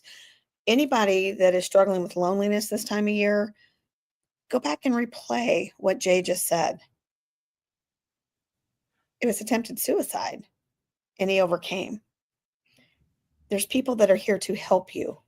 I know the holidays are tough, but they can also be beautiful. Sometimes there's beauty in the mess. I just want everybody to remember that. Thank you all for watching. Go check us out. Go see what's coming up next. Everybody have a happy holiday. Peace out. Hey, on behalf of Brenda Ringwood, Anthony Russo, I'm Terrence, the Unstoppable Coach Leffridge. You know what I say, wherever you are in the world today, don't just make it a great day, but become the best version of yourself and make it an unstoppable day. We'll see you guys in 2025. Take care. See you later.